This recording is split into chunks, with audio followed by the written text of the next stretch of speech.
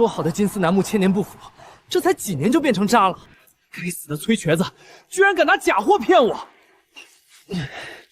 丁，回宿主，10年沉睡已经结束，属性点已到账。作为穿越者，只要我沉睡，就会获得相应的寿命和属性点，而且沉睡时间不会消耗总寿命的上限。只要我猥琐发育，就能做到真正的长生。10年时间，战乱应该过去了，因为战乱分开的心上人应该也回来了。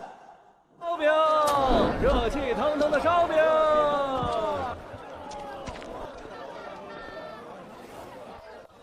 请问昭辞在吗？你找谁？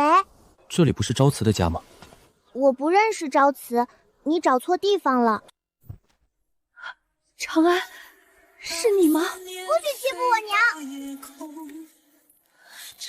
！10年了，你还是和当初一样。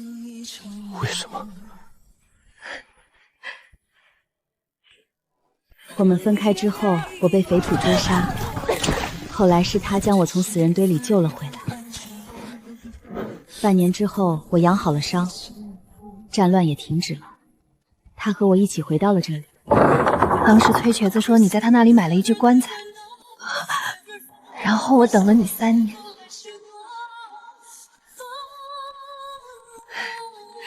这3年来一直都是他照顾我，他对我真的很好。沉睡10年对我来说是一个很短的时间，可对昭辞来说太漫长了。当初分开时我们都是20岁，10年之后我还是20岁的样子，可他已经30岁了。其实从我来到这个世界开始，我和他就注定是2个世界的人了。小姑娘，你叫什么名字？告诉哥哥吧，他是娘亲的故人。我叫苏宁安，今年6岁了。宁安，真是一个好名字。哥哥的名字之中也有一个安字，不过我叫顾长安，你可以叫我长安哥哥。你要去哪儿？我原来的房子不在了，但我看崔瘸子的棺材铺还在，我去他那里住一段时间。娘，长安哥哥是你的朋友吗？不是朋友，是一位很熟悉的故人。那他找的昭辞是谁？可能是他的青梅竹马吧。毕竟昭辞这个名字，一听就是男子对心上人私下的称呼。原来是这样呀，那长安哥哥能找到他的心上人吗？不知道，或许他已经找到了。好啦，爹爹快回来了，我们一起去做饭给他吃好不好？好。崔瘸子，你的棺材有问题，我要退货。放屁！老子做的棺材从来没有人说不好。看来我真是大限将至了。顾长安那个死穷鬼怎么来找我了？崔瘸子，当初你可是和我打包票说，如果棺材出了问题，可以来找你退钱。现在你这个样子，是想赖账吗？要钱没有，要命一条。这里有什么东西你看上的，尽管拿走就是了。崔瘸子，你就不怕我吗？当初我坟上的土可是你帮我埋的。我今年60，郎中说我最多还有3年的活头。我崔瘸子一生无儿无女，也没什么老相好的。你觉得我会在乎少活3年或者多活3年吗？而且当初你来买棺材的时候，我就知道你会回来。为什么？自己给自己买棺材的人我见过，但是兴高采烈的给自己买棺材，我还是第一次见。对了，小子，有没有兴趣来我这儿当伙计？包吃住不给工钱。这个行当最适合你这种孤身一人的家伙了。而且学会了我这门手艺，你这一生大概率是饿不死了。毕竟这世界上什么都缺，唯独不缺死人。原本我只是打算暂住，但是现在突然拥有了一张长期饭票，这个选择似乎很不错呀。崔瘸子，你这条件也忒小气了吧？多少给点工钱呀？就你这活蹦乱跳的样子，怎么也会死在我后面。我死了，东西不都是你的？这巴掌大的地方你也看见了，没有其他的地方给你睡。旁边这口棺材就是你的床了，正好你也喜欢睡棺材。等会儿，你不是要教我做棺材吗？给我这东西干什么？正所谓技多不压身，你要是只卖棺材，谁来照顾你的生意？实话告诉你吧，白氏一条龙我全会，你要学的东西多着呢。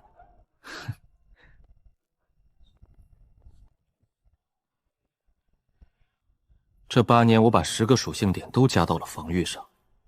只要苟得久，寿命无穷尽，防御最重要。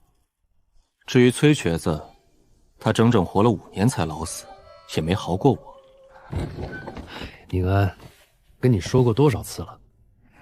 我这里是棺材铺，你一个丫头成天往我这里跑，像什么样子？我才不管那么多呢，他们爱说什么就去说吧。而且现在瘟疫横行，他们哪还有心思来管我？哼！我去给你做饭了，你快从棺材里出来吧，别整天睡在棺材里。瘟疫已经横行整整1年，赵慈父早在一开始就去世了，距离我上次苏醒已有8年。本来可以再次沉睡了，但我怎么忍心看这丫头一个人留在世上？算了，还是等这小丫头嫁人再说吧。长安哥哥，你是仙人吗？你这丫头，说什么傻话呢？我要是仙人，我怎么会看着你娘他们中瘟疫而死？你娘可是我很好的朋友。长安哥哥，我今年14岁了，我不是以前的小丫头了，有些事你骗不了我。你这丫头，今天又发哪门子的疯？不是不给你买糖葫芦，实在是你那牙齿不能再吃糖葫芦了。改天我带你去买。朝辞是我娘的小名。你是在怪我没有救你娘吗？不，我从来没有怪你。我娘死的时候，我从你眼里看到了伤心和痛苦。从小你就把我当妹妹一样照顾，我太了解你了。如果你有办法能救我娘，你一定不会看着她死的。这个秘密是娘在临终前告诉我的，她知道我。明天带你去抓兔子，这件事情就此打住。为什么？为什么？当年你错过了一次，现在你还要做同样的事情吗？我希望亲手埋葬你的是你的子孙，而不是我。你明白我的意思吗？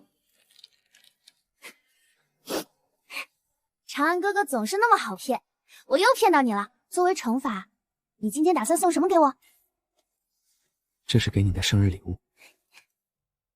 长安哥哥，听说明天镇上会有仙人来选徒弟，我想去试试。仙人能活很久很久，或许那个时候我就能一直陪着你了。宁安，仙人不是那么……长安哥哥，让我任性一回好吗？好，一切依你。我先回去了。长安哥哥，你有时间多出来晒晒太阳，不要老是躺在棺材里。长安哥哥，你有没有听过一句话？人终被年少不可得之物困其一生。你这样做，何尝不是给自己添加了一道枷锁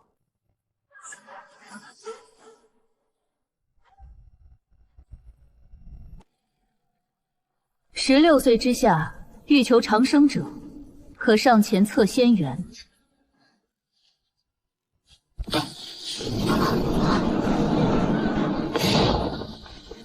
果然是极品水灵根，丫头，你可愿拜我为师？你可是担心家中亲人？仙人，拜你为师之后还能回来吗？当然可以，待你学成之后自可下山。另外这里有些东西，你可以交给你家中的亲人。仙人，这里面是什么？回家打开之后，你自会知晓。你有1个时辰的时间处理家事，1个时辰之后，我就要带你离开了。多谢仙人，请容我去处理好一些琐事。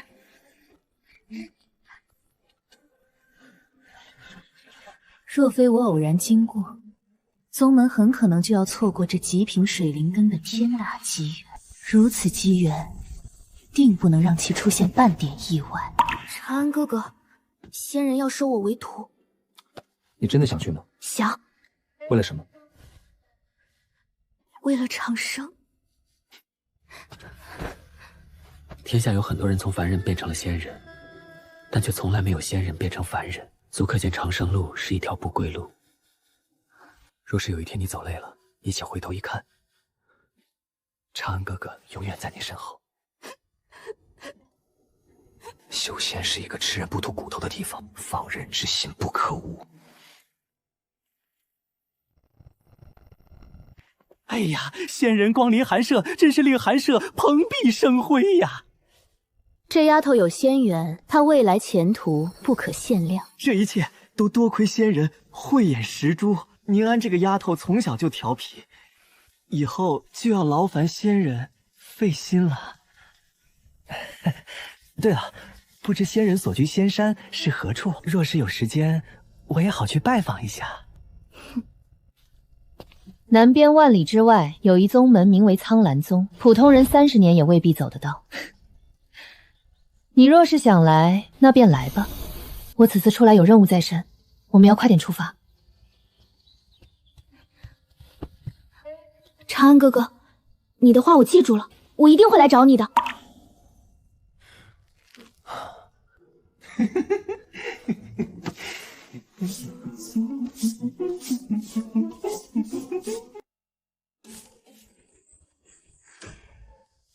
躲了这么久，出来吧。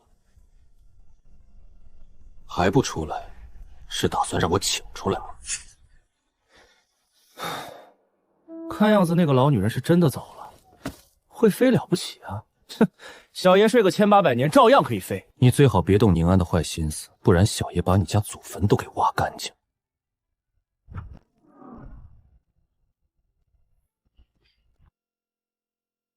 这20年，我已经把那包袱里的炼气功法倒背如流了。可随着见识增加，我才发现，这功法完全是烂大街的大路货色，而且只有达到筑基境，才算真正踏上长生路。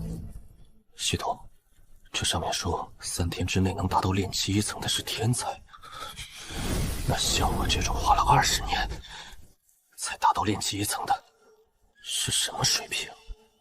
宿主，境界只是衡量实力的一个标准，但不是唯一标准。功法只是变强的一种手段，但不是唯一手段。这个时代的修行体系不适合宿主，但并不代表下一个时代的修行体系也不适合宿主。系统，下一个时代是什么意思？天下没有不灭的皇朝，修仙界同样也是如此。众生之所以认为某些东西永久存在，只是因为它们存在的时间太短暂了。当宿主活得足够久之后，就会发现，世间没有什么东西是永远不变的。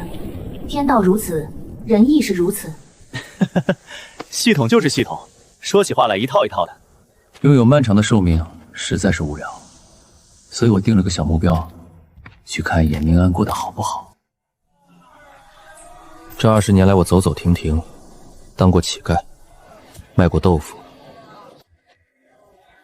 酿过酒，最后发现，还是干白事一条龙最安稳。顺便帮人下葬、寻龙点穴，一观察就是几年，所以20年才走了3000。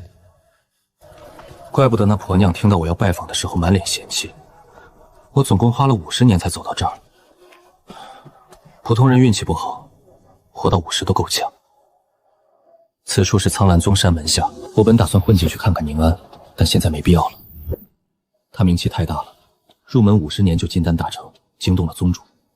面对无数青年才俊的追求，他总是回绝一句：“你们所有人加在一起都比不上长安。”宁安被誉为对长生执念最纯粹的修仙者，而我就在这继续开我的无名棺材铺吧。请问有人在吗？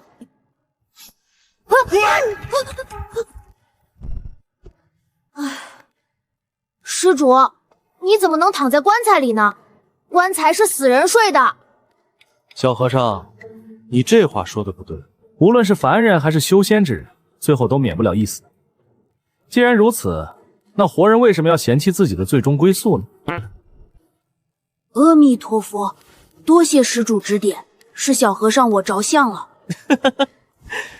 想不到你人虽小，还蛮有悟性的嘛。说吧，小和尚，来我这棺材铺做什么？最近梵音寺和苍兰宗联手降服了一位作恶多端的魔修，那魔修誓死不从，最后被苍阳宗长老击毙。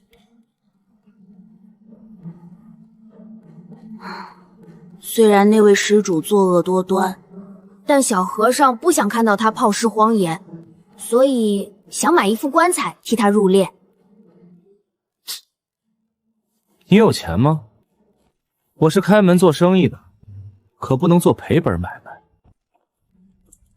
我已经准备好了。一枚中等灵石能享受我这最好的一条龙服务。请问什么时候可以出发？现在就可以，要是再拖下去，那个施主的尸体就要发臭了。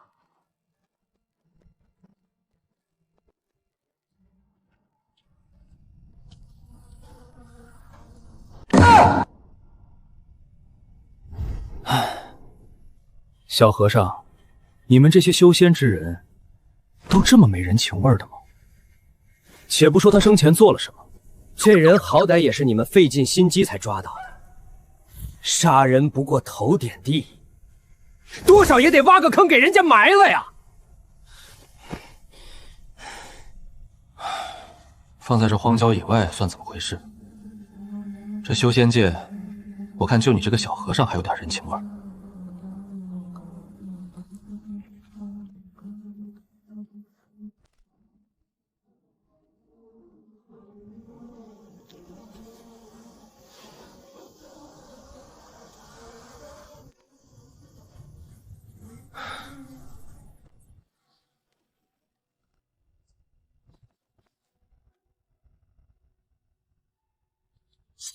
小和尚，立碑需要知道死者的名字，还需要写上立碑人的名字。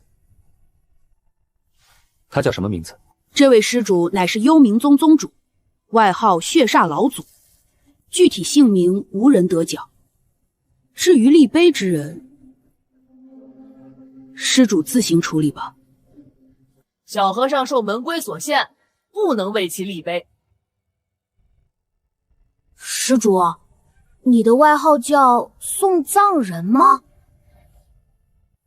是啊，我是卖棺材的，专门给人收尸和下葬，不是送葬人是什么？我的事情已经做完了，先走一步。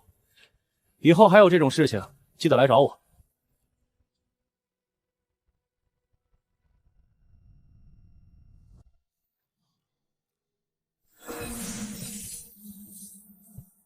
看样子应该是储藏类型的阵纹。那血煞老祖如此处心积虑，这里面的东西估计不简单。我修炼天赋极了，50年才练气3层，所以我把时间都花在了积累阵法和炼丹上。反正我有漫长的寿命，这阵法我慢慢磨。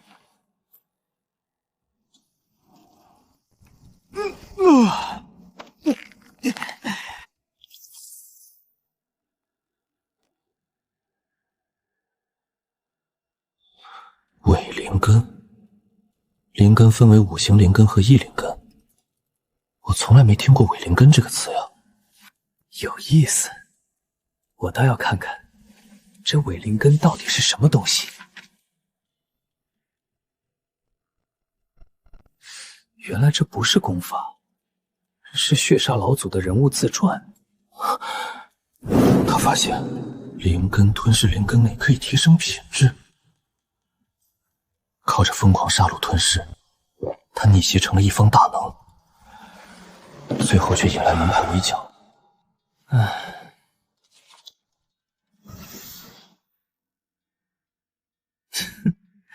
这血煞道祖真是个人才啊！这种稀奇古怪的方法都能被他琢磨出来。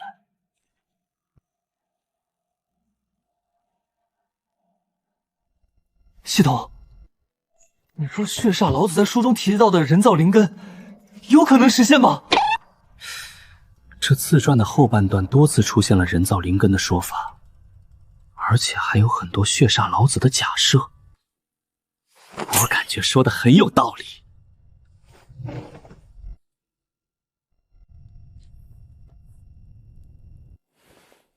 宿主既然心中有疑惑，何不自己去寻找真相？别闹，这种危险的事情我怎么会在自己身上做呢？要是一不小心出了意外，那不就亏大了。而且我也不想像这个血煞老祖一样，一辈子都被人追杀。宿主，我的意思是说，你可以寻找一个最安全、最稳妥的办法。最安全、最稳妥，有这种办法吗？为什么宿主会认为没有？世上从来没有一成不变的事情。血煞老祖之所以会选择这种急功近利的办法，那是因为他当时寿元将尽。可宿主你不一样，你拥有近乎无限的寿命，日积月累之下，未必不可以解决这个难题。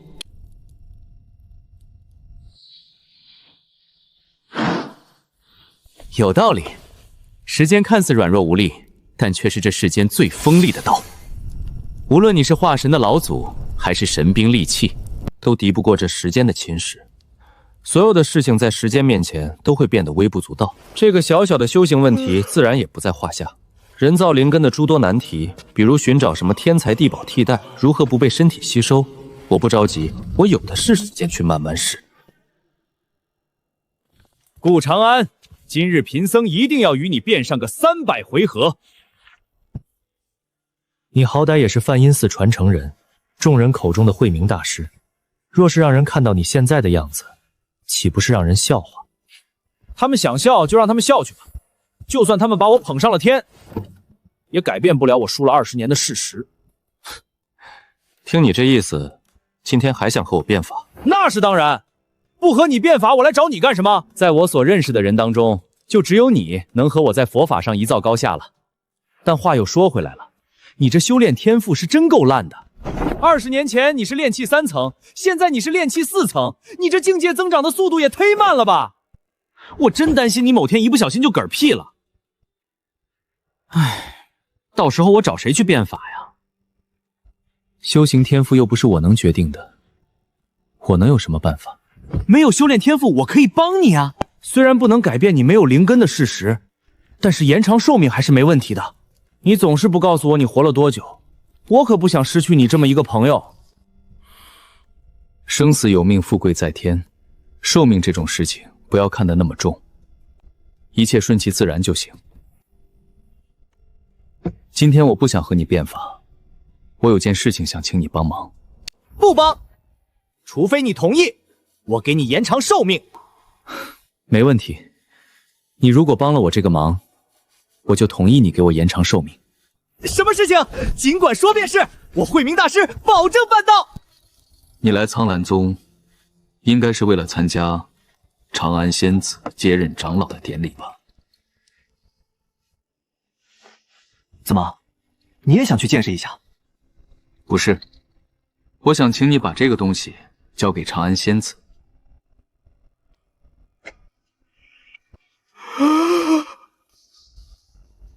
顾长安，你别告诉我你喜欢长安仙子！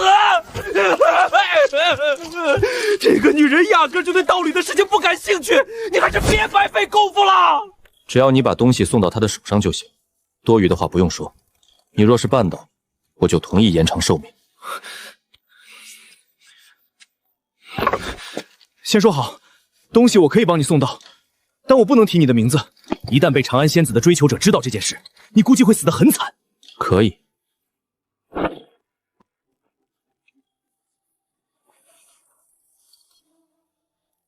小和尚，80年后见。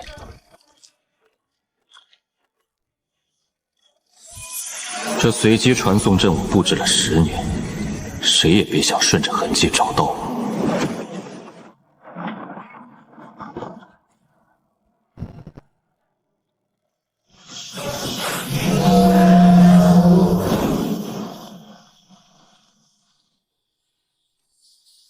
宁安，典礼快要开始了。师父，我不想当长老，我只想安静的修炼。你还是放不下他。我踏入修仙之路就是为了他，若是没有他，一切都将会毫无意义。可他是一个凡人，70年过去了，他现在已经成为了一个白发苍苍的老者，甚至很可能长眠地底。你们终究是2个世界的人，你明白吗？师父，你不懂，长安哥哥说过的话一定会算数。他说长生路漫漫，若有一天我回头，他一定会站在我身后。他说过，那他就一定做得到。宗门曾派人去他家乡找那个顾长安，想为他延寿以了却宁安的执念，可那棺材铺早已人去楼空。这如同泡沫般的幻想一旦破灭，他的道心恐怕会瞬间瓦解吧。好了，师父，长老之位我还是要接任的，因为只有成为苍兰宗的长老，我才能获得更多的资源，更好的功法。我可不想在这条路上停下，因为我知道长安哥哥也不会停下。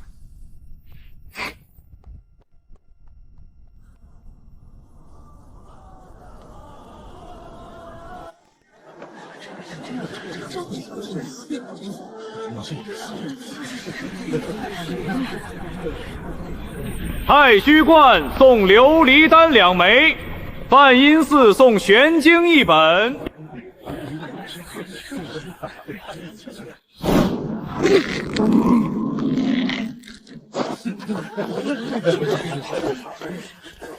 长安师叔，师侄还有另外一份贺礼送上。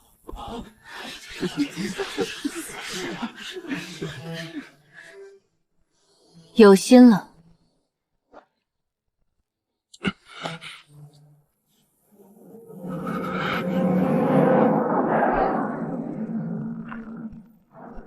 原来就是个普通木头，长安仙子肯定又要一把火烧了。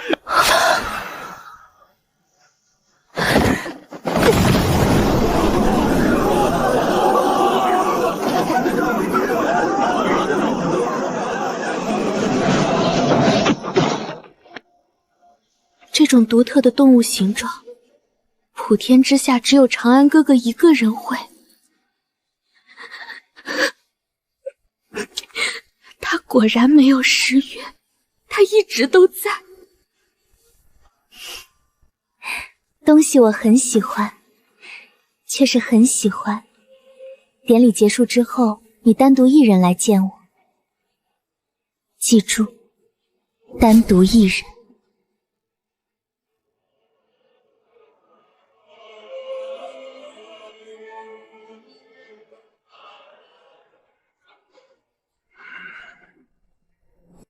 慧明贤侄，你师父慧海禅师最近身体怎么样？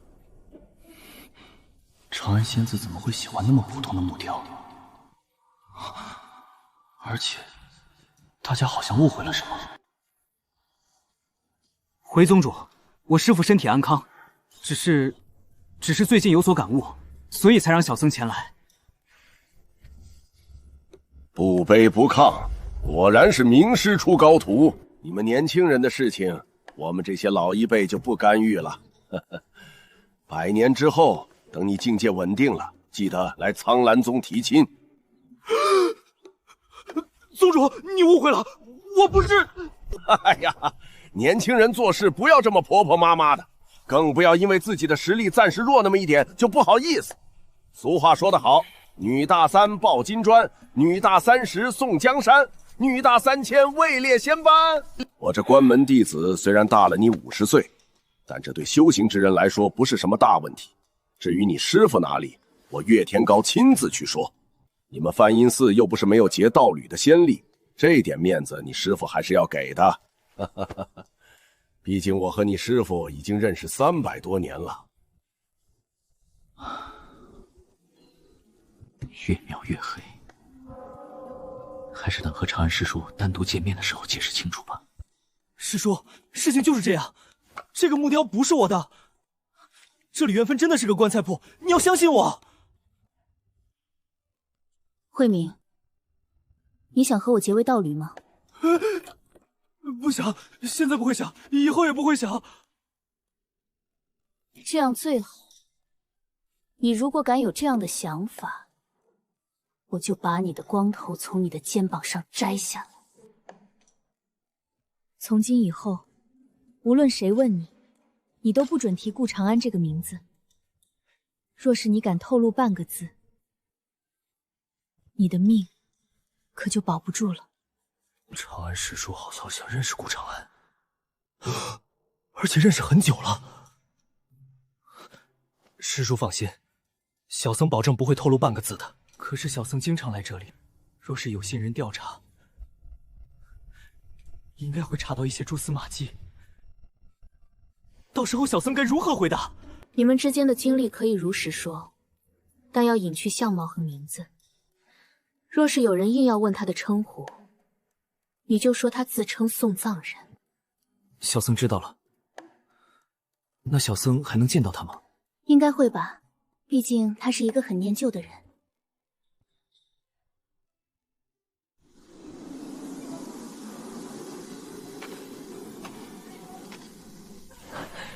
左青龙，右白虎，前朱雀，后白虎，果然是一处风水宝地。陪伴宁安长大花了8年，走到苍阳宗花了50年，在苍阳镇待了20年。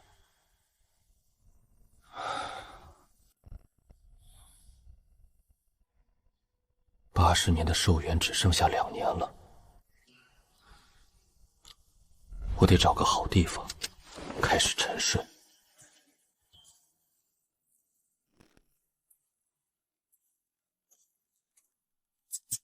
简直完美！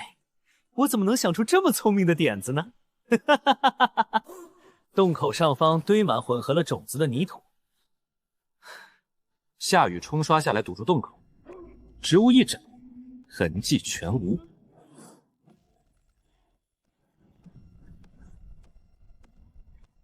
系统，人造灵根这方法真的能行吗？能不能行？宿主试一下就知道了。失败的结果，无非就是浪费你根本不在乎的沉睡时间罢了。也对，就算失败了，我也没什么损失。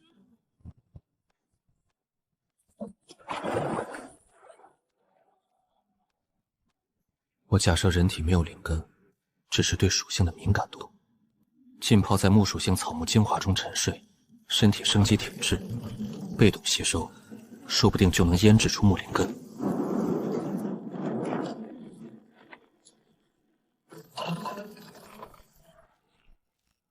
80年了。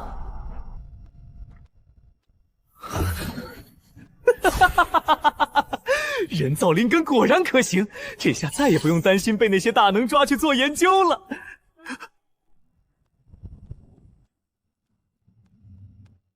力量1，速度1，防御11，灵力0，寿命160。系统这是怎么回事？我的属性怎么倒退了？如果我没记错的话，我沉睡之前应该是炼气4重的境界。虽然力量微乎其微，但是各项属性都有了一定的提高，为什么现在又变成了凡人的属性？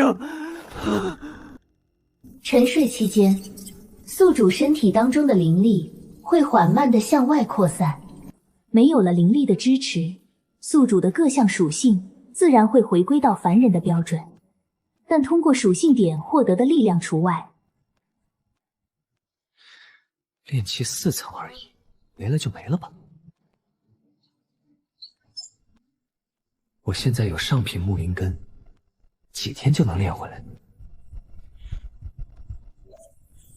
80个属性点，全加防御。系统，我这91点的防御力，能抵抗什么级别的修士？回宿主91点的防御属性，筑基中期境之下的攻击无法破开你的防御，筑基境中期可以伤到你，筑基境后期可以造成重伤，筑基期圆满有死亡的风险，超过筑基期，宿主必死无疑。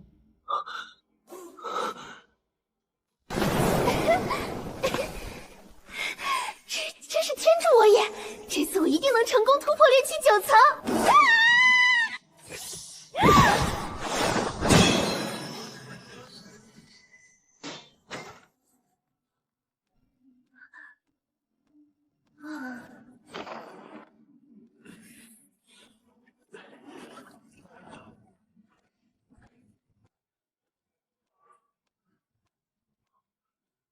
妖族的人怎么会来这里？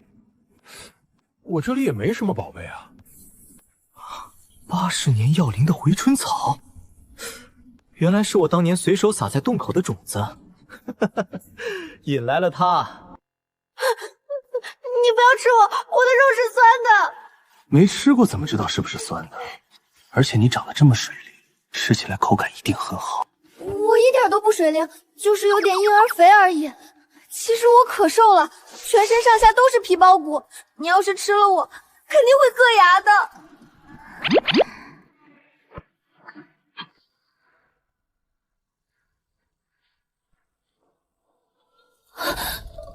你不是不化骨？尸身100年不腐而化为浆，1000年不灭则为不化骨。不化骨乃是聚集天地死气而生，水火不侵，刀剑难伤，以怨念为力，以血肉为食。如果真有这种传说中的不祥出现，你现在恐怕连渣都不剩了。晚辈打扰了前辈清修，还请前辈恕罪。我被随机传送到这里睡了80年，现在两眼一抹黑，不如从这个单纯的白媚娘嘴里掏些信息。你怎么会一个人来到此处？你的族人？回前辈，晚辈乃是流浪至此，身边并无族人。今夕是何年？此地又发生了何等变化？如今乃是大玄380年，此处一切安好，尚未发生什么大的变动。不过晚辈听说，东边300里之外，太虚观有化神大能现世。太虚观距离苍兰宗大概有1000多里，想不到我居然传送了这么远。念你是无意之举，就不追究你擅闯洞府之罪了。你走吧。啊，前辈，我就这么走了？那你还想干什么？可是这种情况，前辈你不是应该赐下机缘的吗？谁告诉你的？传闻中都是这样的呀。也罢，你我相遇即是缘分，那便赐你一些机缘吧。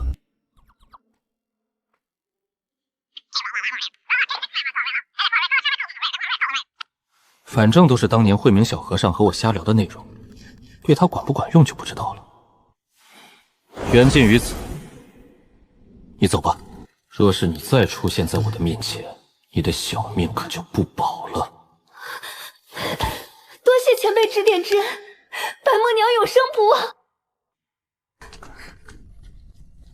忘。啊，我现在防御91，但攻击手段为0，真打起来我可能还打不过这小狐狸，得赶紧溜。宁安已经不需要我操心了，接下来我得找个新目标，度过漫长的岁月。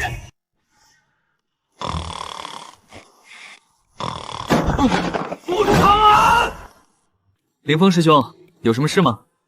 长安师弟，你来太虚观已经10年了，10年时间你就在炼气9层徘徊，你到底还想不想筑基了？哎呀，筑基这种事情急不得，慢一点总没什么大错嘛。人生的路这么长，慢一点挺好。你这不是慢不慢的问题了，你压根儿就没打算筑基吧？别人延长炼气期，是为了打下坚实的根基，但也没有像你这样一拖就是10年。而且你虽然有炼气9层的境界，可你连炼气7层的外门弟子都打不过，你到底想干什么呀？修道就是修道，要这么多目的干什么？另外，打架这种事情有师兄你就够了，多我一个不多，少我一个不少。师兄，你还是莫要再为难我。顾长安，你少在这给我打马虎眼。筑基这件事情是师父亲自叮嘱的，你突破也得突破，不突破也得突破。无量秘境马上就要开启了，师父他老人家亲自给你要了一个名额，这次你是跑不掉。长安，你入我太虚观有多少年月了？回师父，弟子入观已有10个年月了。10年前恰逢师祖出关，一眼选中了你。当时师祖直接带你回观，说你与道有缘，赐予内门身份。哎呦，师傅骨头要断了，您轻点。你是否与道有缘，为师不敢妄下定论，但你是否能给为师解释一下，后山那块放了300年的雷击枣木为什么会变成棺材？是生长30年才抢来的雷击枣木，平常连看都不让看一眼，小师弟居然把它做成了棺材。师父，小师弟完全是无心之举，您就原谅他这一回吧。师父开恩，无心之举，我只给了他外围阵法的路线，核心阵法的路线我从来没有告诉过他。3年前那块雷击木还好好的放在那里，可是昨天我去看，它却变成了一具上好的棺材。我很好奇，是什么样的无心之举，能悄无声息地破开我的大阵，将里面的雷击木变成了棺材。师父，那块雷击木已经放在哪里很久了。虽然这种材料可遇不可求，但对师父你现在的境界来说，多少有些鸡肋了。那东西对我有没有用，我还用你来教？雷击木是我留下来准备雕刻3清祖师的。外人入我太虚观，看到这气势宏伟的3清祖师像，定会对我道门心生敬仰之情。现在雷击木没了，你来告诉我这件事情怎么办？道在人心，3清泥塑即可。想让旁人懂我道门，何须外物？存心邪瞥，任尔烧香无点意，福身正大，见无不败有何妨？好，小师弟果然是与道有缘。这22个字，尽显我道门风采。悟性尚可，但实力却是狗屁不如。雷击木的事情暂且记下，若是不能在无量秘境筑基，小心你的腿。现在赶快给我滚！看到你们就心烦。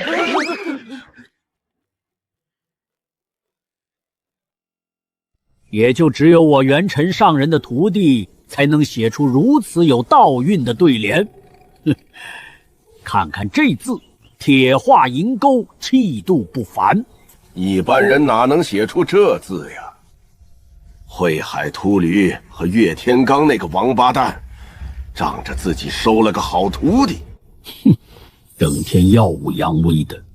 等长安筑基之后，定要杀杀他们的气焰。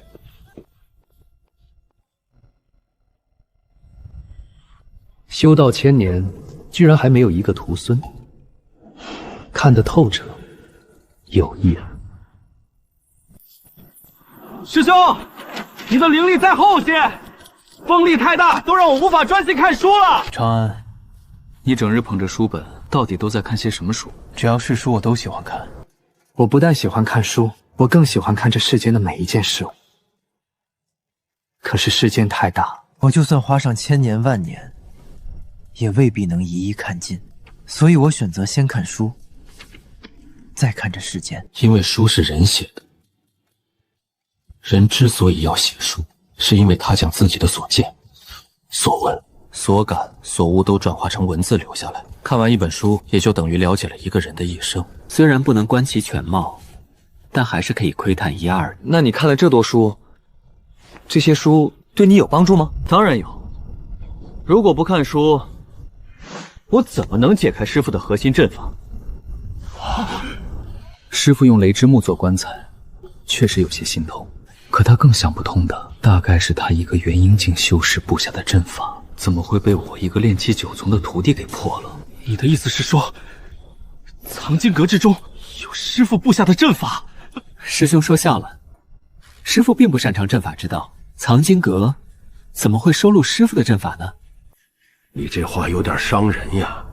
好歹我也是你师傅，元婴境大能，你一个炼气9层有什么资格点评我？既然藏经阁当中没有收录师傅的阵法，那你是怎么破阵的？就算师傅不擅长阵法，但元婴气息修士布下的阵法，也不是你一个炼气9重可以参悟的呀！师兄说的没错，按照常理，我自然参悟不了师傅的阵法。但师兄却忽略了一个道理，那就是天下间所有的事都是有迹可循的。师父是太虚观的观主，他修行的基础自然也是传承于太虚观。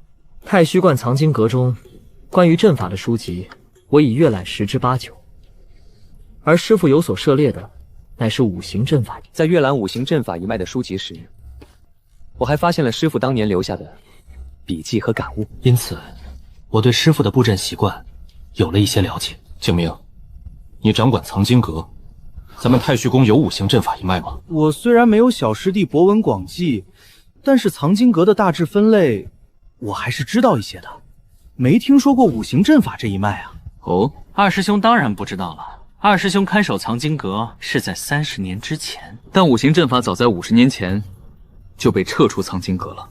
五行阵法这个路数，100年前的修仙界盛行一时，但后来逐渐被其他的阵法路数所替代。小师弟，你别告诉我你去了书渡。二师兄果然慧眼如炬，我确实去了书渡。世间功法和知识总在推陈出新，藏经阁每过50年便会更换清理一次。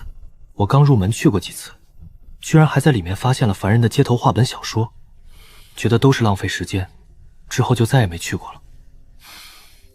小师弟，你该不会把书坟里的书都看完了吧？景明师兄莫白说笑，师弟我才入门10年，何谈看完？不过我已经看了3/10了。3/10，书坟里书籍的3/10，恐怕有40万之巨吧？没有这么多，书坟里共有藏书983521本。这些年来，我一共看了286385本，勉强我有3/10吗？你说的五行阵法一脉，我好像听师父说过，这是200年前某个宗门的看家本领，只不过后来被淘汰了。既然如此，那藏经阁当中收录的应该也是五行阵法的基础和一些介绍。你凭借这些就能破了师傅的大阵？当然不是，我刚刚说过，师傅他老人家传承于太虚光，而且不擅长阵法。在这样的情况下，师傅大概率是无法自创阵法的，所以师傅他老人家的阵法本事都来源于太虚观的藏经阁。在入门第2年的时候，师傅就给我展示了那块累积木。为了破解师傅留下的核心阵法，我花了1年的时间阅尽藏经阁所有阵法书籍。一番比较之后，我发现师傅所布下的阵法是由9宫八卦阵和北斗阵如合成，其中还加入了一些师傅自己的变动。当时我尝试了很多次，始终无法破阵而入。就这样，师傅布下的阵法整整挡了我5年。后来我在书坟对光中看到了五行阵法的典籍，并且还得到了他老人家自己对阵法的一些见解。这样一来，我终于明白师傅是如何将9宫八卦阵和北斗阵糅合在一起的，其中是借用了五行阵法的原理。在知道了阵法如何布置之后，我再次开始尝试，花了1年半的时间破阵而入，最终在10天前完成了棺材的制作。师傅，你的雷击木死得不远。这家伙为了把我的雷击木变成棺材，整整花了8年时间。我是该夸他有恒心，还是骂他笨？凡人寿命极限100余年，他一个炼气境，真就一点都不担心自己寿元的问题呀！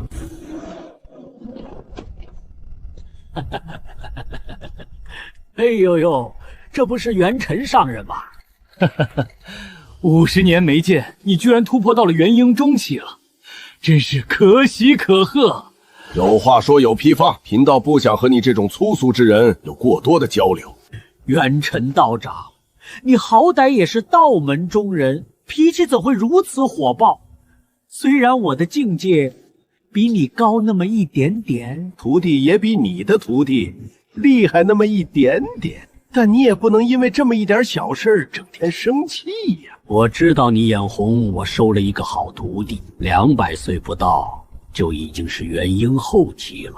这种天赋，整个大玄皇朝也没出现。如果不是实在找不到，凭借咱俩的交情，我高低得帮你找一个。呸！谁稀罕你那个破徒弟啊！老子有更好的。你徒弟不是200岁不到就元婴后期了吗？我的徒弟100岁之内就能达到元婴后期，你等着吧。不行，越想越气。凌风，等一会儿你带着你师弟他们进去，我再去和岳天罡那个王八蛋理论一番。师兄，不是说苍兰宗有一个叫长安仙子的天才吗？怎么没有看到他的身影？长安仙子去大轩国边境了，不只是长安仙子去了，就连梵音寺的慧明禅师也去了。慧明禅师？慧明禅师是梵音寺的继承人，也是大玄皇朝仅次于长安仙子的天才。他100岁出头便已经达到了金丹后期，据说是最有望超过长安仙子的人。当初慧明小和尚隔三差五就来找我变法，可结局总是输多赢少。岁月当真是世上最厉害的功法，我只是睡了一觉，曾经的小和尚就变成了现在的禅师。师兄，那他们去边境做什么？还能做什么？当然是与夜月国开战了。夜月国作为妖族之国，每过200年便会与大轩皇朝打上一场。虽然大玄皇朝多次获胜，但也始终消灭不了他们。最近也不知是怎么了，夜月国居然提前发起了国战，距离上次大战也才过去170年，提前了足足30年，确实让人有些费解。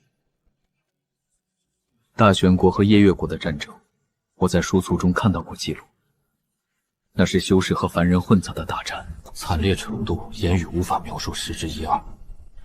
纵使是元婴大能，也有陨落的风险。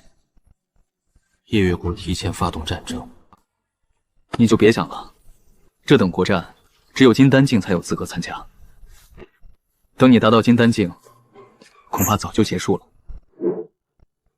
无量秘境马上就要开始了，快和你远神师兄进去吧。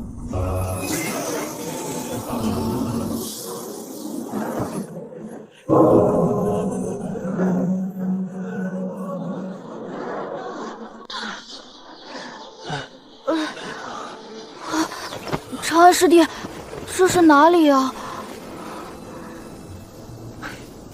我这位九师兄是太虚宫里出了名的胆小，因为今年他才13岁，虽然年纪很小，但是他的天赋却是非常了不得，也是水火双灵根。远山师兄，你好歹也是筑基中期，不要这么胆小好不好？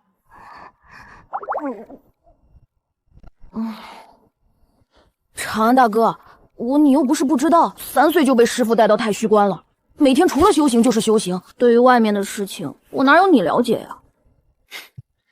那你肯听我的吗？我当然听你的呀！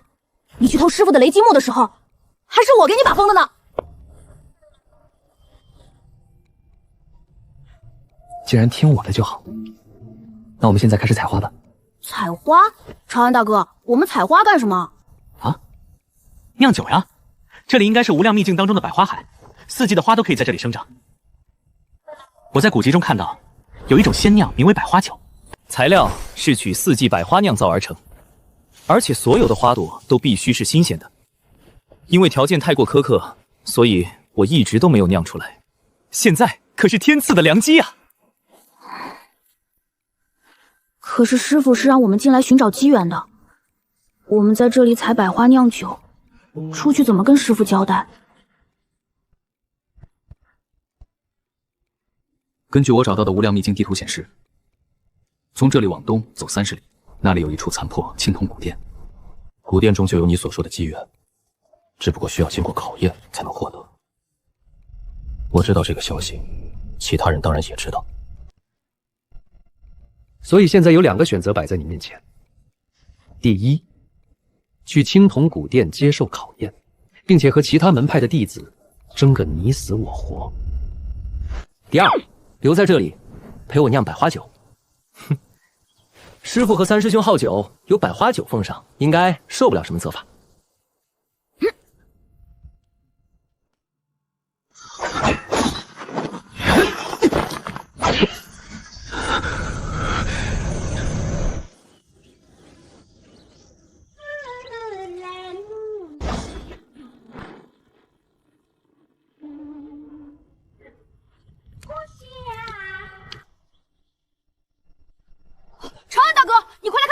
吗？怎么了？长安大哥，这里有块带花纹的石板。这东西体积似乎不小，挖出来看看。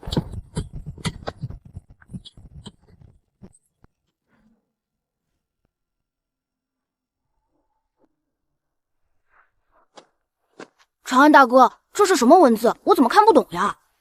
你当然看不懂，因为这是2000年前的文字。2000年，大玄皇朝才建立了1800年，这具棺椁是大玄皇朝之前的东西。闭嘴！这种文字我也只是在古籍中认识过一些，有些字我也不认识，让我仔细想想。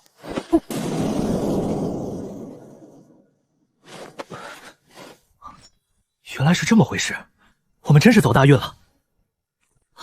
长安大哥，这上面写了什么？简介：吾自幼修行，18岁时战3981场，胜756场，负3225场。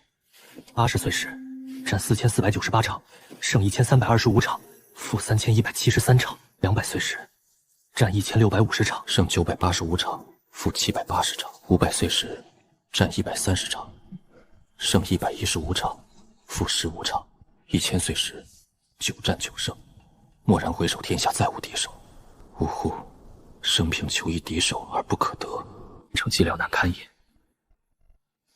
偶寻得一处洞天，欲孤独终老，然再三思量，终另选他地。不愿一身传承断绝，特葬石棺于花海之下。长生路漫漫，非心诚者不可得。长安大哥，这人也太厉害了吧！一辈子居然打了这么多架。不过为什么他越到后面打的越少呢？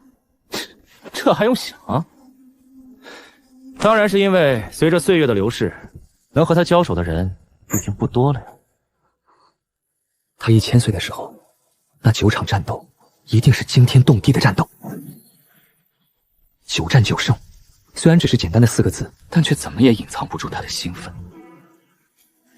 想必这9场战斗，定是他一生中最满意的战斗。长安大哥，既然那位前辈留下了传承，那这里为什么没有设下考验？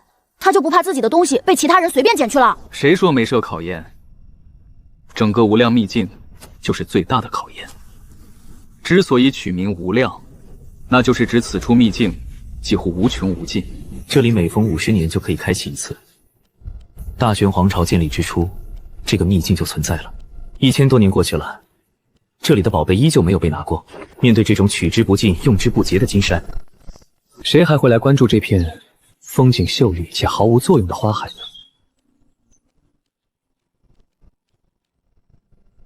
我们修行是为了求道，有的人求武道，有的人求长生道。无论追求什么道，最重要的就是不被外物所迷惑。但是你看看进入秘境的这些人，全都被这里的宝贝迷住了双眼，哪还会记得自己的初心？忘了初心的人，又怎么会停下脚步看一看这花海呢？长安大哥，那这位前辈叫什么名字？不知道，上面没写，打开看看，说不定有线索。好呀。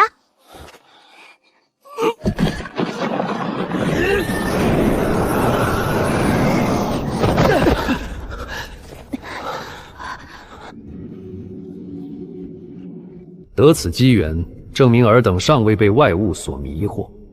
无善拳法，此套拳法蕴含了吾之毕生所学，望后世之人好好珍惜。此拳法不重招式，而重于意。晚年迎战9人，9拳出，9人败。敢问前辈尊姓大名？世人称吾百拜仙尊。多谢仙尊赐下机缘。敢问此拳法叫什么名字？在我手中是我的拳法，在你的手中便是你的拳法，故拳法无名。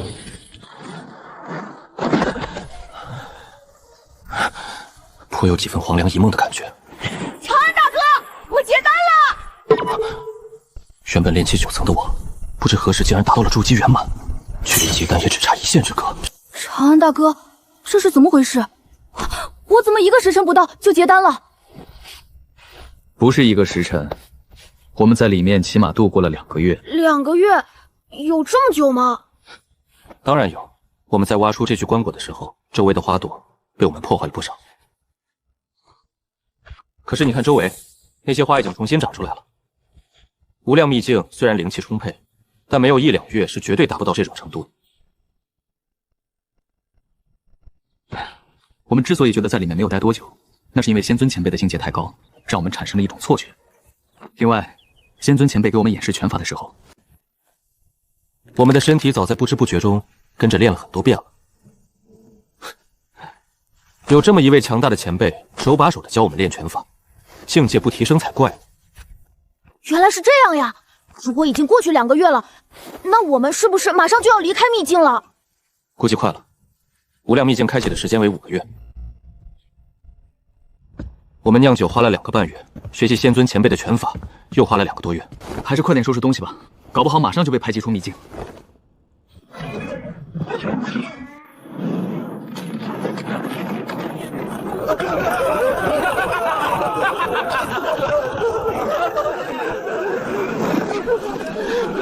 六师兄，怎么只有你一个人来？师父和大师兄他们呢？边关告急，师父和大师兄他们2个月前就已经去了。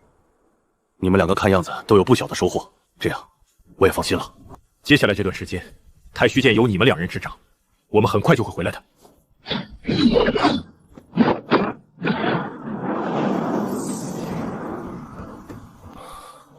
六师兄是出了名的稳重，能让他如此急切。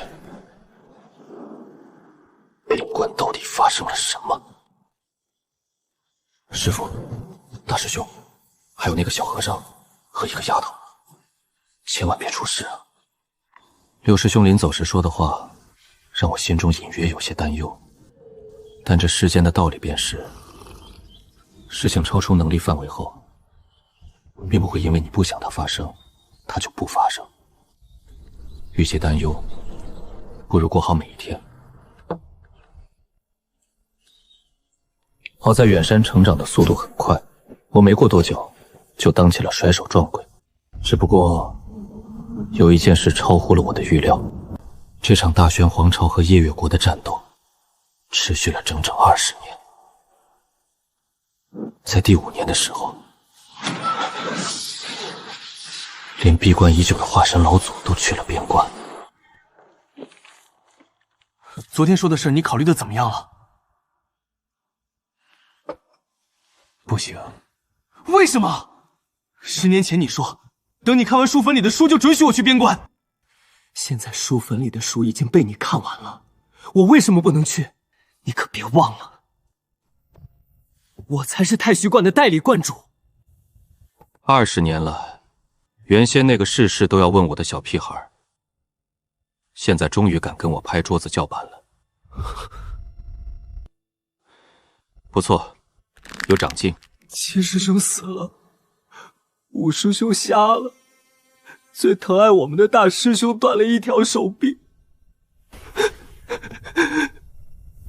长安大哥，我现在已经是金丹后期了，我可以帮到他们了。我真的不想再看到师兄们出事了。边关的情况我很清楚，元婴大能战死了10多位，甚至有传闻化神期都开始陨落。把远山放出去，无疑是去送死。金丹期在那里只是高级炮灰。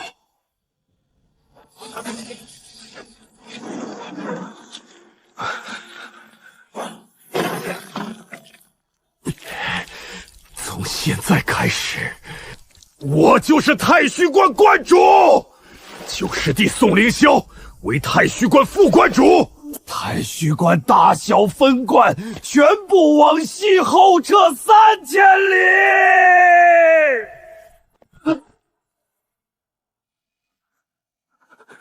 三师兄，师父他们呢？夜月国不知为何，元婴期大能突然暴增1倍以上，师父被2位元婴后期围攻，最后陨落在凤凰山上。我们几师兄是一起行动的，但是突然遭到了埋伏，大师兄拼着自爆把我送了出来。大玄皇朝战败，以边关为开始，各地5000里赔偿给夜月国。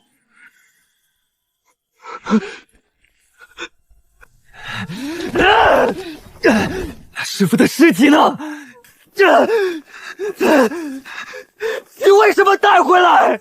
你是想看着师父的尸体被人炼制成傀儡吗？别摇了，再摇三师兄就要被你咬死了。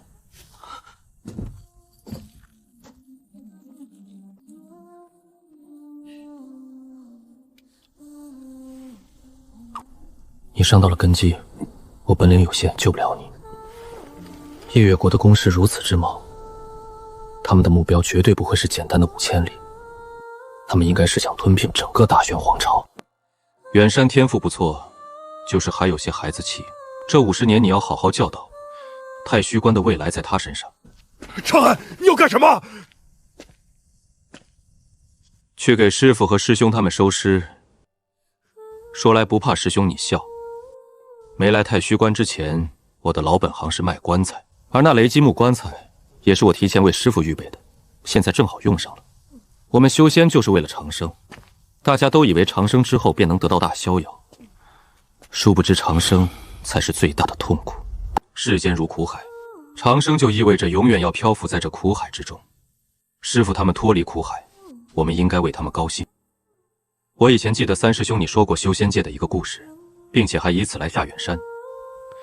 你说修仙界有一个神秘的存在，他专门给那些寿元已尽的人收尸，一旦他出现，那就意味着死亡即将来临。这个神秘的存在，没有人知道他的名字，只知道他叫送葬人。另外，你还详细的调查过此事，你发现送葬人的第一次出现是为100年前的血煞老祖送葬。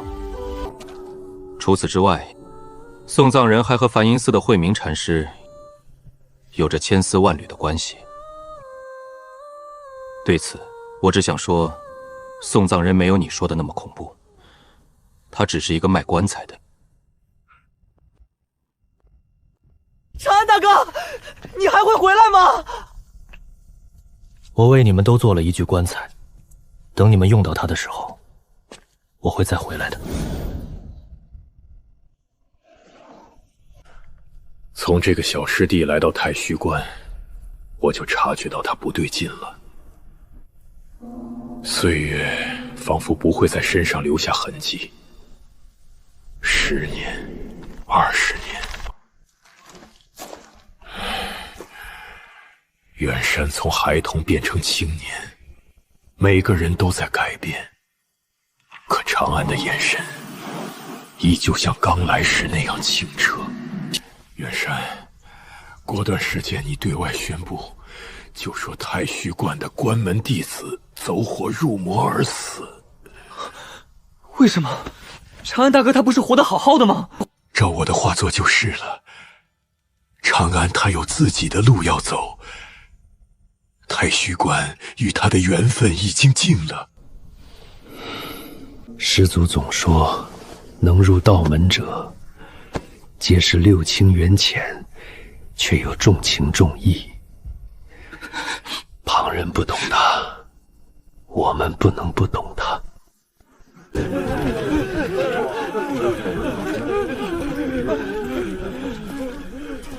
我那爱面子的师傅呀，你平生这么爱面子，死了又怎么会允许自己身处异国他乡呢？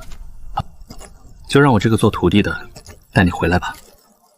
师徒一场，这次就不收你灵石了。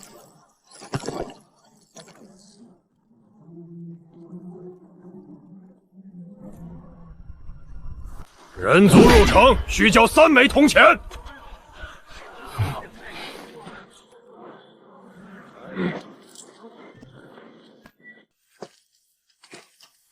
感受着这城池中若隐若现的灵力，没有显现修为果然是对的。这样的小城池都有金丹修士坐镇，难怪夜月国会变得这么强。一个人族金丹大摇大在天上飞，太引人敬慕。逐渐接近夜月国腹地，我才明白，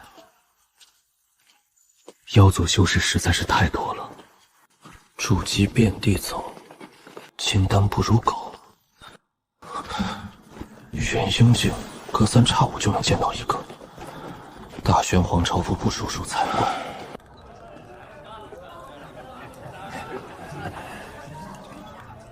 宁若，你听说没？咱们妖王的女儿要公开选婿了，只要是筑基境以上的都可以去。我当然听说了，可是和咱们有什么关系吗？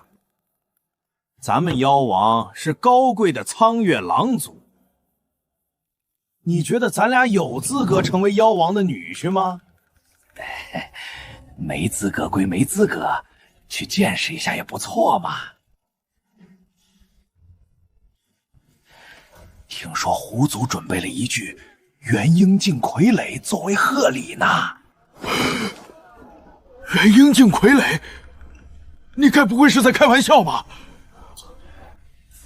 骗你干什么？这具元婴境傀儡是狐族从凤凰山弄来的。当初为了杀死这个修士，狐族整整出动3位元婴后期的老祖呢。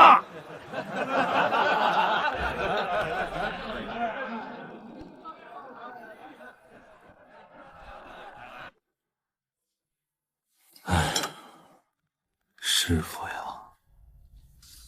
我花了5年时间走到这儿，刚来你就给我出了这么一个大难题。狐族作为夜月国的强族之一，我该怎么从他们手里把你弄过来呢？我一个人也打不过人家呀！狐族是夜月国的强族，夜月国的妖王是苍月狼王。要是我成为了苍月狼王的女婿，是不是就有机会从狐族手里要来这具傀儡呢？虽然这个想法很荒诞，但理论上好像没什么问题啊。启禀妖王，公主逃跑了。那还不快派人去找！若是我女儿掉了一根狼毛，你们提头来见！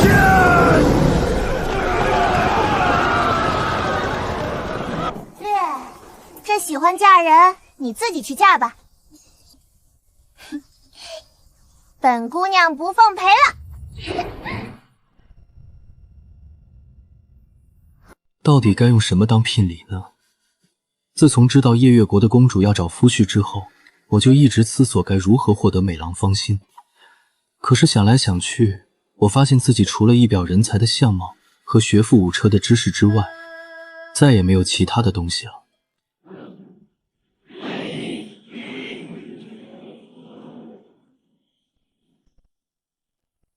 前辈救命！他们要杀我！不是，这种情况你不是应该英雄救美吗？你就这样直接跑了？难道你就没有一丝丝好奇心吗？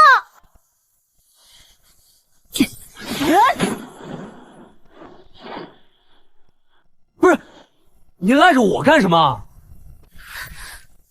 前辈，他们2个要杀我，还请前辈出手相救。呸！少用这种就有拙劣的献计来骗我，他们根本就不是来杀你的。想要杀人的人，哪有只追人不动手的道理？另外，你再看看你身上，到处都是法宝。你一个筑基境修士，有这么多东西合理吗？你指定是那个大户人家的小姐偷跑出来，他们是来带你回去的。这个男人我绝对不认识，他也绝不可能认识我。仅仅在远处看了一眼，居然分析的丝毫不差。既然被你看出来，那我也就不装了。他们的确是来带我回去的，我被抓回去，最多也就是责骂一顿，然后关几天禁闭。但你就不一样了，如果你不带我逃离他们的追捕，我就说是你将我诱骗出来的。到时候你觉得我家里会怎么处理你？别白费力气了，这道如影随形符是元婴期修士炼制的，你一个小小的金丹是绝对解不开的。你与其在这浪费时间，还不如跑快点。追我的可是2个金丹后期，我们快要被追上了哟。这位姑娘，我不想掺和你的家里事，更不想和你有什么纠缠。先前的事情我可以一笔勾销，你不要再缠着我了，好不好？我想怎么做就怎么做，你能把我怎么样？有能耐你就打碎我身上的防护罩呀！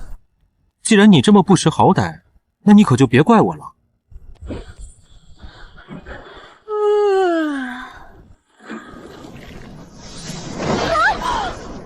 这是太虚观的血盾，你是人族，你是人族！恭喜你猜对了，不过没有奖励哦。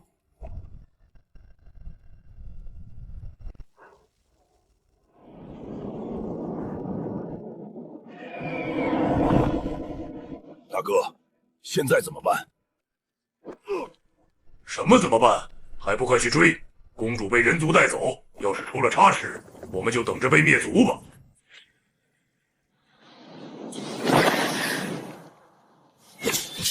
阵法旗，你想干什么？我告诉你，如果我出事了，你的下场会比死还惨。我本不想招惹是非，但你自己凑上来，这可就怪不得谁了。就凭你这阵法，也想困住本姑娘？做你的春秋大梦去吧！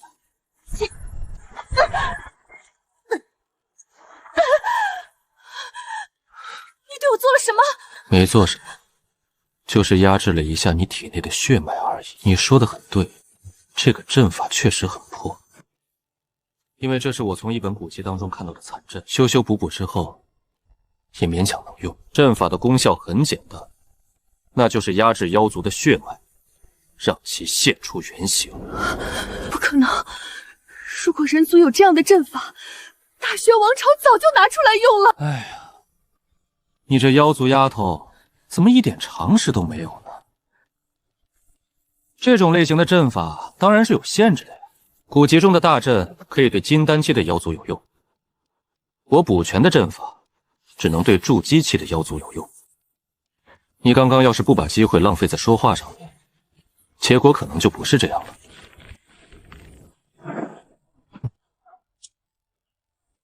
解开禁制的方法是什么？想都别想，我不会告诉你的。有胆子你就杀了我当然没那个胆子杀你，但我可以把你的毛给剃光。你敢？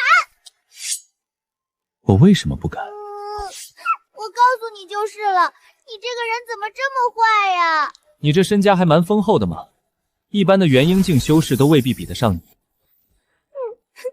东西都给你了，现在你可以放我走了吧？如果你还嫌不够，我可以给你更多。我爹是……我不想知道你是谁，我也不想知道你爹是谁。你如果不说，我办完我的事情之后，自然会将你放了。明白就好。接下来我给你做一点点小改造，保证让你改头换面。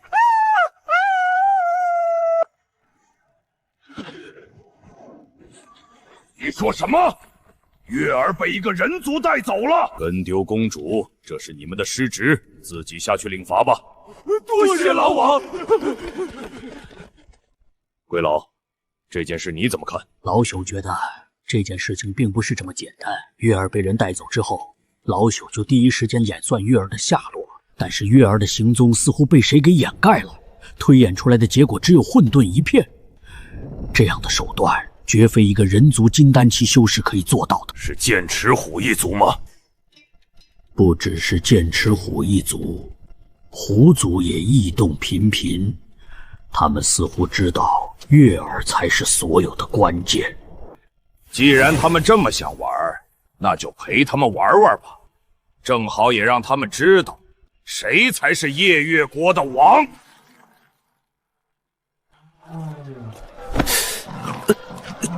松口！不松！你还我洁白如雪的狼毛！和你说过很多次了，这墨汁是我特制的，根本洗不掉。要想恢复毛色，只能把你的毛剃光，然后等新的毛重新长出来才行。另外，看你这么难过，我就给你起名小白吧，以此祭奠你那已经消失的毛色。太欺负狼了，你给我等着！对了，当初夜月国和大轩皇朝开战，很多大轩皇朝的修士被你们打得溃不成军。但我听说，苍兰宗的长安仙子和梵音寺的慧明禅师，在夜月国竟消失了。他们已经被你们杀了吗？如果能杀，早就杀了。要论大玄皇朝最难对付的人，哼，他们俩一定是其中之一。谁能想到，他们居然……你想套我的话？只是随便问一下，你不愿意说就算了。哼，真的只是随便问一下吗？你用的血遁术乃是太虚观的不传之秘，非内门弟子不可学习。梵音寺、苍阳宗、太虚观这3个门派可谓是大玄皇朝的顶梁柱，彼此之间也互相有联系。你突然问起这2人的下落，你觉得我会相信你是随便问问吗？你很聪明，但是你刚刚的话让我更加疑惑了。血遁是太虚观的秘术，别说妖族，就是一些外门弟子也不见得知道。但你好像知道的很清楚，能告诉我这是为什么吗？唉，我是妖族，你是人族，我们2个种族不同，国家不同。哼，你觉得我会告诉你这件事吗？不过我很是好奇你的身份。太虚观有9大真传弟子，其中最为杰出的有4人，这4人的名字连起来是一句诗：凌风寂萧俱一品，静水有灵各有灵。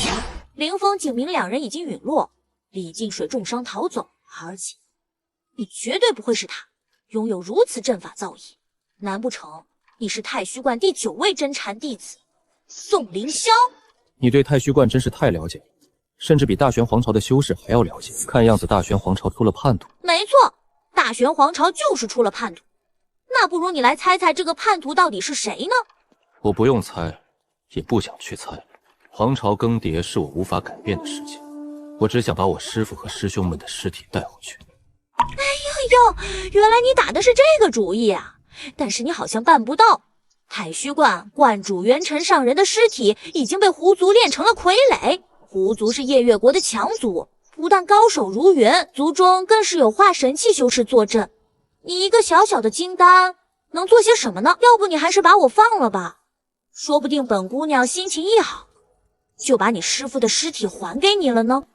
多谢你的好意，但是在没有确定我自身安全的情况下，我不会放了你的。另外问一句，你身上应该没有家中长辈留下的标记。你猜？我检查了很多遍，你体内并没有什么标记，但这也不排除有一些更高明的手段我没发现，所以为了安全起见，我会在你体内种下87道禁制。你敢？不是敢不敢的问题，我已经这样做了，不然你以为我为什么一直抱着你？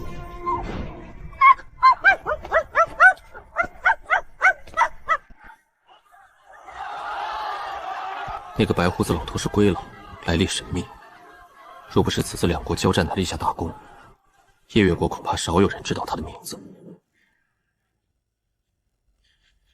夜月国子皆知，我完颜阿骨岛有一独女，完颜月离。如今小女已经到了婚配的年纪，我欲在天下青年才俊当中挑选出最优秀的一位，将小女许配给他。诸位青年才俊，若是有意者，尽可上前。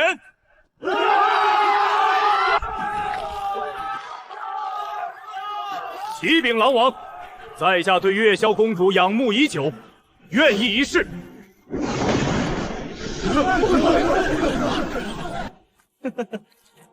林兄，在下也对月娇公主仰慕已久，我们恐怕要公平较量一下了。胡战，我怎么不知道你仰慕月离公主？你该不会是信口胡说的吧？林兄说笑了，对一个女子心存爱慕，未必要像林兄一样闹得世人皆知。我狐族知书达理，怎么会做出这种有违礼数的事情呢？等一等，我也要参加。人族顾长安拜见狼王。在下虽然没有见过月姬公主，但是也想参加此次招婿大会。你想迎娶我的女儿，你凭什么？就凭在下拥有一颗真诚的心。人族参加妖族的招婿大会，这是需要莫大的勇气。现如今我来了，难道还不足以证明在下对月如公主的心意吗？好一颗真心，就冲你这颗真心，本王允许你参加招婿大会。本王有言在先，只要是筑基境以上的修士，皆有资格参加此次招婿大会。你虽是人族，但也符合条件。明日便是招婿大会的考验，至于是否能成功，那就要看你的本领了。龟老，这位人族修士远道而来，想必暂时还没有居住的地方，你且安排他到胡府住下。遵命。莫要让人族觉得我妖族不懂待客之道。见过胡兄，这几日恐怕要去府上叨扰了。顾兄有如此胆识，真是令在下佩服万分。能与顾兄同住一个屋檐下，这简直是天大的幸事。你们胡族总是喜欢做这种丢脸的事情。哼，这人的装扮一看就是大玄皇朝来的。手下败将，如何有资格站在我等面前？李虎，脑袋不灵光就不要出来丢妖族的脸。大玄皇朝确实是夜月国的手下败将，但夜月国打败的只是大玄皇朝，不是人族。你这番言论，若是被一些人族大能听到了，到时候引起了两族大战，你担当得起吗？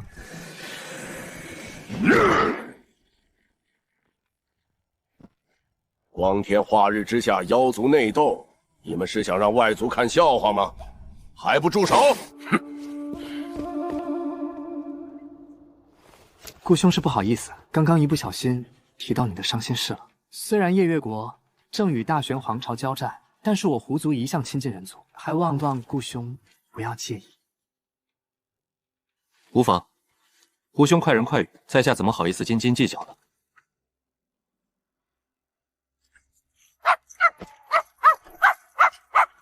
顾兄，这是你饲养的战宠？这倒不是，我在路边遇到它，看它瘦骨嶙峋流落街头，一时心中有些不忍，所以将它带在了身边。原来如此，顾兄真是宅心仁厚啊！回狼王，那个人族已经送去胡府了。月儿是被一个人族带走的，现如今招婿大会上又出现了一个人族。龟老，你觉得这两人是否联系？此人来历不明，而且出现的时机又如此凑巧，想必和公主的失踪脱不了干系。但就算他和公主的失踪有关系，也定然不会是幕后主使。一个金丹期修士还没有资格屏蔽天机，此人估计是幕后主使派出来的马前卒。在没有确定公主的下落之前，我们万万不可轻举妄动。言之有理，此事就劳烦龟信去跑一趟了。调查清楚这个人族的来历，我倒要看看背后是何人在指使。遵命。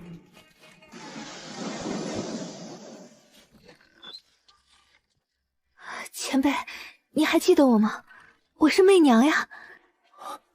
原来是你啊！30年前刚苏醒时遇到的那个胡二娘，你怎么会在这儿？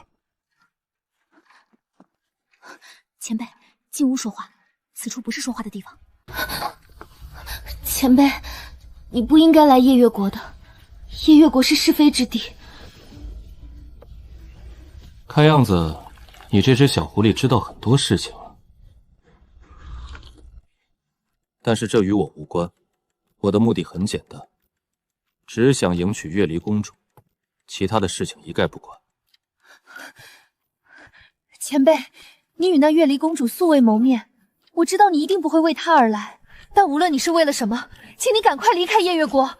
招婿大会就是一场骗局，你留在这里对你没有好处的。你这个妖族的叛徒，居然敢吃里扒外！骗局，这就有意思了。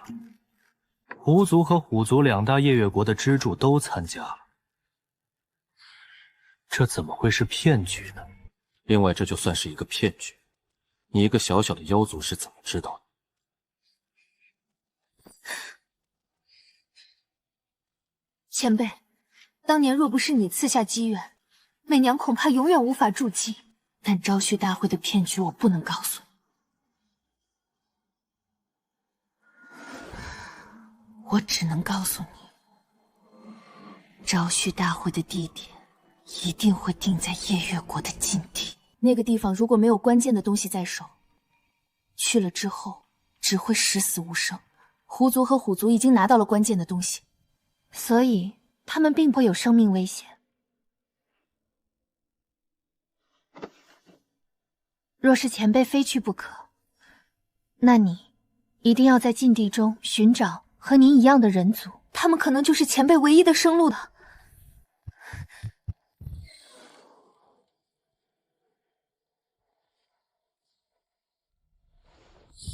叛徒，他简直就是妖族的叛徒！本姑娘一定要将他碎尸万段！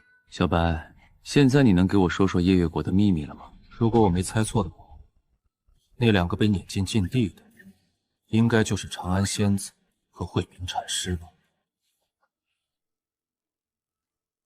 想都别想！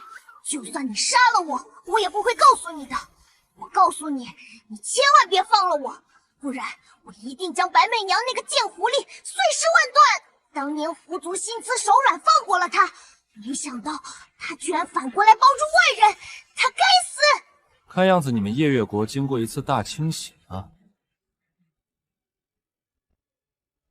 我遇到白梦娘的时候，她只是一个炼气9重的修士，甚至连化形都不完整。那个时候的她，语气中充满了天真，一点都不像是在底层摸爬滚打的修士。当时我还疑惑，一个妖族豪门大户的小姐，怎么会跑出来独自历练？现在看来，她不是自己跑出来的，是被你们撵出来的。谁说白媚娘是豪门大户的小姐？她只是一个普通的妖族而已。你这话就多少有些欲盖弥彰的意思。不过这也正常，因为你没有见识过底层修士的生活。修仙界是一个人吃人的地方，底层修士更是如此。有时候亲如手足的朋友，也会为了一块灵石杀得头破血流。白媚娘如果不是豪门大户的小姐，以她当初的性格，恐怕早就死得连骨头都不剩了。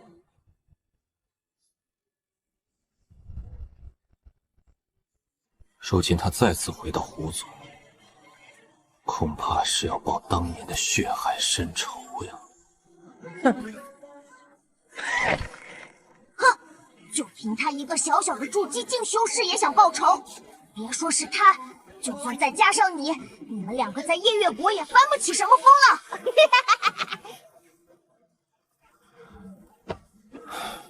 都说过很多遍了，我对夜月国的秘密没兴趣。你们是否要灭大玄国，我也管不了。我只想把师父和师兄们的尸体带回去。你为什么就是不相信呢？如果只是想带回故人的尸体，你至于费这么大的劲吗？现在我甚至怀疑你和我的偶遇也是你早就安排好的，你就是心存不轨，企图颠覆我夜月国。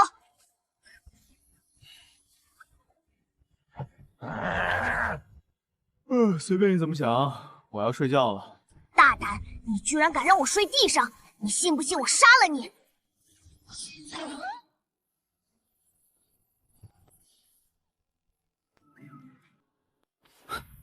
别睡了，我们要出发了。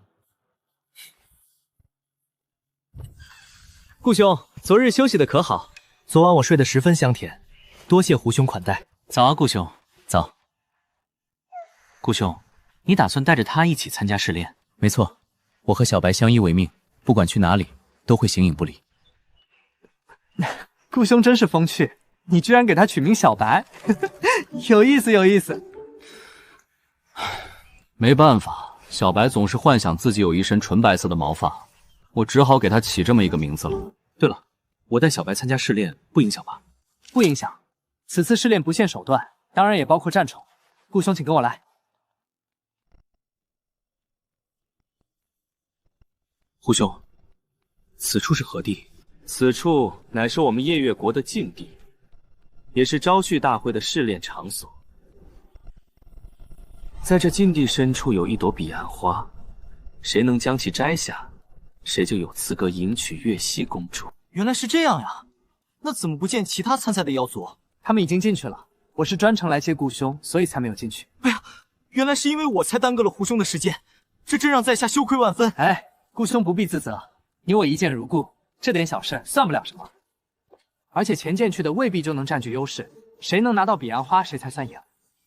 这禁地之中的瘴气，哪怕是金丹境修士都不能避免。我依靠狐族强性体质才能安然无恙，人族来这里不到半天就会无声无息死掉。不愧是夜月国的禁地，果然凶险万分。胡兄，此处瘴气绝非寻常瘴气，在下这里有特制的解毒丹，你要不要来上一颗？他居然识破了瘴气，顾兄不说，我差点给忘了。此处瘴气厉害无比，哪怕是金丹修士也不能避免。不过我狐体质强悍，所以就不用浪费顾兄的丹药了。对了，顾兄，此处瘴气应该是夜月国禁地特有，顾兄是如何看出来的？难不成顾兄曾经来过夜月国的禁地？夜月国的禁地，在下自然没有来过，但我曾从一本无名古籍中看过类似的记载。那本古籍上记载了一些不同地方的风景，其中一处与这里颇有几天相似。原来是这样，那真是有意思了。据我所知，500年来，夜月国禁地从来没有外人进入过。顾兄看到的那本古籍，到底是何人所用？这个我就不得而知了。我发现那本古籍的时候，它已经快烂得不成样子了。或许这本书是在500年前所著也说不定。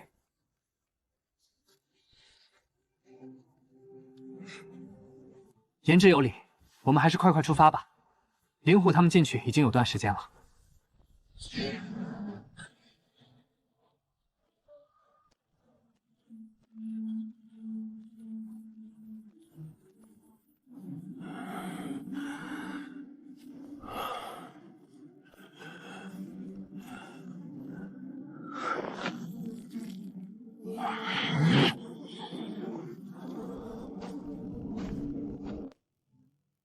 慧明，你的无背锅法抗不了太久了。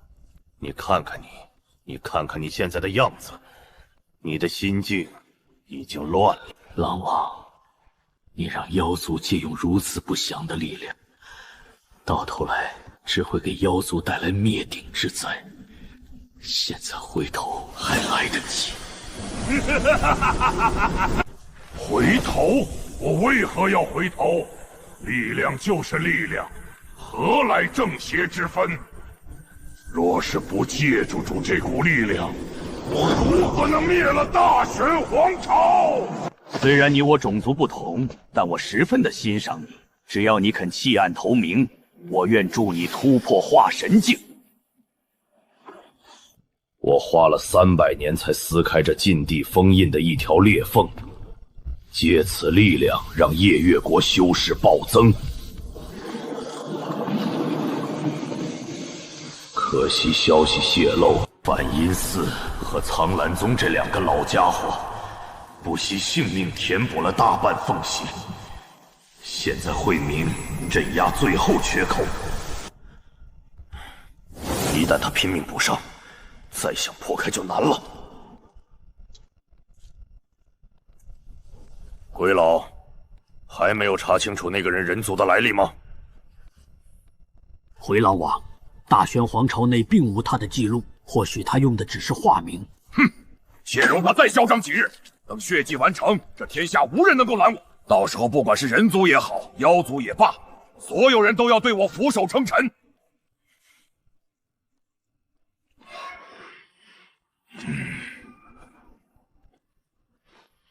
两位，我觉得你们与其想着怎么弄死对方，不如好好的看一下这些遗迹。少在这故弄玄虚！天堂有路你不走，地狱无门你闯进来，今日就是你顾长安命丧之时！我知道你想杀我，没看到我在研究东西吗？但是你能不能等一下再杀？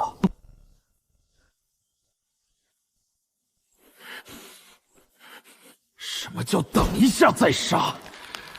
我现在是要杀你，你严肃一点好不好？你找死！胡战，你什么意思？你是要帮外族吗？灵虎，杀人这种事什么时候都可以做，但你别忘了我们来这儿的目的。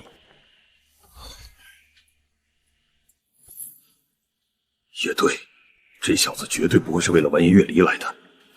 一个金丹期孤身闯妖族腹地，背后绝有人撑腰。如果贸然动手打草惊蛇，干扰了我们探寻禁地秘密的大事，那可就麻烦了。哼！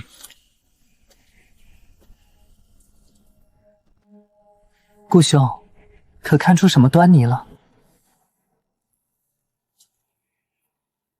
胡兄，大玄皇朝境内的无量秘境，你听说过没有？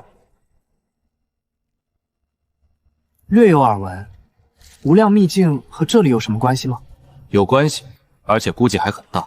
无量秘境当中也有一座青铜古殿，这个事情在大玄皇朝不是什么秘密，但是夜月国的禁地当中，也出现了一座和无量秘境类似的青铜古殿。胡兄对这个事情怎么看？无量秘境是大玄皇朝所掌控，而且非人族不得入内。若不是听顾兄说起，我还真不知道这个事情。别说你不知道，我怀疑两国之间知道的人也不多。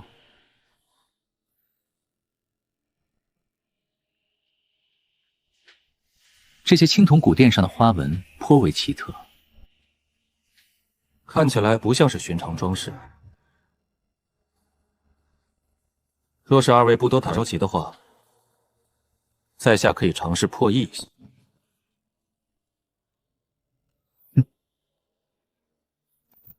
这青铜古殿，我妖族不少长老也尝试破译过，但皆是无功而返。顾兄有把握破译这上面的东西？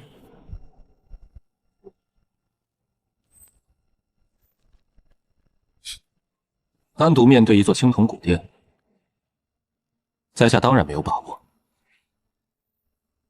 但胡兄可别忘了，无量秘境当中的青铜古殿，同样也有人在研究。两座青铜古殿加在一起，说不一定还真有办法可以破解。如果这上面的花纹真的记录了某些信息，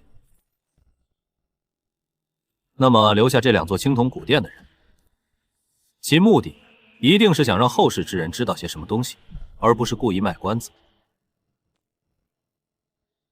之所以我们看不懂，那是因为时间间隔太远，曾经的文字已经消失了。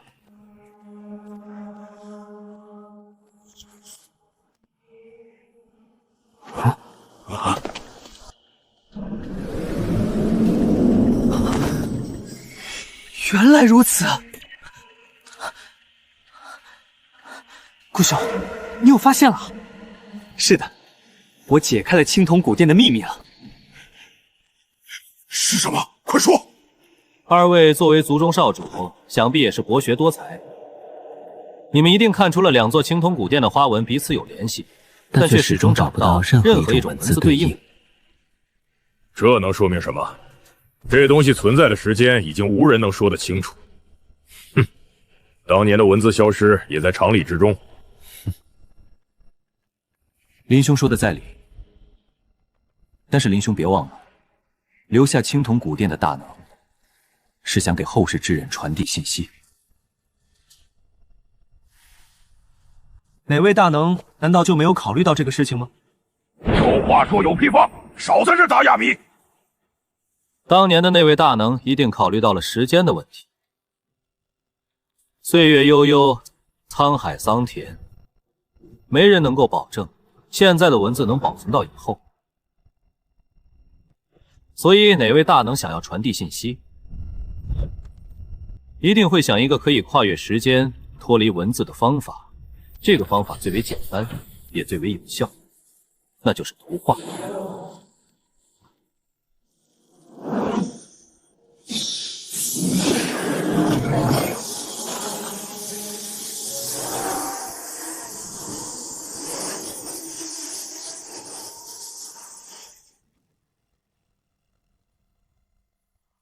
文字可能会出现断层，但是图片却不会，因为图画是所有生灵学习知识的第一途径。当生灵睁眼的第一刻起，我们所学习到的知识都是以图画获得的。看到了山川草木，我们因此得知了山川草木是什么形状、什么颜色。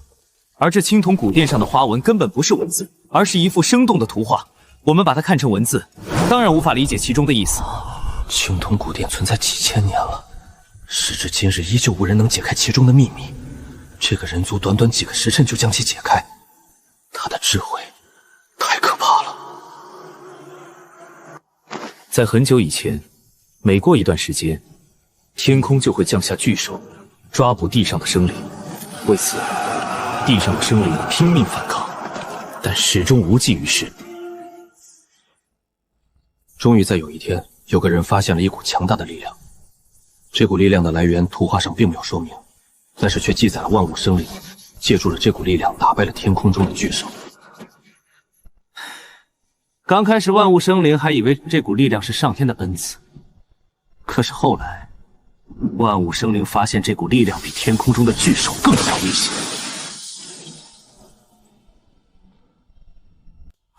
你还有其他花纹吗？快拿出来！后面到底发生了什么？抱歉，我手上的花纹全部拿出来了。整幅图画我们只凑齐了1/10。想要凑齐完整的故事，我们需要凑齐18座青铜古殿的花纹。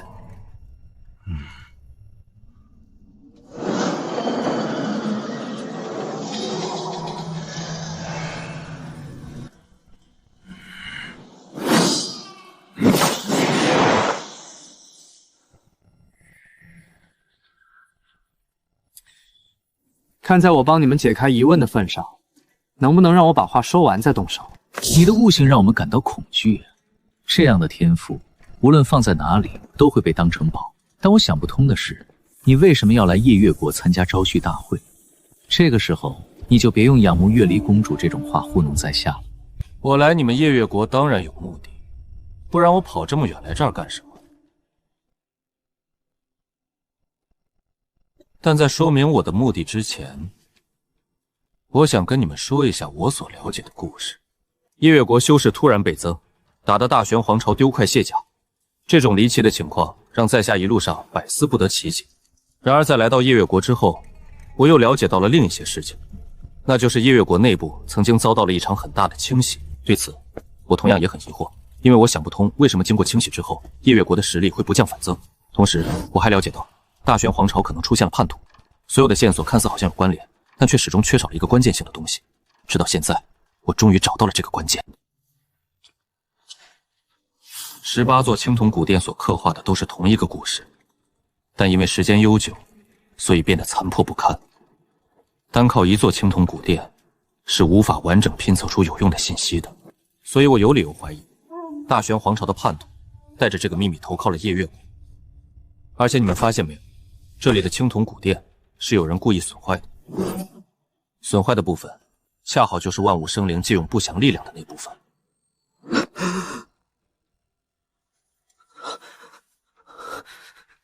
你到底想说什么？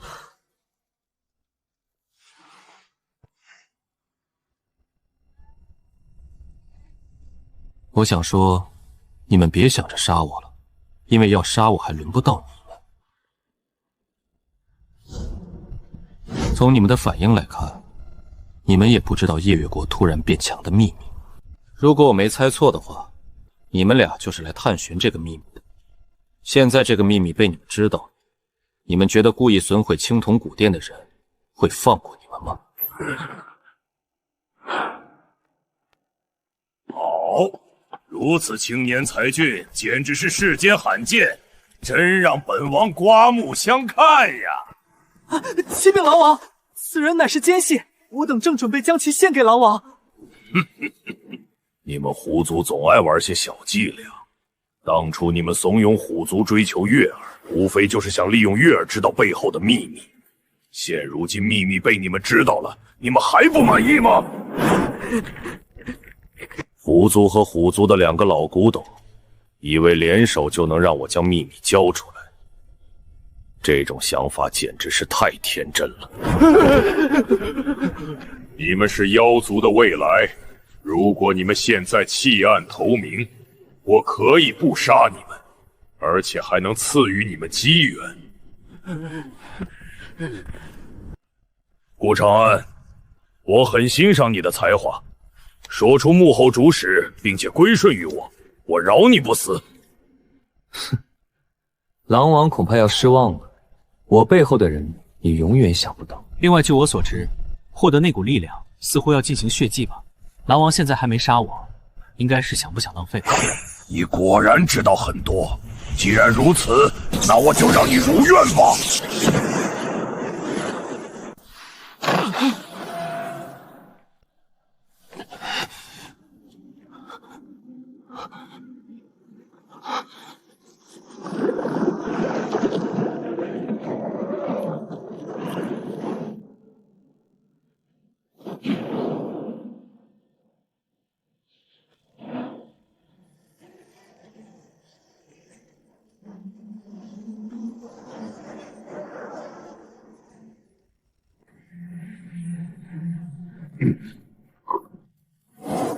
没了月儿的血为引，这血池恐怕无法助我突破化神期呀。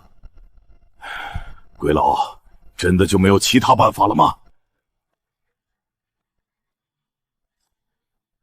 回浪王，老朽确实还有一个办法。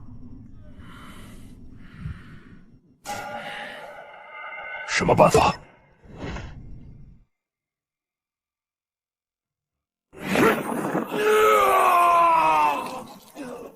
别白费力气了，我能助你达到化神圆满，自然也有反制你的方法。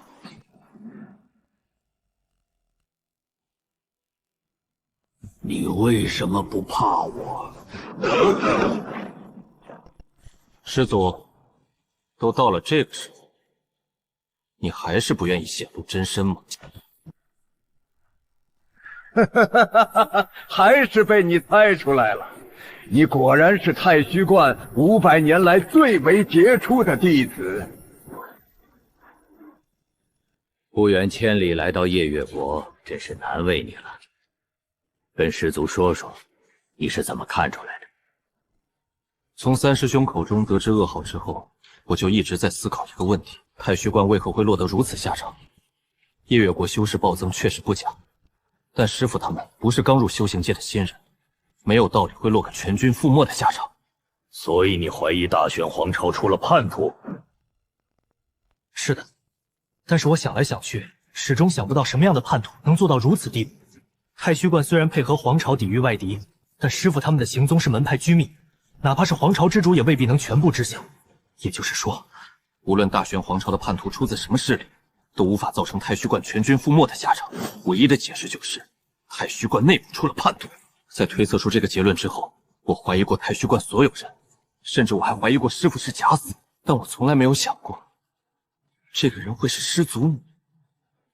师祖你已经是化神大能了，在大玄皇朝的地位无人可比，月夜国根本开不出招来你的价格。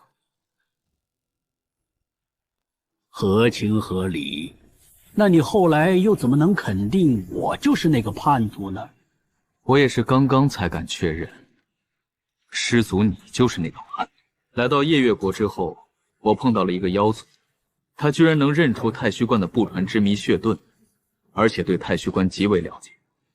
不过有意思的是，他对太虚观了解颇深，但却只知道太虚观有9名真传弟子。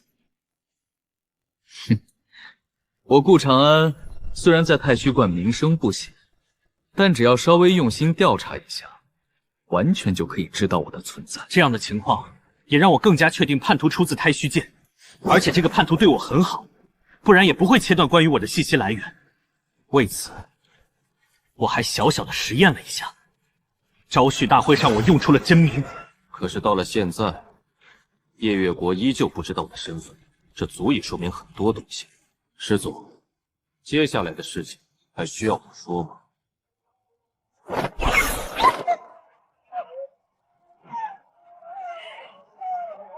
说说吧，从别人口中听自己的故事，别有一番风味。没问题，既然师祖想听，那弟子就好好的说一说。能做到这些事情，这个出自太虚观的叛徒地位和实力绝对不低。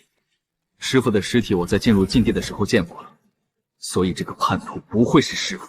在没有破解青铜古殿的秘密之前，我始终找不到师祖你背叛的动机。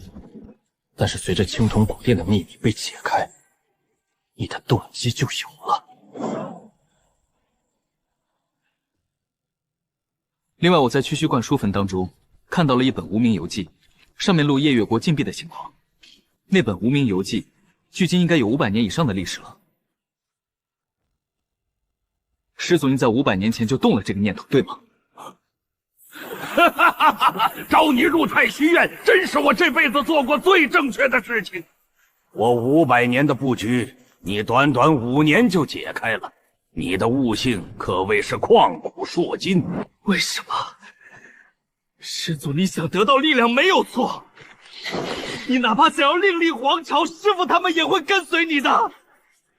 你为什么要杀了他们？大玄皇朝是我的曾经，太虚观是我的心血。我本不想让太虚观插到这件事情当中，可是他们太迂腐了。当发现这个秘密之后，他们不但不支持我，反而将这个秘密说了出去。不然你以为苍阳宗和梵音寺的人能发现我的布局吗？布局了500年。我不允许有人坏了我的好事。那三师兄呢？你为什么会放过他？金水的性子懒散，你又不是不知道。凌风他们发现这个秘密的时候，他出去偷懒了，所以他并不知情。对了，你怎么知道获取那股力量需要血迹？师祖，您这么聪明，怎么现在反倒糊涂了？无量秘境里估计不知道去了多少次，我藏私了一部分花纹，难道你看不出来？有这么杰出的弟子，都快给我高兴糊涂了。以你的性子，藏私也在情理之中。长安，整个太虚构当中，我最看重的是你。你知道我为什么会在人群中一眼相中了你吗？因为我在你身上感受到了一种就连我也没有的气质，那就是淡然。你没有凡人身上的那股忙碌劲儿，也没有修士身上的那股执念。仿佛世间的一切都只不过是你人生中的过往云烟罢了。怎么，你也觉得这股力量是不祥吗？这一点你大可放心，我详细研究过这个事情。直接吸取力量确实会引来一些麻烦，但是经过血脉的过滤，就不会有这个麻烦了。看守青铜古殿的18个种族，正是过滤这股力量最好的手段。完颜阿骨朵那个蠢货，一直用他女儿的身体过滤这股力量。他以为这样做就没事了，但他却不知道，血脉不纯是无法过滤干净的，不然他也不会被我反制。师祖，我不是担心这股力量是否安全。我根本就没有想过这个事情。我来夜月国的目的只有一个，那就是把师父和师兄们的尸体带回去。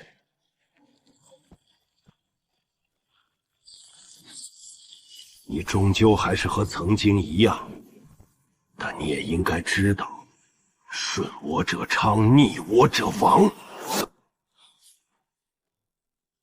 弟子当然知道，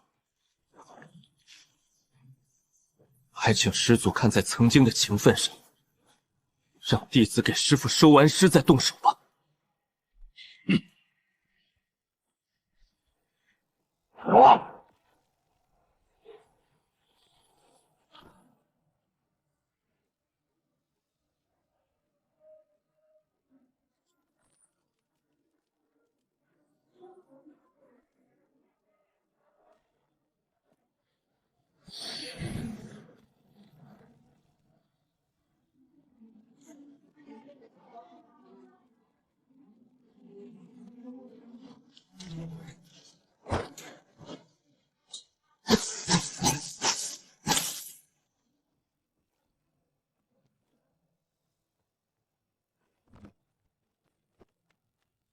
送葬人，有意思的称呼，但你为什么只准备了11具棺材？难不成你认为你能活着带走他们？师祖，说出来不怕你笑话，弟子在没有入门前是卖棺材的，因为一些偶然的情况，所以才有了这么一个稀里糊涂的称号。但作为从事这个行业的专业人才，弟子对量的把控还是很精准的。今天只用得上11具棺材，所以弟子不会再拿出多的棺材。哦，你凭什么有这样的把握？师祖，你听说过百拜仙尊吗？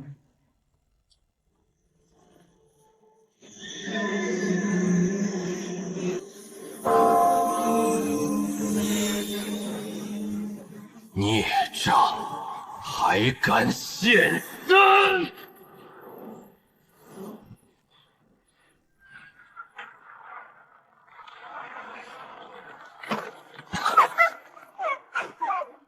我只是金丹境，没有慧明的佛门遁术，根本逃不出去。百拜仙尊只是残影，敌不过元拳的力量。现在最要紧的是逃命。师祖，弟子是卖棺材的，终有一日，弟子会来给你送葬的。慧明，你还在等什么？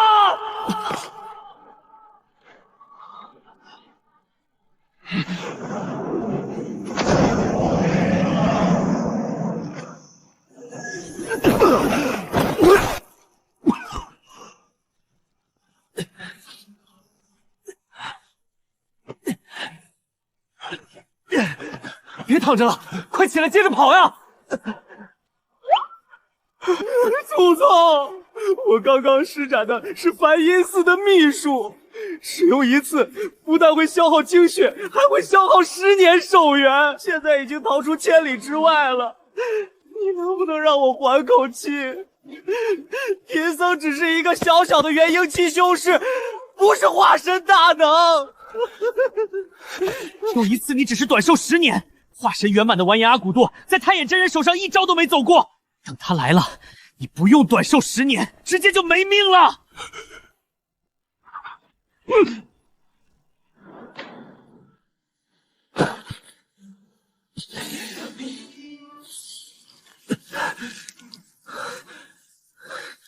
他要是能追过来，就让他杀吧。再跑下去，不用他动手，老子就没命了。我的好徒孙，你可千万要躲好了。若是让师祖找到你，你恐怕就小命不保了。长安，咱们能不跑了吗？太眼真人只是化身圆满。小心驶得万年船，天知道我哪位师祖有没有什么秘术能找到我们。他不是化身之上，我们现在已经逃出万里之外，他抓不到我们了。为了稳妥起见，我们先跑个2万里再说。你别说话了，抓紧时间疗伤，等你伤势好了之后，你来带着我们跑。100年未见，他这小心谨慎的性子是一点没变。原本毫无修炼天赋的他，究竟是如何达到金丹境的？师叔又为何早早认识他？这下不用跑了吧？我们距离夜月国已经整整3万里，太眼真人就算是神仙，也不一定能找到我们了。确实差不多了。我们现在和夜月国隔着一个皇朝，太眼真人就算想来抓我们，恐怕也没这么简单。既然你说没问题，那大概就是没问题了。对了，你当年宁安呢？师叔他老人家不见了。不见了？这话是什么意思？就算你现在告诉我，宁安已经惨遭毒手，我也能够勉强理解。你问这句不见了是什么意思？他可是和你一起进入夜月国禁闭的，一个好端端的大活人，怎么会不见了？当初宗门知道太眼真人叛国之后，就派我和师叔去探查禁地的秘密，企图改变战局。来到禁地之后，我们根据太虚观给的线索，很顺利地发现了夜月国的秘密。可是，在封印那股不祥力量的时候，我们被人发现了。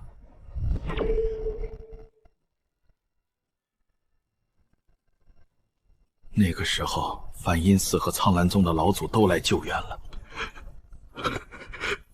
可是我们依旧无法突围。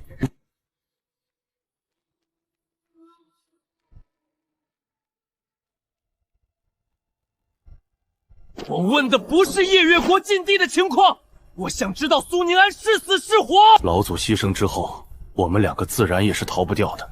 本来以为马上就要生死斗消，谁曾想师叔居然在青铜古殿里发现了一个残破的上古传送阵。那阵法虽然残破，但稍微勉强修补一下也还能用。然后呢？你别告诉我，你独自一个人留下来断后，让宁安先走。这当然不可能了，能活着谁想死呀？可我说过了，那传送阵是残破的，我在传送途中掉出来了。后来实在没办法，我只能躲在封印的裂缝当中。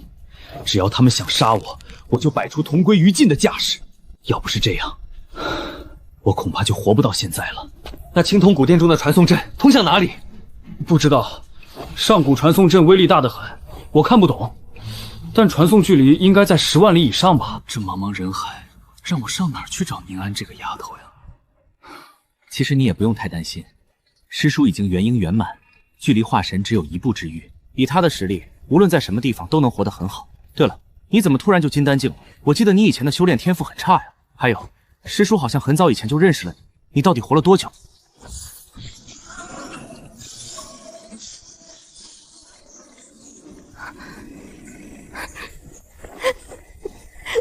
不是，你哭什么？你爹又不是我杀的，在那种情况下，你还能保住一条性命，你应该高兴才对。我凭什么不能哭？我最爱的父亲利用我，而且他还死了。碰到这种事情，你哭不哭？谢谢你为我爹收尸，虽然他利用我，但他终究是我爹。如果没有你，他恐怕会落个破尸荒野的下场。那个，你爹不会暴尸荒野，太炎真人要用你爹的尸体血脉，所以就算顾长安把他埋了，他大概率还是会被挖出来。你接下来打算怎么办？不怎么办，这修仙界我是看透了，我还是打算干我的老本行，卖棺材。至于大玄皇朝，我是暂时不打算回去了。你们2个呢？太眼真人掌控了夜月国，如果长久下去，月国子民一定会遭受灭顶之灾，所以无论如何我都要回去。你呢，屠夫？大玄皇朝朝节水深火热当中，正所谓我不入地狱谁入地狱，贫僧愿意以身试魔。说人话！我要带领梵音寺跑远点，太眼真人不会放过梵音寺的。这是我师父和师兄们的尸体，既然你要回去，那就顺道把他们也带回去吧。另外，这是我给他们选的风水宝地，你按照这上面的地址安葬就行了。你这么熟练，这些东西你该不会是早就准备好了吧？恭喜你猜对了，从我入太虚观开始，我就给所有的师兄弟准备了棺材和风水宝地，其中也包括了我的师父和师祖。照你这么说，你连我的也准备了？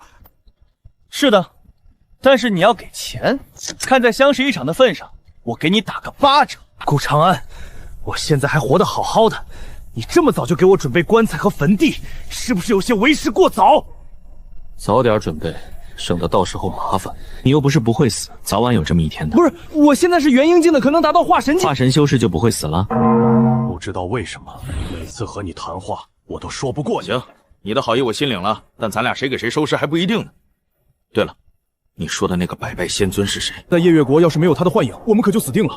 要不你透露点线索，我也好去找一下这位前辈。这个你就别想了，百拜仙尊少说也是2000年前的人，现在死的估计连灰都不剩。我在无量秘境当中发现了他留下来的石棺，上面记录了一些百拜仙尊的事迹。原本他是准备在无量秘境当中作画的，可是后来他又选择了其他地方。先前我也只是单纯的以为这位前辈找到了很好的地方，但是在发现青铜古殿的秘密之后，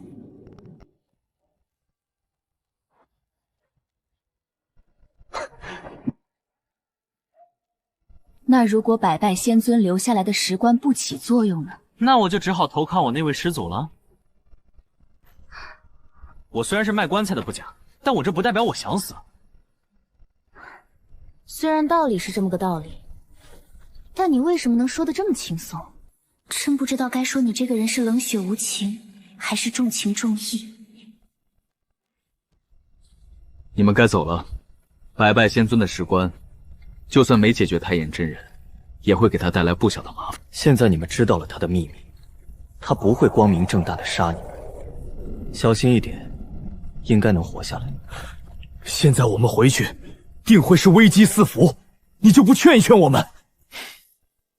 天要下雨，娘要嫁人，万物生灵走向终结，这是一定会发生的事情，唯一的区别只不过是早一些和晚一些罢了。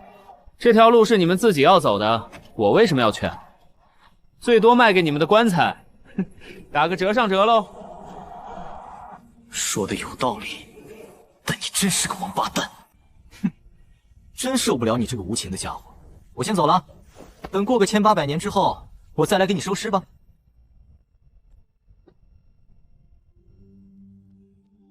小和尚虽然每次都说不过我，但他其实很聪明。宁安在苍兰宗崭露头角的时候，我才遇到了他。那时候宁安已经活了60多岁了，再加上我在苍兰镇上逗留的岁月，时间已经过去了80多年。结合宁安与我很早以前就认识这个条件，稍微推测一番，就能得出大概活了多久。我当时只是一个小小的炼气修士，活这么久根本不符合常理。但是慧明从来都没有问过我这个问题。听说这个国家叫玄武国，不知道有什么好玩的。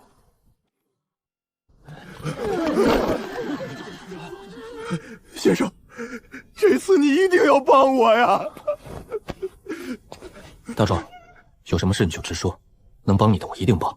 先生，这是我全部的身家了，剩下的灵石我一定给你凑齐，只求你能帮我弟弟恢复全尸。生意就是生意，从来没有拖欠这一说法。我知道你们两兄弟以采药为生，正好我最近缺一些药材，我可以收购你们的药材，你觉得怎么样？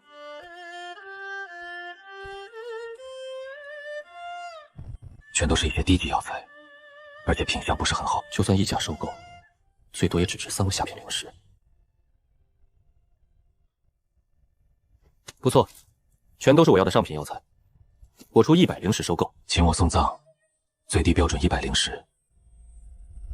最近小店有活动，再送你一副上好的棺材如何？多谢先生，先生的大恩大德，在下永不敢忘。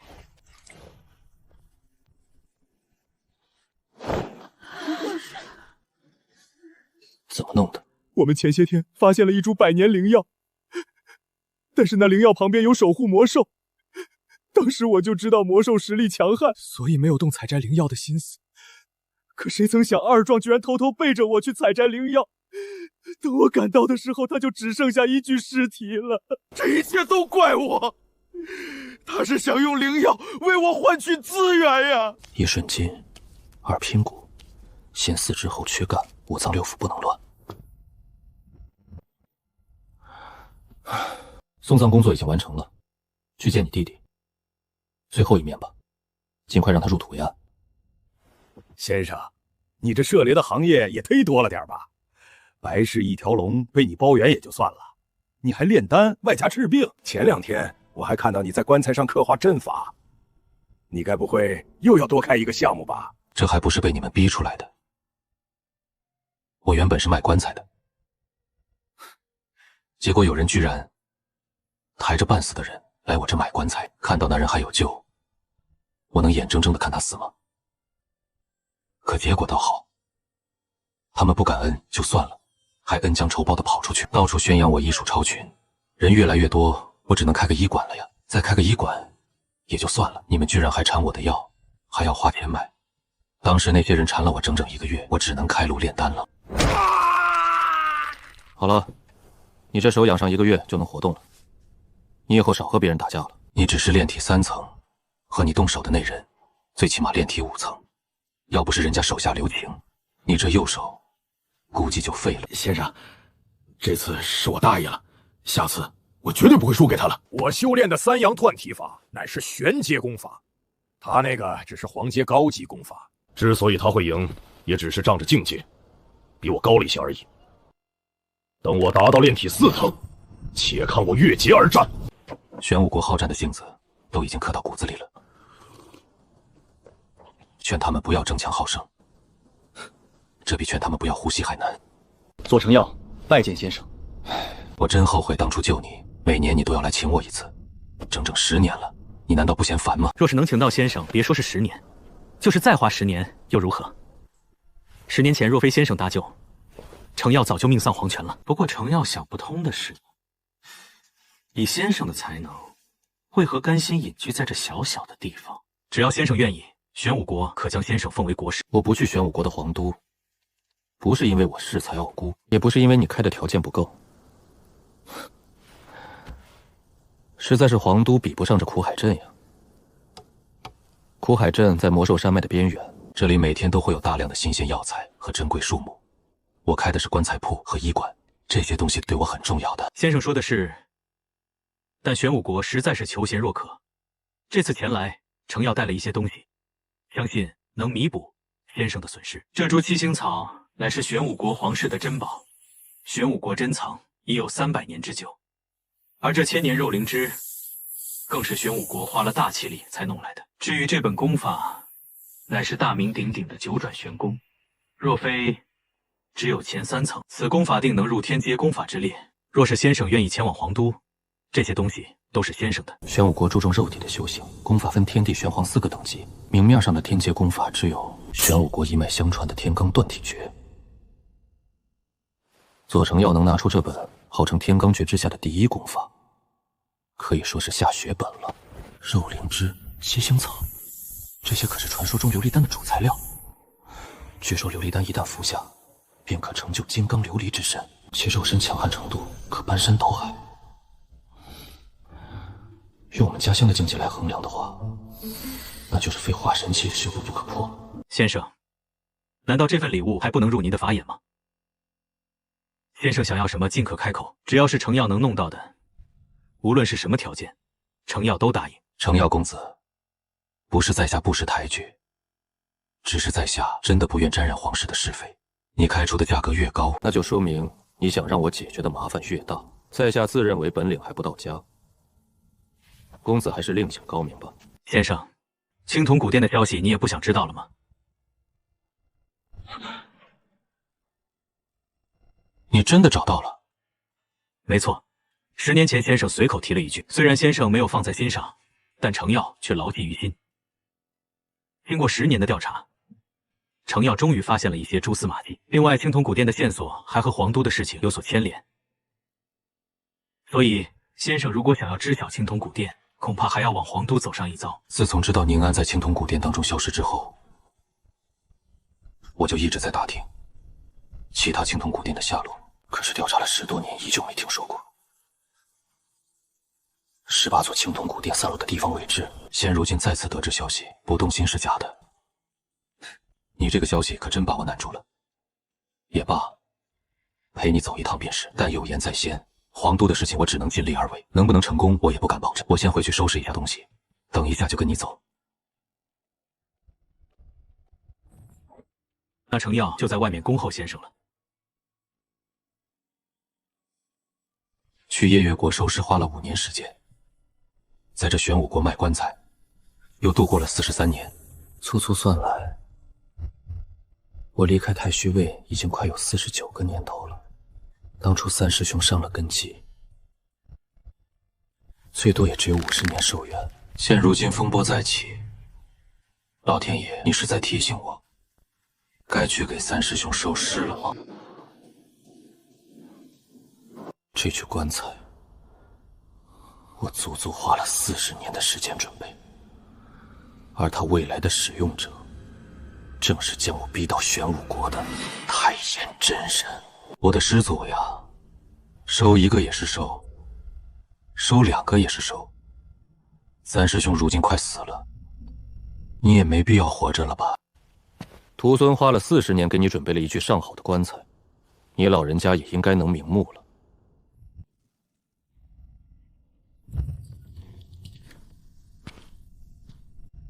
先生学富五车，依旧手不释剑，如此态度，当真是让程耀佩服万分。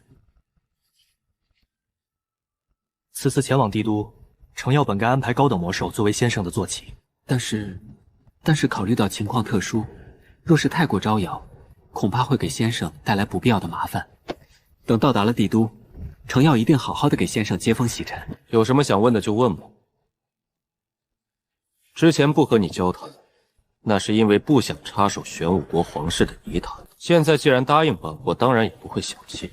你身为玄武国的大皇子，若是连这点麻烦都解决不了，那岂不是有些贻秀大方？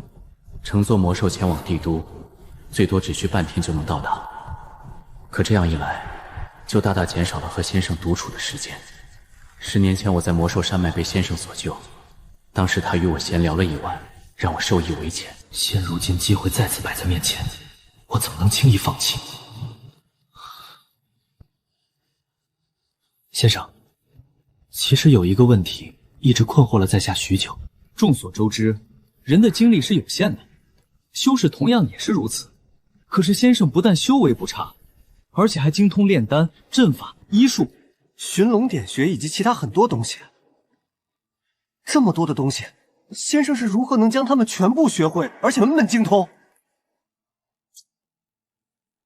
你今年多大了？程耀今年正好满100岁。在100岁的年纪有你这个修为，确实算得上是颇有天赋。你刚好100岁，那就说明你从娘胎里出来，已经活了100年了。前20年算你少不懂事，所以并没有学到很多东西。可是后面80年的时间里，你都做了些什么？1年时间有365天，80年那可就是2万多个日夜。这是一段较为漫长的时间。80时辰时间，对于凡人来说很可能就是一生，但与凡人不同的是，修士的80年比凡人的80年更有价值。凡人始终会被疾病、饥饿、疲劳种种因素浪费大部分时间，然而修士却不会这些影响。修士可以辟谷，吸食天地灵气而活，那些凡人所沾染的疾病也不会降临到修士身上。同时，修士还可以用打坐冥想来代替睡觉。然而这么久的时间过去，得到了些什么？在这80年的时间里，我得到了修为、权力，还有一位如花似眷的道侣。总结得很到位。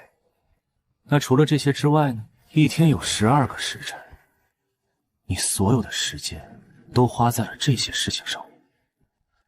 如果我没猜错的话，你除了在这3方面上花了时间，还有一些时间花在了另外一些事情上，比如外出游玩、风花雪月、争强好胜，这些事情同样也占据了你大部分时间。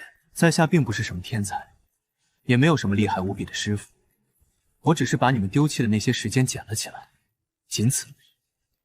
修身先修心，心境不够，如何能在修行之路上引吭高歌？好一句，仅此而已。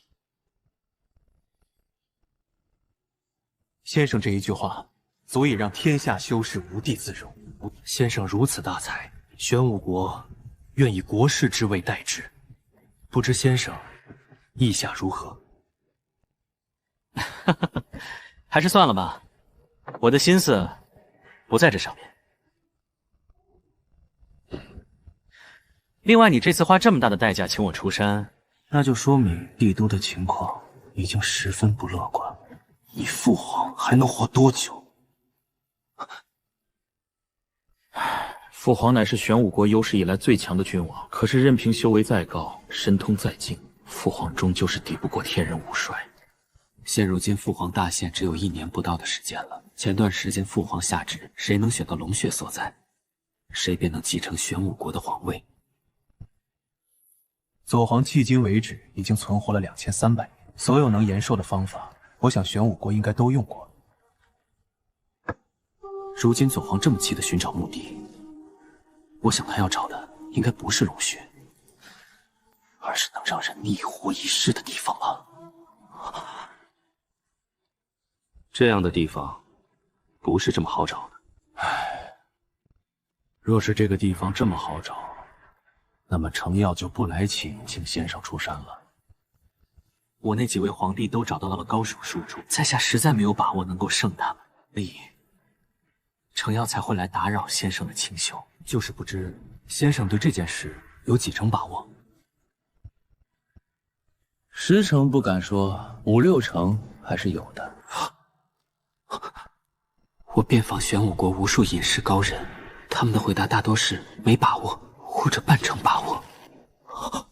怎么到先生嘴里一下子就蹦出5、6成把握了？若非了解他的为人，我定会以为他在吹牛。先生，你当真有如此大的把握？找到那个地方的把握我有，但是找到并不代表能成功。能不能成功，这就要看你们玄武国愿意花多大的代价。另外，别怪我没提醒你，逆活一世，这是所有寿元将近的人都想的事情，但是能做到的人却寥寥无几。你最好劝一下你的父皇，让他打消这个念。我当然知道这个道理，但是父皇的意志岂是他人可以更改的？左皇活了2300年，存活的时间比化神期修士还要多上1倍。正所谓人老精，马老滑。现如今的帝都，说是龙潭虎穴也不为过。若不是为了调查青铜古殿的线索，我是绝对不会插手这件事情的。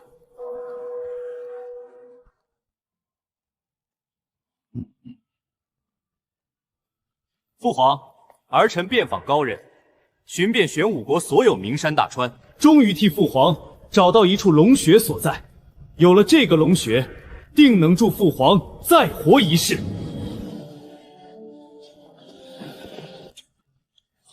先生，吃食这些还是等一下吧，要不我们先介绍一下龙穴。现在是宴会，吃东西才是正事。另外，你现在关心的应该不是这件事。现在不关心龙穴的事，那能关注什么？你爹马上要死了，你们9个儿子兴高采烈的给他找墓地，你不觉得这事有些说不过去吗？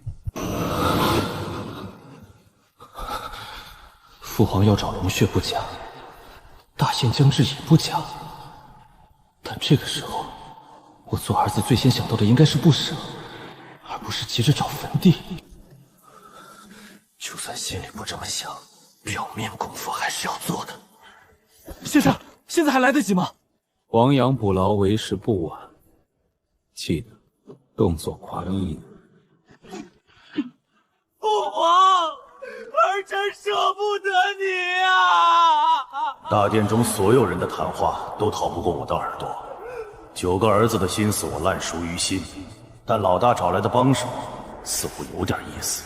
男子汉大丈夫，不要哭哭啼啼的，这成何体统？父皇，有道是男儿有泪不轻弹，只是未到伤心处。如今儿臣即将和父皇分别，儿臣心中不舍呀。你的孝心我是知道的，但生离死别乃是天道，你也不必太伤心。多谢左皇。能不能要点脸？这么不要脸的招数你是怎么想出来的？我为什么就想不到呢？朕大限将至，欲寻一处仙源之地逆活一世。10年前，朕曾许诺，谁能找到真正的仙源之地，玄武国的皇位就归谁。现如今是你们展现成果的时候了。大哥，你从哪里找来这么一个乡野村夫？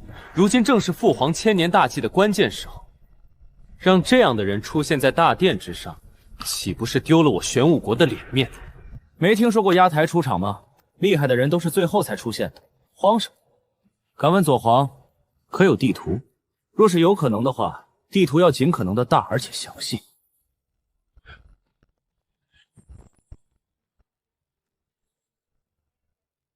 左皇，请恕在下直言，这个8个地方在我眼中都是垃圾。想要逆活一世，唯有一个地方有几分可能。放肆！你师承何门何派？居然敢在这里大放厥词！说出你的师门，让我们替你的师父好好教训一下你。抱歉，在下的师门并不擅长寻龙点穴，这些东西是我自学的。另外，在下的本职工作是卖棺材，同时兼职寻龙点穴，以及包办白氏一条龙。大猴子请来的帮手，竟然是个卖棺材的，寻龙点穴还是自学的。父皇，大哥他找个卖棺材的人来敷衍了事，明显就是想破坏您的大计。没错，大哥虽然表面装出一副忠孝的样子，但暗地里恐怕早就觊觎父皇的皇位了。这位先生的职业颇有几分意思，不知该如何称呼。在下姓顾，名长安，陛下称呼在下长安即可。长安是个好名字，那不知长安先生可否解释一下刚刚的言论？他们8人皆是玄武国有名的风水大师，长安先生如此轻视，是否有些不妥？左皇亲自盘问，这山野村夫绝对逃不过陛下的法眼，怕是只有死无全尸这条路了。陛下要找的龙穴，乃是能逆活一世的地方。这么神奇的地方，要是能被轻松找到，那天下修士就不会因为寿元所烦恼。而且生灵是否能逆活一世，时至今日依旧是一个传说的话题。这些人上来就夸夸其谈，足以说明他们口中的话都是骗人的。骗人的话可不就是垃圾？有几分道理。那不知长安先生选的龙穴所在何处？朕也很想看看，长安先生选的龙穴到底有何不同。就是这个地方，放眼方圆10万里，也就只有这个地方有可能助陛下逆活一世。荒古禁地，那是和青铜古殿有关的地方。先生难道是故意的？荒谬！荒古禁地乃是天下公认的禁忌之地，那里怎么会有龙穴？你们成天把禁忌挂在嘴边，请问你们知道什么是禁忌吗？禁忌就是禁忌，不需要什么解释。你意图把陛下引向荒古禁地，简直是其心可诛。老朽恳请陛下将此子诛灭。长安先生为何会选择这样一个地方？荒古禁地，生灵勿入，那里可是一个十死无生的绝地。而且听长安先生的意思，你似乎知道什么是禁忌。陛下说笑了，禁忌是古往今来都无法说清楚，在下只不过是勉强想出了一些词语去表达而已。不可被认知，不可被定义，不可被描述，不可被观察。拥有以上特点的，便是世人口中的禁忌。先生这一席话，可谓是道出了禁忌的恐怖之处。既然先生对禁忌更加了解，那先生为何还会选择那个地方？因为洞天福地有能者居之，在陛下诞生之前，这片大地上自然也存在着其他强者，他们同样也会被寿元的问题困扰，并且做出和陛下同样的选择。虽然禁忌无法被描述，但有一点我们是知道的，那就是禁忌的强大。禁忌的实力已经强大到了万物生灵都不敢提及的地步。这样的强大的存在，他们所停留的地方也一定是最好的。陛下想要逆活一世，所需要的龙穴自然是不可以常理论之。这个乡野村夫居然敢提出如此大胆的言论，若是陛下真的采纳，整个玄武国都会走向毁灭的。今日有些乏了，都回去吧。从今日起，长安先生为玄武国的国师，玄武国境内，长安先生可自由出入。国师之位，还能自由出入，这可是连我们亲儿子都没有的待遇。连父皇的功法密室他都能进。陛下，你不能这样呀！我和大皇子说好了，不担任玄武国任何职务的。老子真的是后槽牙都咬碎了！这么好的机缘，你居然往外推，你不要可以给我呀！先生，你为何要选择荒古禁地？原因我刚刚说过了呀，只有荒古禁地才有可能助陛下逆活一世，其他地方没有这种可能。先生，您刚刚说的理由确实无懈可击，但程耀相信你还有其他的理由。原以为你比较聪明，多少能看透目前的局势，谁曾想你现在都没看透，我多少还是有点失望的。先生此话何解？我问你，玄武国谁最强？当然是我的父皇。那谁最了解玄武国？也是我的父皇。自从父皇登基以来，玄武国就进入了前所未有的强盛状态，其国土面积更是翻了1倍不止。这些地方都是父皇亲自打下来的江山，玄武国的每一寸土地都被他用双脚丈量过，他是最了解玄武国的人。这不就得了？陛下是玄武国最强者，也是最了解玄武国的人，他难道会不清楚什么地方能够助他逆活一世？先生，你的意思是说，荒古禁地是父皇的意思？是的，你身为玄武国大皇子，玄武国的史书你比我清楚。陛下距今已经活了2300年了，而在前面的2200年之中，陛下是没有子嗣和道侣的。可是，在后面100年的时间里，你诞生了，而且还陆续多了8个兄弟。2200年都没有做的事情，在最后的100年里突然做了。你不觉得这有点像交代后事吗？逆活一世这种事情比登天还难，短时间的准备是不可能成功的。您的意思是说，父皇早在100年前就开始准备了？估计不止，这种大事情没个200-300年的准备，想都不要想。陛下让你们寻找龙穴，只不过是想考验一下你们而已。逆活一世这种事，让你们9个年龄不过百的小毛孩子准备，这简直是天大的笑话。先生，你能不能劝说一下父皇？荒古禁地乃是大恐怖，稍有不慎，整个玄武国都会灭亡的。我怎么劝得动陛下？我只是一个外人，这种事应该你来做才对。再来的时候，我就让你劝一下你的父皇，因为我早就猜到陛下会选择荒古禁地。这里应该就是玄武国藏书的地方了，你要不要陪我进去看看？程耀就不陪先生了。这个玄武阁除了父皇允许之外，哪怕是我也不能随意进入其中。另外，先生切记，你只能进去观摩，不能随意动里面的东西。一旦随意触碰，很可能……陛下有令，长安先生想要的东西可随意调取，任何人不得阻拦。另外，程耀皇子负责带领长安先生游览皇宫，务必让长安先生满意。随意调取？父皇是在开玩笑吗？礼贤下身也不是这样玩的呀！顾长安该不会是父皇的私生子吧？不然为什么我们这些亲儿子都没有这种待遇？多谢陛下。先生，你该不是姓左吧？麻烦你不要开这种伦理的玩笑。在下姓顾，这点是毋庸置疑的。我不是陛下的私生子，也不是你的亲哥哥。既然先生不是父皇的子嗣，那父皇为何会对先生如此优待？难道就因为先生猜到了父皇的心思？这是什么书？这是玄武国的史书，玄武国开国以来的所有事情都记录在了其中。原来是玄武国的史书呀，这可是个好东西。青铜古殿的记载，你就是从这里知道的吧？是的，前不久我来玄武阁调取九转玄功，想请先生出山。偶然间才发现了这个线索。陛下为了请我出来，也是煞费苦心啊。先生这话什么意思？我父皇什么时候请你了？看我干什么？你不会真以为青古铜殿的线索是你发现的吧？这本书那么厚，内容那么多，偏偏碰巧翻开的这一页，就记载了我所要找的青铜古殿。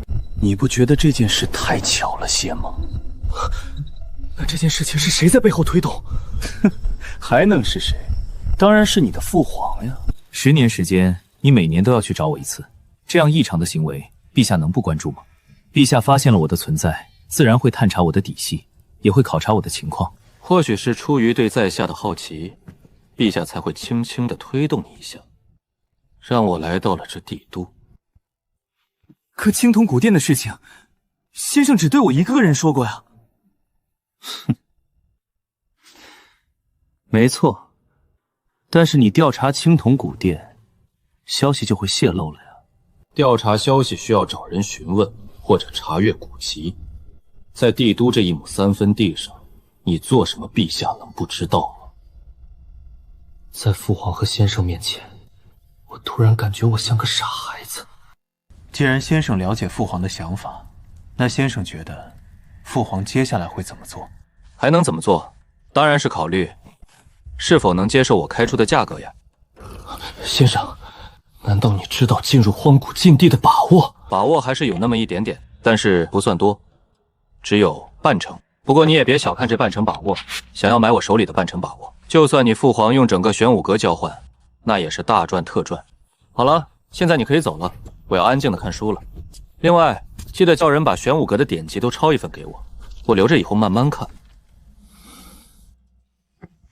这已经不是我能插手的博弈了。你还真沉得住气。见过陛下。玄武阁给你了，国师你也当上了，送给你的资源你也是照单全收，拿到这么多好处依旧贪得无厌，你真以为我不敢杀你吗？陛下这话说的不对，我虽然拿了很多东西，但这些东西都不是我想要的。交易讲究的就是一个公平，强买强卖可不行。陛下的实力是毋庸置疑的，我的生死也只不过在于陛下一个念头罢了。那我十分肯定，陛下不会杀我，也不会强迫我做任何事。哼，你凭什么这么自信？就凭荒古禁地啊！荒古禁地的恐怖，陛下比我清楚。去那种凶险之地，绝对不能出现任何意外。这样也就是说，陛下带进去的人必须绝对忠诚。若是强迫我帮助陛下，想必陛下心中也会有些许不安吧。开出你的条件。我想请陛下帮我杀一个人，至于那半成机会，在杀那个人的过程当中，陛下也会拿到手的。有意思，以你的实力和智慧都杀不了的人，想必一定不是什么简单的角色。你虽然转修了玄武国的功法路数，但我还是在你身上感受到了另外的路数。如果我没猜错的话，你应该来自3万里之外的大玄皇朝吧？程耀一直把你夸上了天，不知你有没有兴趣说说你曾经的过往呢？既然陛下想听，那在下就给陛下说说吧。这个故事还要从80年前说起。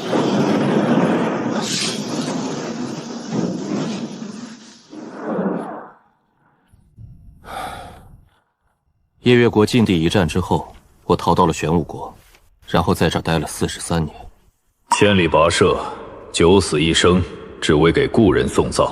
这样重情重义的人，说到师门惨状时，眼神却出奇的平静，简直自相矛盾。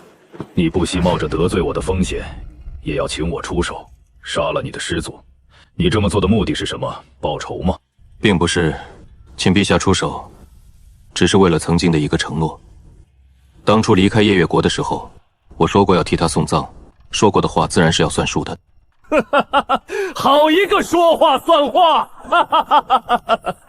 据你所说，青铜古殿共有18座，彼此之间应该也是有着某种联系。而这其中一座青铜古殿出现在了荒古禁地，这应该就是你那半成把握的由来吧？没错，你把青铜古殿的秘密告诉了我，你就不怕我像你师祖一样，借用青铜古殿下那不祥的力量？还是那句话，这股不祥力量的事情我并不关注。在下之所以寻找青铜古殿，那是因为有一位故人在青铜古殿当中消失了，我想确认一下他的安全，仅此而已。不得不说，你的要求让我无法拒绝。荒古禁地危险重重，哪怕能多增加一丝成功的机会，我也不会放过。准备一下吧，明日便出发。我的时间不多了。陛下，我那位师祖50年前就已经是化神圆满了，真的有把握吗？玄武国辽阔几何，夜月国和大玄皇朝加在一起，也只能勉强有玄武国1半的面积。荒古禁地你口中的化神圆满，敢进去吗？荒古禁地的恐怖难以言喻，别说是化神圆满，就是化神之上，恐怕也不打他的主意。玄武国以前并不算大，之所以有今天的成绩，全是我一点一点打下来的。大玄皇朝那样的国家，我灭了2个。化神之上不敢做的事，我敢。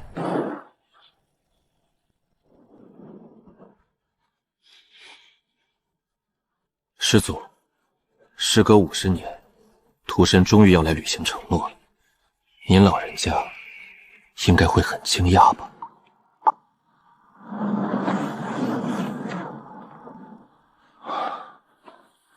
？50年弹指而过。先生，你在看什么？看看曾经的故人而已。可是这里距离大玄皇朝足足有3万里，先生能看得到他们吗？故人在心中，自然不需要用眼睛看。别想了，今时今日的你，是无法理解这种情绪的。等你度过漫长的岁月，再次回首之时，你就会明白这种感觉了。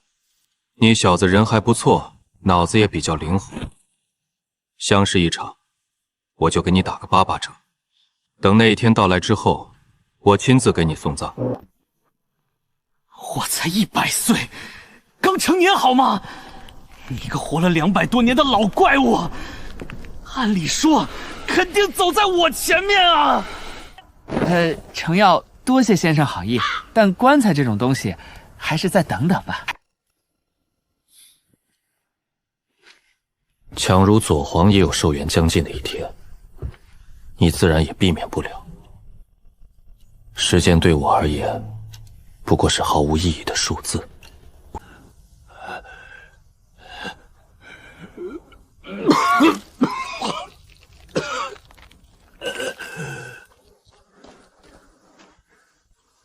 师兄，你怎么又来这儿了？这话应该我说才对。你现在是太虚观的观主，大名鼎鼎的不败道人，抵挡夜月国的攻势还要靠你。如果你出了问题，其他人怎么办？而我只是一个马上就要死的人，就算夜月国发现了我，拿我也没什么办法。师兄，你说长安大哥会回来吗？他当然会回来，因为他要给我收尸送葬呀。小师弟是个重承诺的人，只要是他说过的话，他就一定会做到。如今我快死了，那就说明他快回来了。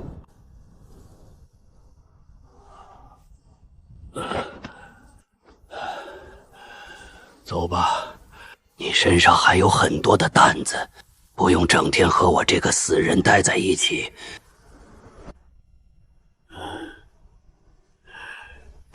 马上就要去见师傅了，我有好多心里话要和他们说。至于夜月国禁地到底发生了什么，你就断了知道真相的念头吧。慧明禅师不会告诉你，完颜公主也不会告诉你。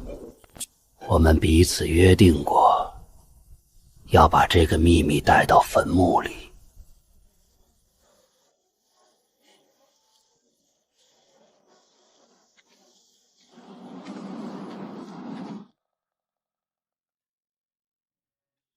先生，这送葬人真有这么厉害吗？居然能无声无息的在妖族境内杀死一个妖王。您是大玄皇朝的人，夜月国和大玄皇朝接壤，你有没有听说过他的消息？送葬人我知道，不过你放心，他不会阻拦玄武国的。先生这话就不对了，此人行踪神秘，而且性格难以琢磨，说不定是那种喜怒无常的杀人狂魔。哼，不然他怎么会叫送葬人？这么晦气的称呼呢？我们防患于未然，也是有必要的。送葬人是我的外号，我怎么不知道我喜怒无常？而且还是杀人狂魔。先生，你怎么会是送葬人？我为什么不能是送葬人？你别忘了我是卖棺材的，而且还包办白事一条龙，专门给人收尸下葬。有个送葬的称号，很奇怪吗？听起来很怪，但在逻辑上好像又完全挑不出毛病。在面对一些信息的时候，生灵总会添油加醋，或许选择对自己有利的说法。经过很多人的传播之后，原本的真相就会变得面目全非。想要从诸多传说找出事情的真相，你需要静下心来直面事情的本质。当你做到这一点之后，你就可以从一些蛛丝马迹当中还原曾经的真相。先生，你要去哪儿？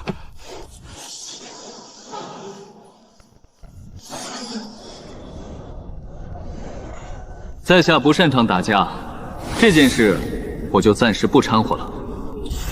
玄武国虽强，但一时半会儿也消灭不了夜月国。我先去办些事，过段时间就回来。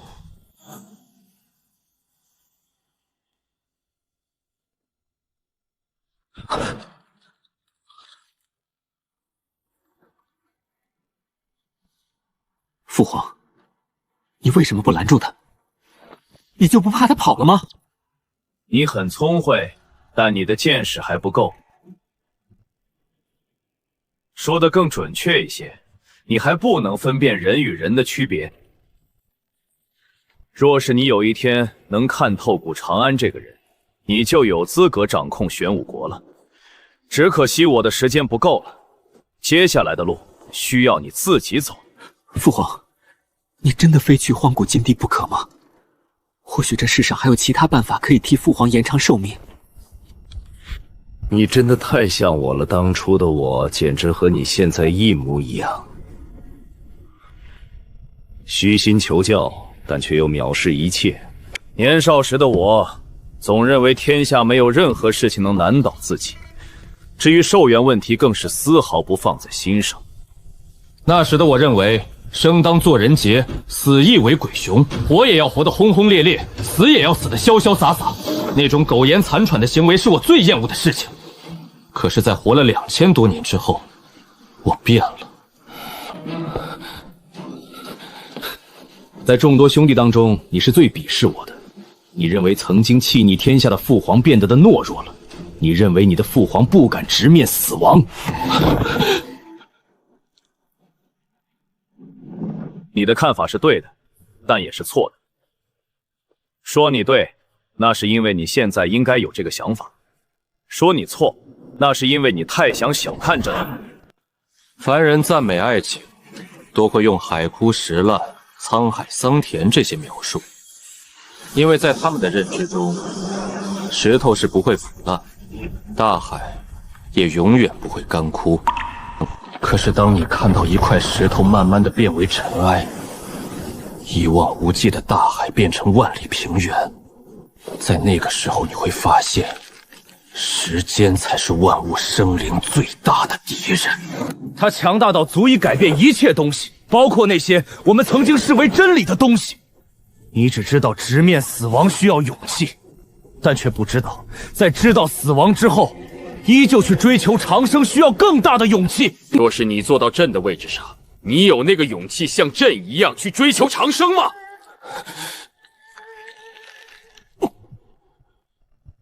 儿臣没有这个勇气。没有这个勇气也不失为一件好事，至少你的未来是稳定的。若是有可能，你将来一定要重用顾长安。为什么？因为顾长安身上有我所没有的东西。10年前你去蒙受山脉历练，后来被顾长安所救。其实我一直在你身边守护，只是你发现不了罢了。你和顾长安的谈话，我一字不落的都听到。从那个时候起，我就对这个卖棺材的家伙起了兴趣。随后我观察了他10年。10年时间对修士来说并不算长，但也足以让修士发生一些改变。可是10年过去了，现在的顾长安和原来的顾长安还是一个样，仿佛时间根本无法对他起作用一样。修士求变数，因为只有出现变数，才能突破瓶颈。而一个国家则求稳，只有稳才能存在更加长久。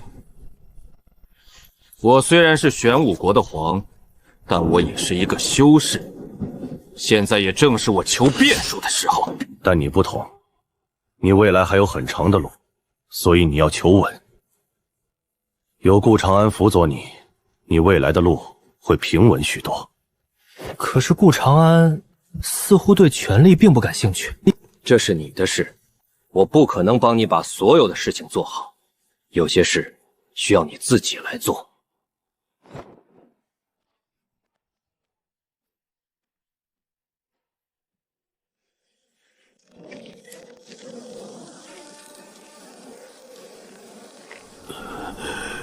小师弟，是你来了吗？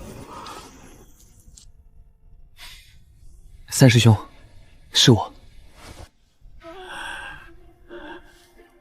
我就知道你会来，因为你承诺过的事情，你一定会做到。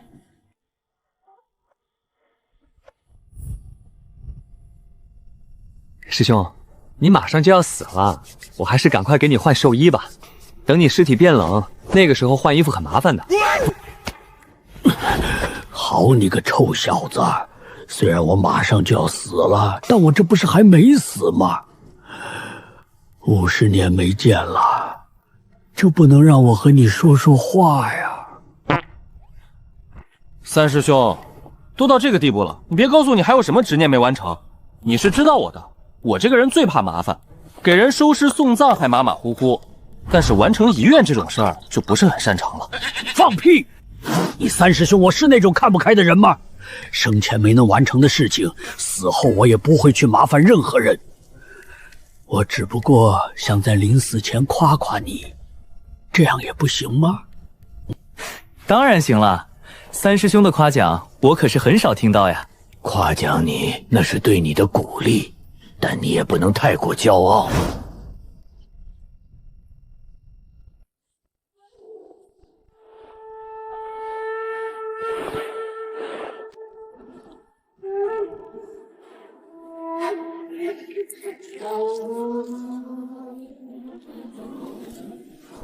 人生一世，草木一秋，任凭你生前如何叱咤风云，终究是免不了这几块木板。什么功法，什么神兵利器，都只不过是过往云烟。当初你用师父的雷击木做棺材，我只以为你是孩子心性，可是现在我才明白，太虚观当中唯有你看得最明白。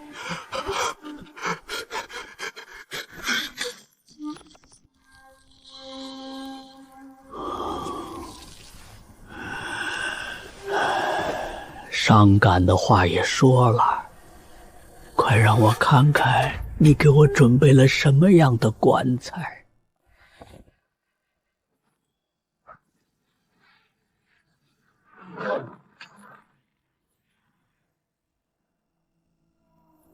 师兄，我给你准备了一具上好的金丝楠木棺材。金丝楠木可保护尸体1000年不腐，你摸摸。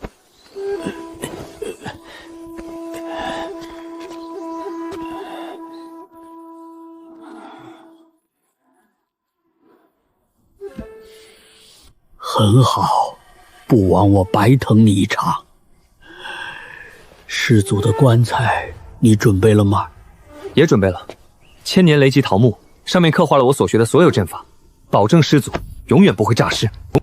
到时候我会把师祖和你们葬在一起，这样你们也能慢慢的和他讨论曾经的过往了。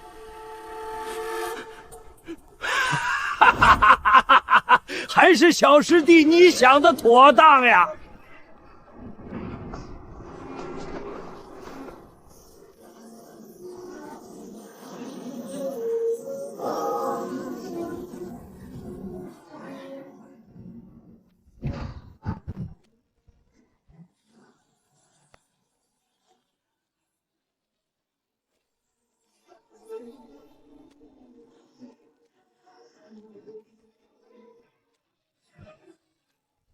师兄，这是我根据古法酿制的百花酒。在无量秘境的时候，我拉着凌霄没有让他去和其他人争斗。按照惯例，我肯定又要被师傅责骂了。为了逃避惩罚，我酿制的百花酒，一部分准备交给师傅，希望他老人家手下留情；而另一部分，则是准备贿赂你，让你给我说好话。可谁曾想，从无量秘境出来之后，事情就一件接着一件。这坛百花酒，你们时至千日才喝上。不过这也不是什么坏事，70年的沉淀让百花酒的味道更上一层楼。你和师傅一定会喜欢的。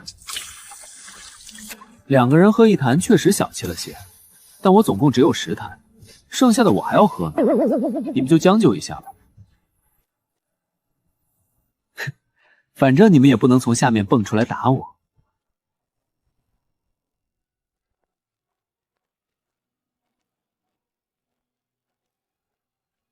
师父师兄们，我还要去把师祖带来见你们呢，先走一步了。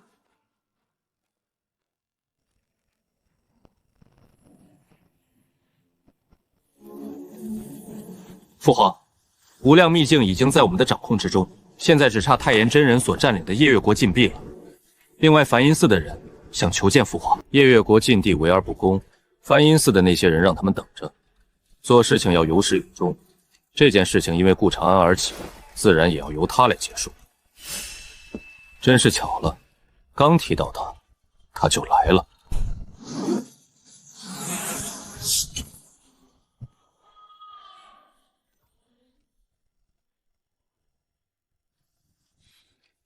陛下恕罪，长安去处理了一些私事，来迟了。一点都不迟，来得刚刚好。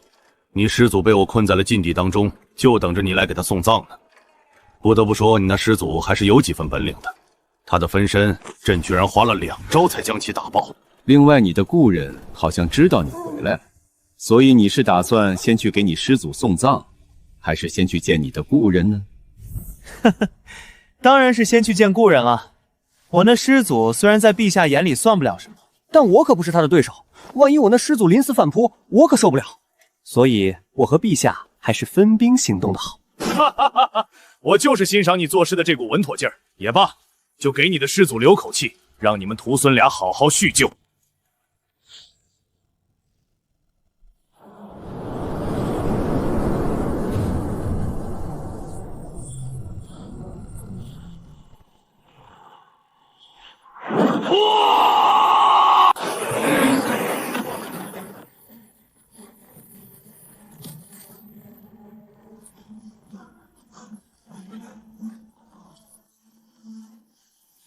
我操，这么猛的吗？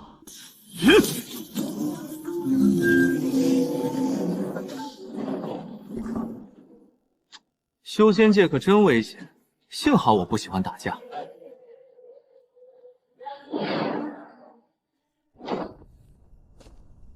长安大哥，我就知道你一定会回来的。几十年没见，曾经的那个跟屁仇终于长大了，很好，也不枉三师兄的悉心教导。接下来你打算干什么？还能干什么？当然是走自己的路呀。你还是要走？也不算是走吧。每个人都有自己该做的事情，也有独属于自己的归宿。我只是去我该去的地方，做我该做的事。为什么？麻烦已经解决了，太虚观百废待兴。长安大哥，你难道就真的撒手不管了吗？重建区虚庙那是你的使命，不是我的。人与人的命是不一样的，有的人天生适合扎根在某处，有的人则适合四海为家。道门讲究一个缘字。我与诸位的缘分已尽，也是时候说再见了。人一生会走过很多地方，也会留恋某个地方，但是能让人停下来的地方，只有家。我没有把太虚宫当成家，所以无论再怎么留恋，我终究会离开的。小和尚，我和你认识的时间最久，我马上就要走了，你就不挽留一下？你顾长安要走，谁能留得住？我们是这片土地上的花草树木，而你却是短暂停留的鸟儿。鸟儿无论停留多久，始终是会飞走的。我早就算到有今天了。几十年过去了，佛法还是有长进的。继续努力，争取以后成为一代大师。那边的事情结束了，我要去给某个故人收尸了。别看了，这家伙是不会因为某人停留下来的。另外，你在这50年里，天天叫嚣着要报答顾长安，报复曾经他对你的羞辱。现如今人已经来了，你为什么不出手呢？他的实力很强，我现在不是他的对手。我可以帮你啊！他其实不擅长打架的，我们两个联手，有机会痛揍他一顿的。佛门讲究慈悲，你满口戾气，我看离入魔不远了。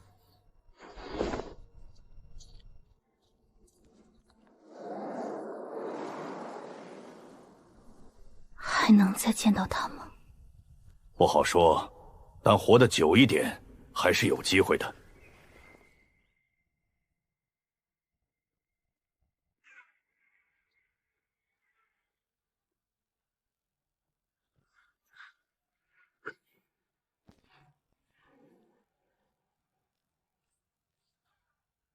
师祖，徒孙给你打造的这具棺材，你看怎么样？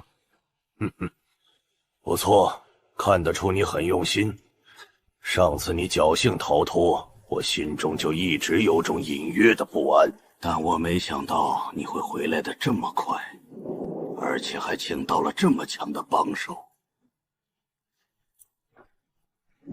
没办法，师祖你这么强，我一个人怎么能给你送葬呢？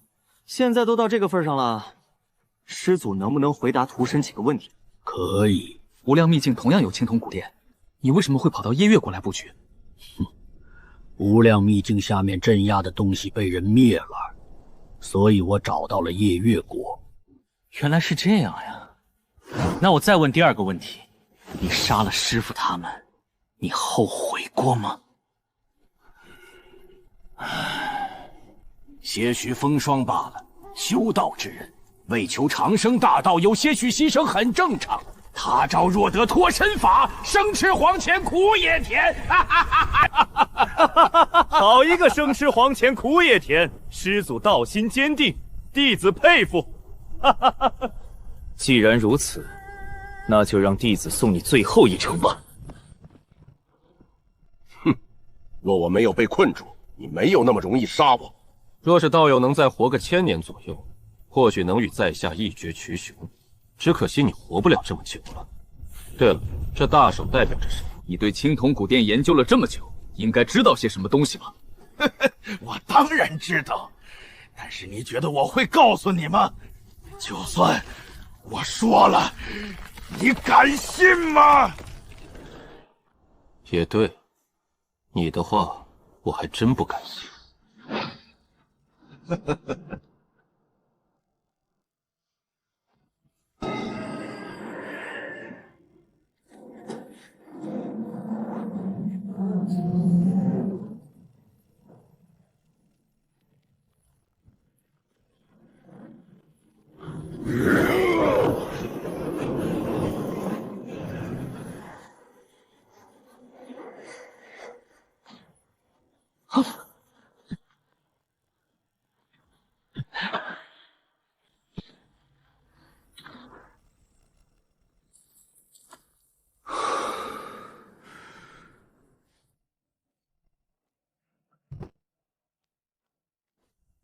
陛下，可有收获？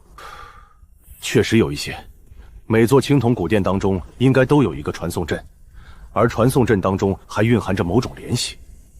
至于具体什么联系，我也不太清楚，因为这里的传送阵已经毁了，现在只能寄希望于无量秘境那座青铜古殿上面了。若是那座青铜古殿的传送阵还能用，说不定真的能进入荒古禁地。对了，这应该是你的东西，还给你吧。多谢陛下。百拜仙尊乃是2000年前的人物，陛下可否听说过他的名号？听说过，在我10岁的时候我就听说过他的传闻了，只不过那时候他已经是2000年前的人物了。这上面的文字是2000年前一个皇朝的文字，从我记事起就已经灭亡了一段时间了。我之所以能看得懂，那是因为那个皇朝当时消失的还不算久。10岁时就听过，当时已经流传了2000年。这么算下来，百拜仙尊岂不是4000年前的人物了？陛下，4000年前百拜仙尊就存在了，那他的实力到底有多强？不清楚，只凭借一个虚影就镇压住此处不祥和太眼真人，这种手段我做不到。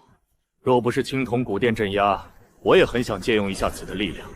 看你一直没提不想力量的事情，我还以为你不屑借用此处的力量，合着你是搬不开呀？陛下，在下还要给师祖安葬，就先行告退了。去吧，但是要快些。取走无量秘境的青铜古殿可花不了多少时间。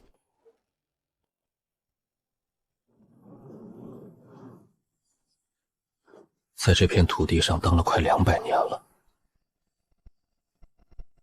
200年前，我只想安安静静的活着，可是种种事情就像一只无形的大手，硬生生的把我推到了现在这个位置，让一个最不想修仙的我达到元婴境，真是世事无常。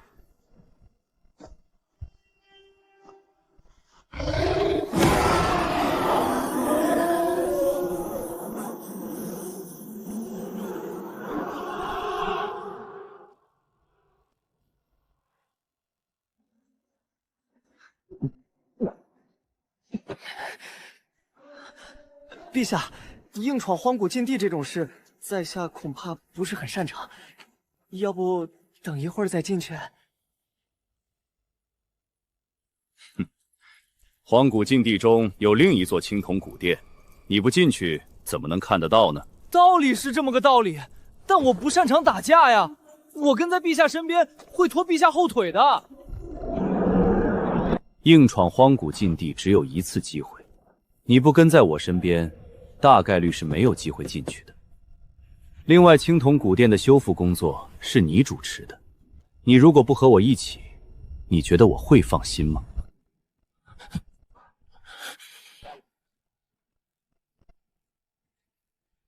宁安是在青铜古多传送阵当中消失的，我本想好好研究一下传送阵之间的关联，我真没别的意思呀。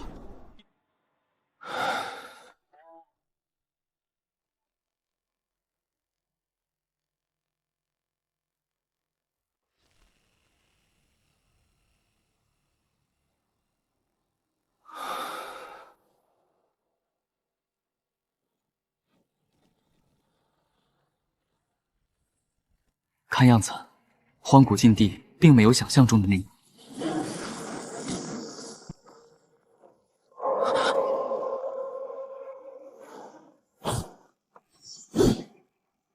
决战！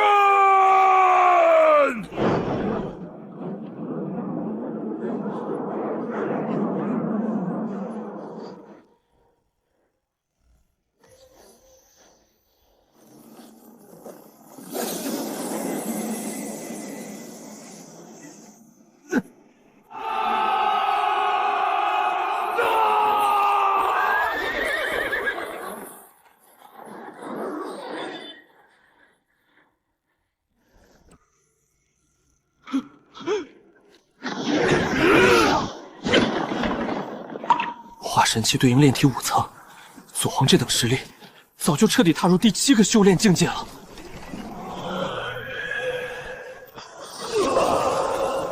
剑来！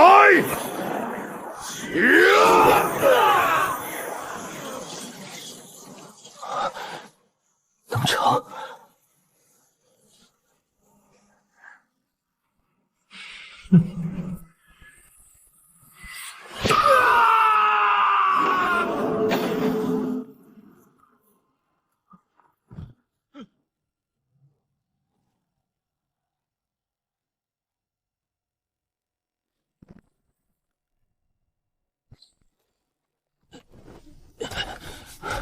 乖乖，这就是荒古禁地的恐怖吗？这个世界果然还是太危险了。那根突发丝出现时，我就吃下特制丹药假死躲进石棺了。这都3个月了，看来荒古禁地没把我这只小虫子当回事，懒得杀我。在荒古禁地当中，没有危险，就是最大的危险。这不完犊子了吗？外面的银色阵纹我看一眼就头疼，这里面的可是金色阵纹啊！系统，这情况怎么办？我要永远困在这里吗？宿主为什么会认为自己将永远困在这儿？这还用说，因为这阵纹太厉害了呀！那宿主为什么不尝试参悟一下这些阵纹？研究阵法一直都是你的爱好。可是这个阵纹太复杂了，以我的境界去参悟，就算再过1000年我也参悟不了呀。那10000年呢？时间对宿主来说还有意义吗？对呀，时间对我来说是没有意义的。1000年参悟不了，那就10000年喽。以我现在的修为，辟谷完全没问题。我一直在找一个安静且与世无争的地方。试问这世上还有比荒古禁地更安静、更与世无争的地方吗？只要大恐怖不来找我麻烦，我简直不要太潇洒。多谢系统大大的提醒，和其他人待久了，我差点都忘了自己的情况了。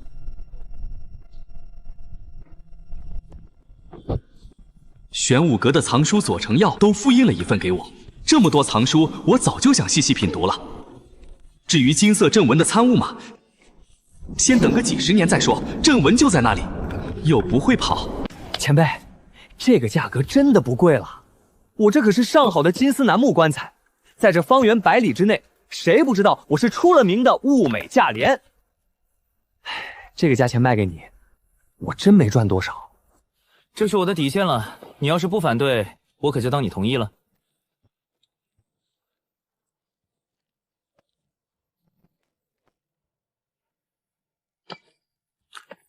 唉，岁月果然是最强大的武器啊！这么好的丹炉都变成废物了，真可惜。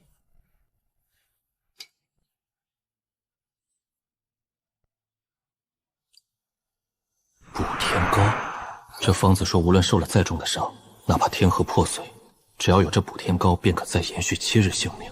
可是这上面的字我只认得个大概，那些古老的药名我根本不认识。唉，空有药方没有图鉴，练不了啊。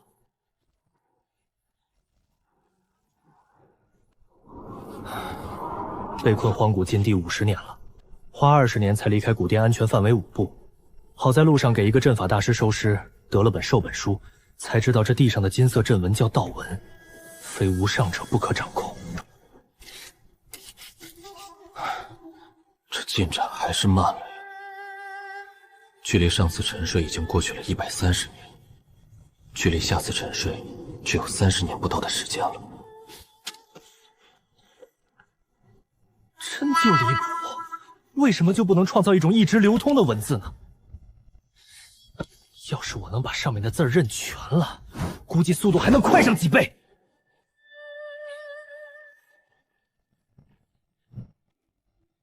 左皇，真不是不给你收尸，实在是我的时间要到了。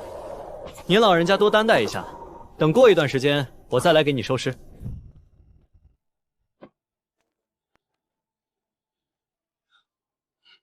系统，虽然我在荒古禁地待了这么久，但是我依旧没把握保证安全。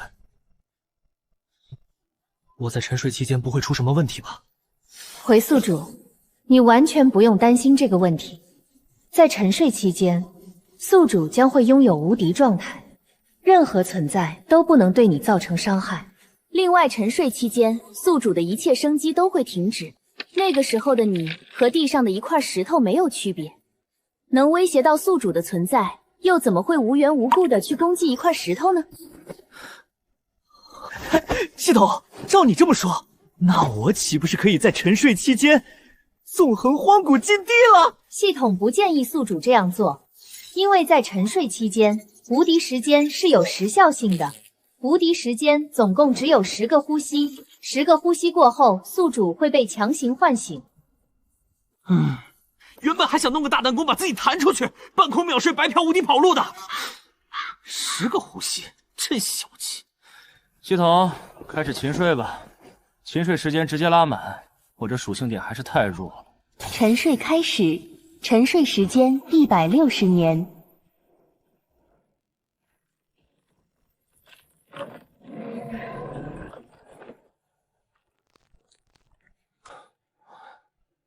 这种一成不变的环境真让人压抑，怪不得总说山中方7日，世上1000年。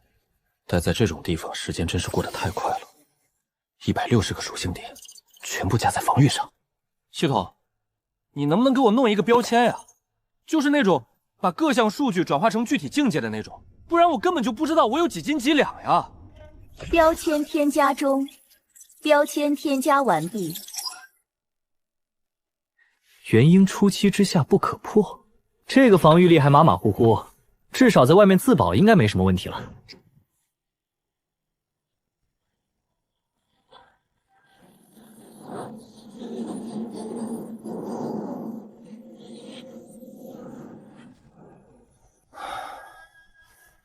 这几十年把太虚剑、玄武国的书都翻烂了，功法早就烂熟于心。再加上给太眼真人、万岩阿骨多他们收尸顺来的这些储物戒，毕竟送葬人哪有做赔本买卖的？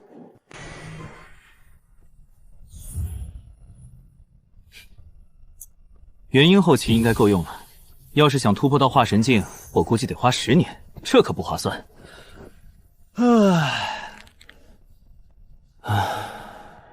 每次沉睡，生机停滞，体内灵力就像肉里的水分一样蒸发。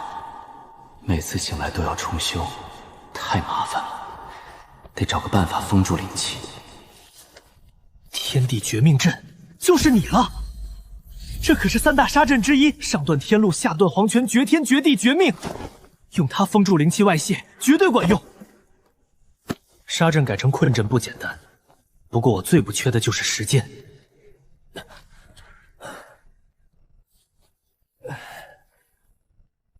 陛下，为了给你收尸，我可是足足花了90年时间。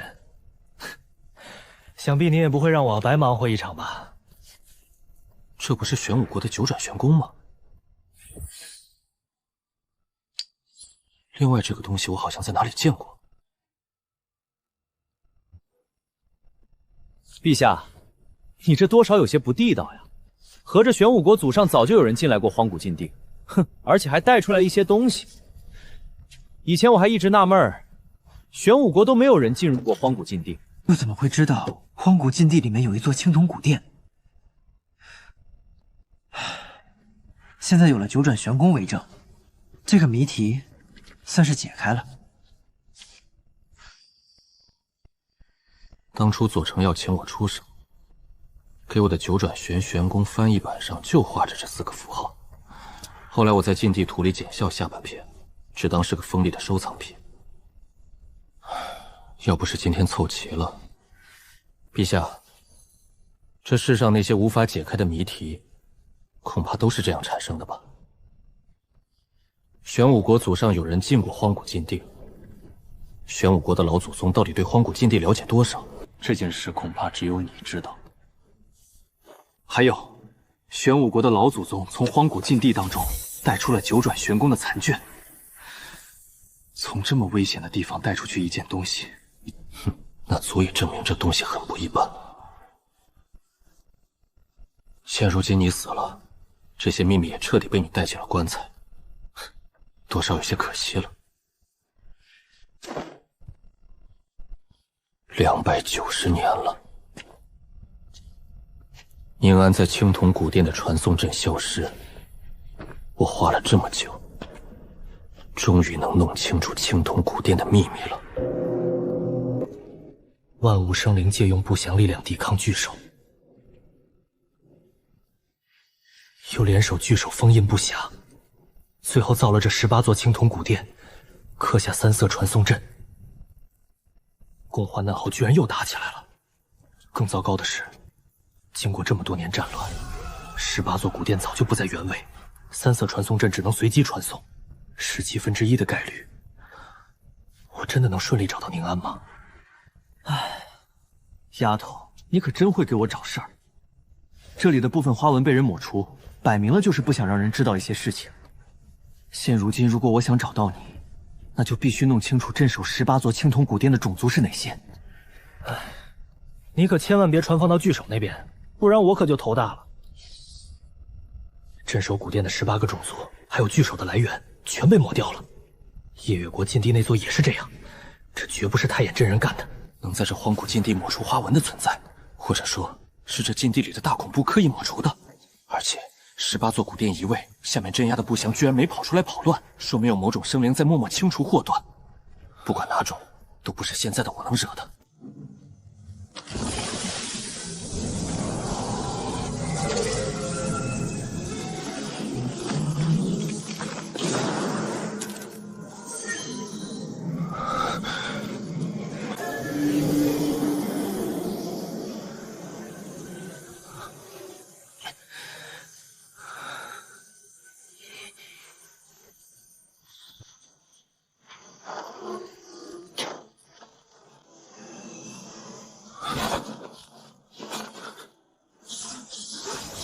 这残阵我勉强能启动，天知道会出什么意外。肉身传送那是找死。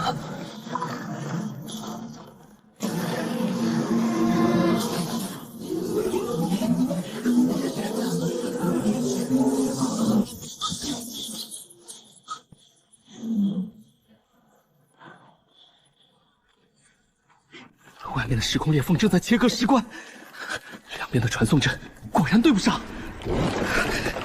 幸好我足够小心，要是肉身传送，那我现在恐怕连渣都不剩了。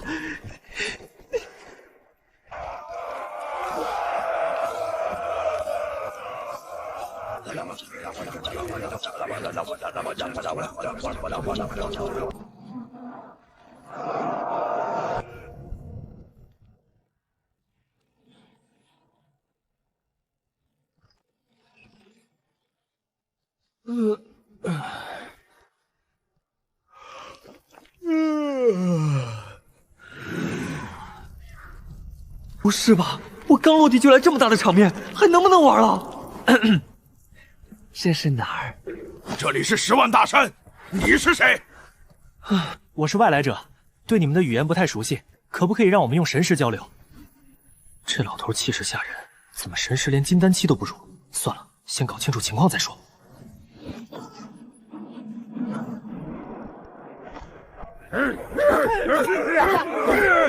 祭天神白雾，他们该不会是把我当成什么了不得的大能了吧？而且看这样子，我一时半会儿好像走不了了。神使大人，您慢用。我一个人吃不了这么多，你也来吃点吧。叽里咕噜，不。既然你不吃，那不如你来教我这里的语言吧。你们这儿的语言我听不太懂。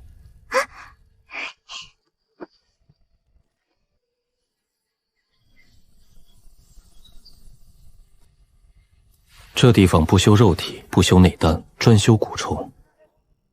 蛊虫虽能是杀敌救人，却无法增强神识。怪不得那大祭司会被我元婴系的神识压得跪地磕头。好了，暂时就到这儿吧。阿满，你先回去休息吧。神使大人，求求你救救白巫族吧！再这样下去，我们白巫会被那些黑巫逼死的。我只想借青铜古殿修传送阵，这祭台只有个底座，壳子早没影了。没有原住民帮忙，我上哪去找失踪的青铜古殿？要想马儿跑，总得先喂草啊！你们和黑巫族的事情我不太清楚，但我可以帮你们调停一下。至于能不能行，这就要看天意了，我也不敢保证。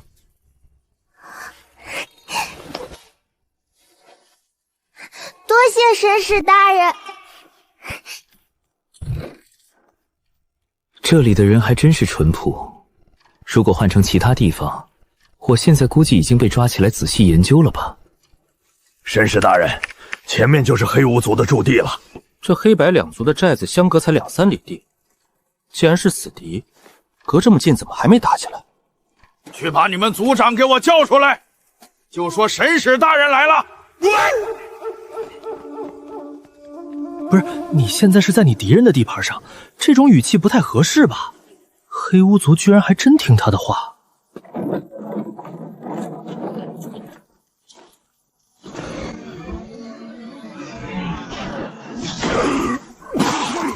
保护族长！这叫什么事儿？你们2族不是敌对吗？怎么只针对我一个人？还有，我刚刚只是用了很少的神识，这族长怎么就吐血了？碰瓷儿呢吧？对，都把蛊虫收起来，不得对神使大人无礼。刚刚是我冒犯了神使大人，还请神使大人见谅。我黑雾族对神使大人绝对没有半点。等一下，你为什么认定我就是神使？因为大祭司说你是神使，而且神使大人刚刚也证明了自己的身份。可是据我所知，黑巫族和白巫族应该是敌对关系吧？是的。那他说的话你信？我信。这逻辑不对呀，这到底是什么魔幻情况？黑巫白巫原本是一家人，就是因为你们快活不下去了，所以你们才将部分族人赶了出去。是的，巫族祖先留下遗训，但凡巫族遇到无法解决的困难时，族人需要分裂成2部分，一强一弱，生死互不相干。为了保存种族火苗，亲手将弱小者赶出去等死，残忍却也无奈。看你们这样子，应该才分裂不久，到底是什么样的情况，导致你们做出了这样的选择？10万大山虽然生活艰难，但我们巫族还能勉强为生。可是，在3年前，有一只雷兽来到了我们巫族的地盘，如果不是快活不下去，怎么会将族人赶出去呢？雷兽，兽族天生自带神通，极其仇视人族和妖族，认为保持兽形才是最强形态。光凭这群玩虫子的巫族，确实挡不住。兽族的强大是毋庸置疑的，光凭巫族的情况，估计很难抵抗。不如这样吧，我帮你们重新寻找一个栖息地，到时候你们也帮我一个忙，怎么样？多谢神使大人。神使大人，你可能不太了解这10万大山，此处瘴气横行，毒虫凶兽遍布，想要找到一个合适的栖息之地，比登天还难。事在人为嘛，能不能找到，先找了再说。如果实在找不到，你们再按照原本的祖训进行就是了。敢问神使大人，您还有什么事情要办？我们巫族一定全力协助。没什么，我要找一个东西，那是一座青铜古殿，这东西你们应该见过吧？怎么，这个青铜古殿有什么问题吗？神使大人，您说的青铜古殿我们知道，那里原本是我们巫族的祭祀之地。可是3年前，青铜古殿被雷兽拿走了，我们不是雷兽的对手。只要知道青铜古殿的下落就行，剩下的事情我来想办法。有谁知道雷兽在哪里吗？我想去和他谈谈，毕竟兽族也不全是顽固不化之辈。我知道雷兽在哪里，我带你去。阿丽，滚回去！大人说话，小孩子插什么嘴？阿爹，我已经16岁了，上个月才进行的成人礼，我不是小孩子了。我要为巫族出力，我不想让祭司爷爷他们死。水月洞天的情况只有我清楚，我是最好的带路人。既然你就这么说了，那你就带神使大人去水月洞天吧。不过你要记住，神使大人不太清楚10万大山的情况，你要保护好神使大人。阿爹，你放心吧，我一定不会让神使大人出问题的。神使大人，我已经准备好了，我们什么时候出发？就现在吧。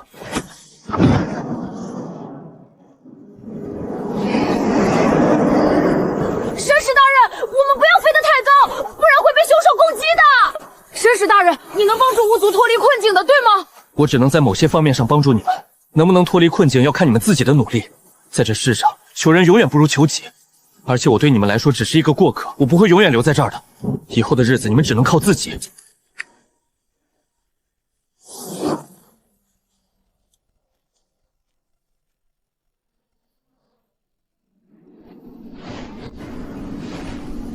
人族修士顾长安求见。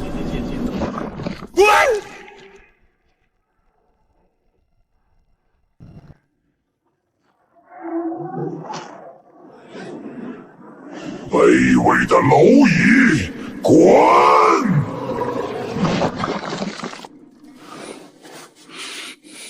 走了。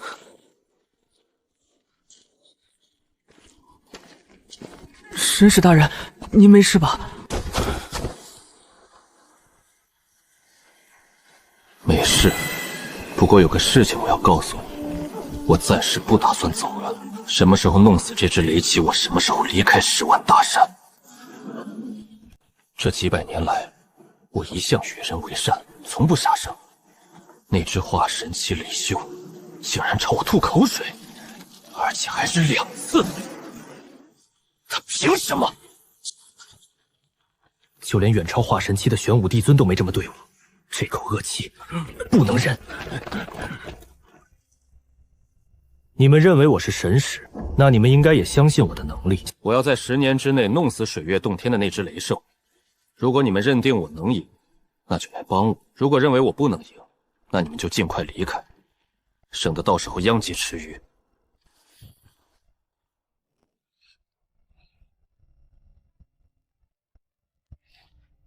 神使大人，吃点灵果消消气吧。我知道你们有祖训，那就是要不能招惹祭台上出来的人。虽然祖训是对的，但事情却不是一成不变。我不是你们祖训当中提到的人，神使这个称呼就不用叫了。如果你愿意，可以叫我一声长安大哥。另外，雷兽的事情是我和他的私事，不会牵扯到巫族，你放心就好了。是长安大哥，我想说的不是这个。不说这个事情，那你想说什么？长安大哥，我在很小的时候就听说大山外面还有另一个世界，可是整个巫族没有人知道外面的世界是什么样。你应该是从外面进来的，你能告诉我外面的世界是什么样吗？大山外面是一个很精彩的世界，但我不建议你了解外面的世界。为什么？因为外面的世界比这10万大山中的毒虫凶兽更加危险。在外面的世界，死亡有些时候反而是一种解脱。把树皮交给古力从长，让他按照这上面布置。如果我没猜错的话，你们应该会选择和我一起对付雷兽。至于这木雕嘛，就送给你了。从我来这儿开始，你就一直盯着它，弄得我怪不好意思的。长安大哥，我没有。有没有我看不出来吗？普通的木雕而已，不是什么大不了的东西。想要就拿去玩吧。谢谢长安大哥。兽族通常群居，水月洞天那只雷兽不足为惧，麻烦的是他背后的种族，大的小的来老的，修行界历来如此。但这口水的仇，我顾长安必报。神使大人，这些东西能打跑雷兽吗？并不能，这只是我改良过的聚灵阵而已。这个阵法不但可以聚集灵气，而且还可以屏蔽大山中的瘴气。我观察了一下巫族的蛊虫之道，蛊虫的威力并不小，只可惜你们碰到了蛊虫的克星雷兽。雷兽坚硬的鳞片可以抵御大多数的蛊虫，而它的天赋神通更是将一切蛊虫死死克制。如果不是这样，你们应该不会这么狼狈。神使大人说的对，我巫族能在大山中活下来，自然也是有应对危险的本领。只可惜我们巫族的金蚕蛊失传了，不然未必对付不了雷兽。金蚕蛊，什么东西？这是我巫族最强大的蛊虫，准确的来说，应该称呼为蛊神。据传闻，金蚕蛊可蚕食世间一切，哪怕是雷兽的鳞片也不能阻挡。确实是个好东西，只可惜已经失传了。既然你们的方法对付不了雷兽，那不如来试试我的。我看巫族的人全都肉体强悍，十分适合修行炼体功法。这2本功法你们先拿去用，等把族人的实力都提升上来再做打算。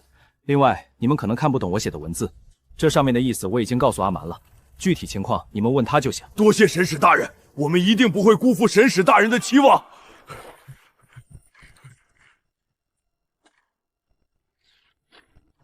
没道理啊，这九转玄功为什么就是练不成呢？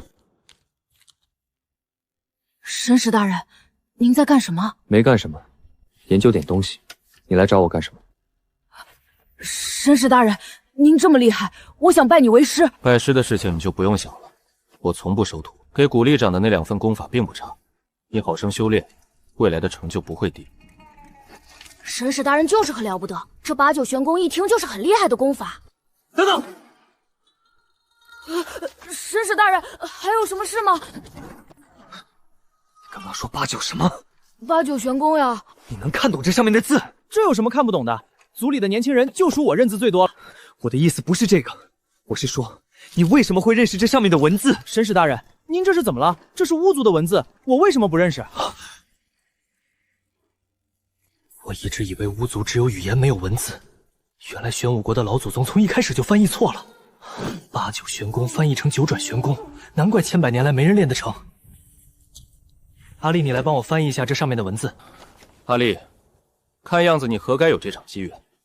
既然你翻译了八九玄功，那我就把这篇功法传给你吧。你先别着急，我传你功法，那是说明你有这个机缘，并不代表我要收你为徒。另外，你学得这八九玄功之后，绝对不能告诉任何人，包括你的族人。这功法来历太大，若是你随意透露，搞不好会为氏族引来杀身之祸。绅士大人，你放心，我谁也不告诉。如此最好。另外，你不要叫我绅士大人了，叫我先生吧。好的，先生。好了，今天的讲课就到这里吧。你回去之后要好生熟悉。阿丽记住了。原以为只是篇炼体功法，没想到阴数最大为8，阳数最大为9，功成9转，3魂归一，元神永继不散，功体万劫不坏。纵地金光，法天象地，这一次是真捡到宝了。先生，今天有什么收获吗？老样子，那只雷兽兽还是很少出来。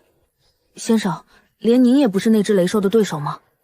这个我也不知道，你又不是不了解我，我一般不喜欢打架。对了，你的八九玄功练得怎么样了？多谢先生关心，我目前已经将八九玄功练到第7层了，马上就可以修炼纵地金光这门神通了。10年时间能将八九玄功练到第7层，不得不说你天生就是修炼这门功法的材料。只可惜我手里只有八九玄功的前9层功法，剩下的63层恐怕永远无法集齐了。再等几个月吧，等你把纵地金光这门神通学会了，我们就可以找雷兽的麻烦了。先生，现在修行体系如此复杂，假如有一天我离开了10万大山，我该如何判断未来对手的实力？没法判断，你只能靠自己的直觉。外修内修各有优点，虽然大致划分之后境界相差并不大，但如果细看差别，就会显现出来了。生死之战，胜负往往在毫厘之间，一点点细微的差别足以决定生死。那这也太麻烦了，为什么不能有一种统一的修行之法呢？内修外修各有优点，内外兼修不就行了？从理论上来说，这种事情是可以做到的，但目前为止还没有人能做到。八九玄功虽然可以做到以肉身修出元神之力，但本质上还是偏向于外修的。内修之法和外修之法你都会，你提出的那些理论也很有意思。虽然大致划分之后境界相差并不大，但如果细看差别，就会显现出来了。生死之战，胜负往往在毫厘之间，一点点细微的差别足以决定生死。但是这其中还有很多很多的问题，这些问题需要你自己去解决。说不定千百年之后，你会统一整个修仙界，然后创出一个全新的修行体系。内外兼修，不过是闲暇时随口一说的玩笑罢了，怎么可能真的实现？你们又在聊什么？能说给我听听吗？阿满，你是越长越漂亮了。我记得你以前可是又黑又瘦小。另外，以先生的境界，早就已经辟谷了。你为什么一直坚持送饭？跟长安大哥学了这么久，还是管不住你那张嘴。既然你已经辟谷了，那等一下的饭你就别吃了。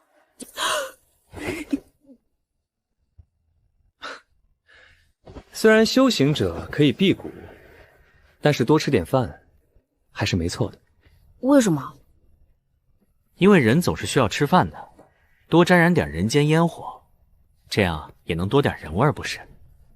而且阿蛮做的饭这么好吃，你难道不想吃？就是，还是长安大哥明事理。哪像有些人，修行都把脑子修坏了。不是我不想吃饭，实在是你偏心眼。先生的饭菜里每次都有鸡腿，我的饭菜里就只有数不尽的绿菜。你要是给我加鸡腿，我肯定也乐意吃饭。爱吃吃，不吃滚！想吃鸡腿不会自己去弄啊？给你吃还挑3拣4，今天你没饭吃。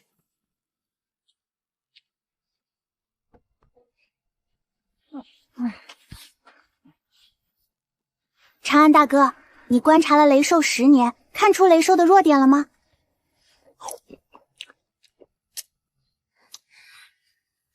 雷兽的弱点我没看出来，但问题倒是看出来一大堆。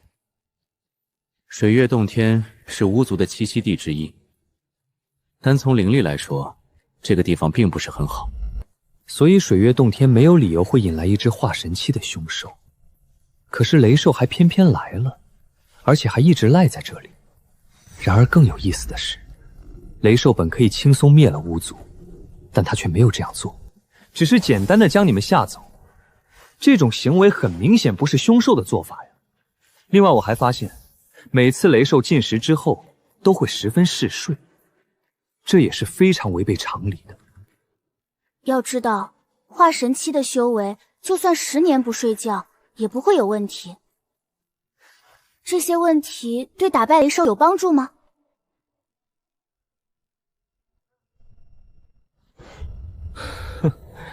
在别人手里没有，但在我手里，那可就不一定了。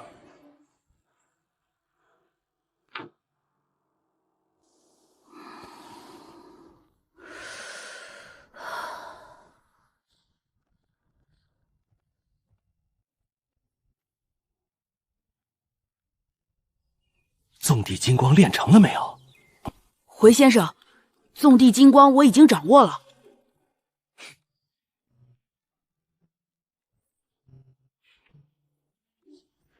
掌握了就好，跟我来。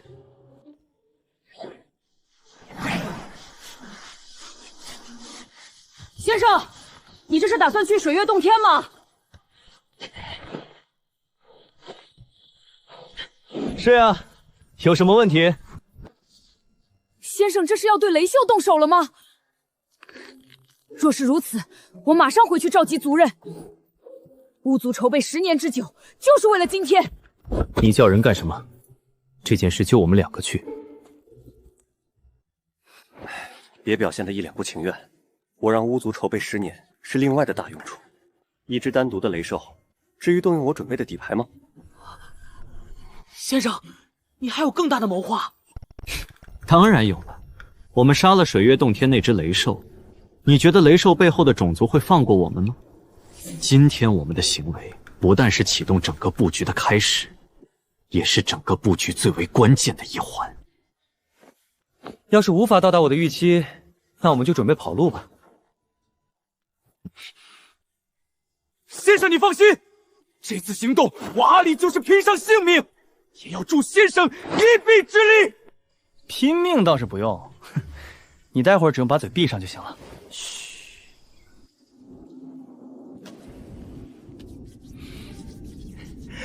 人族顾长安有至宝献上。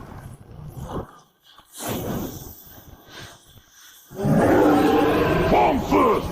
这明明就是一块普通的石头，你敢戏弄我？雷兽大人明鉴呀！当初我遇到这块石头的时候，它不但散发出了五彩光芒，而且内部还隐约有一块仙金。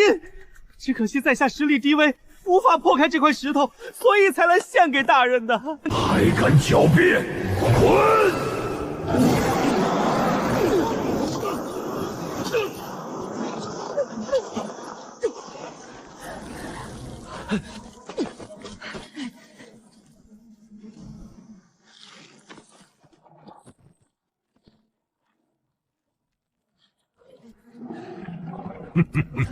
愚蠢的人族！我雷兽一族以金属和矿石为食，身体更是百毒不侵。虽然不知道你想干什么，但你无论如何都伤不了我分毫。待我完成这里的事情，定要将你们全部杀光！哼哼。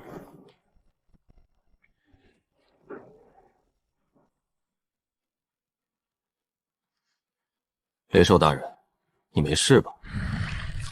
大胆，还敢回来！信不信本尊杀了你？看样子你是真的动不了了，这样我也就放心了。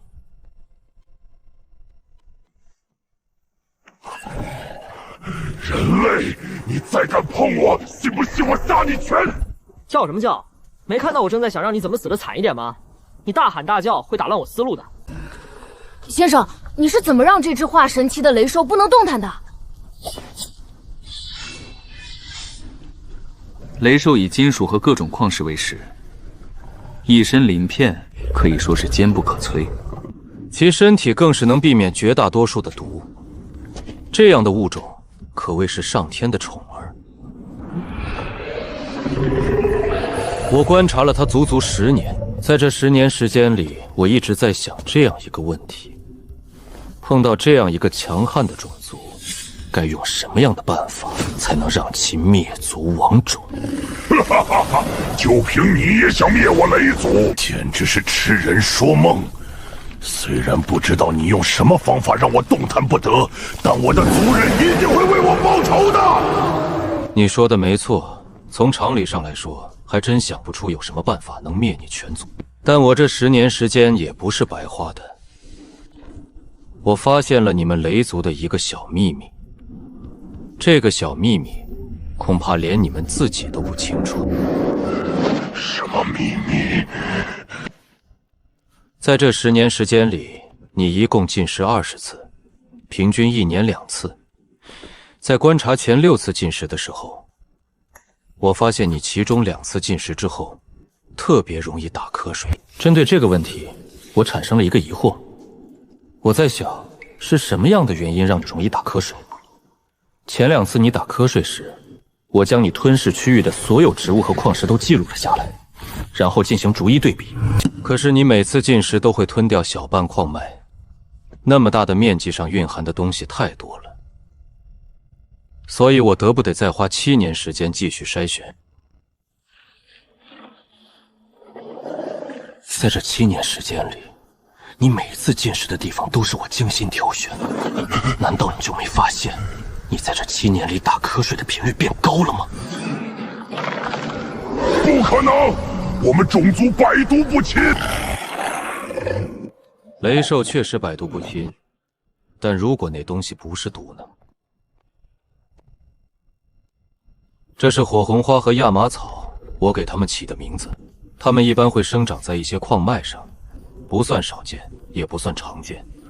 这2种东西无论是一起吃下，还是分开吃下，都不会产生毒素。但是它们有一个很奇特的作用，那就是会让你们雷兽全身麻痹。当然，这个猜想也是我现在才确定的。最开始的2次打瞌睡，就是因为你在吞噬矿脉的时候误食了这2种东西，只不过你摄入的量太少，所以才没有全身麻痹。所以为了验证这个猜想，我在那块石头上涂抹了这2种杂草的浓缩汁液。那你凭什么敢肯定我会吃那块石头？我当然不敢肯定呀，所以又在那里面添加了些东西。这样一来，这2种杂草的汁液就会变得极易挥发。畜生始终是畜生，总有一些坏毛病是刻在骨子里的。在碰到你们不认识的东西时，你们会用鼻子闻，会用舌头舔。这样一来，我的目的就达成了。但是我真没想到你会蠢到把它吃下去。雷兽的鳞片极为坚硬，就算是一些神兵利器，也只能伤到皮毛。这点我刚刚也验证了，但是我始终不相信世上会有完美无缺的物种。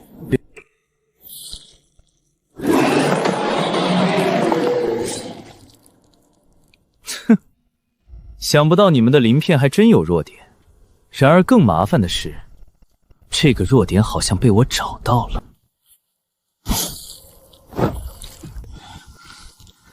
杀了我！有种你就杀了我！想什么呢？我怎么会让你轻易死去呢？我要你亲眼看着自己是怎么被我一刀一刀的肢解，然后我会研究透你身体的每一个部分，并且寻找出其中的弱点，而这些弱点则会成为你们种族的催命符。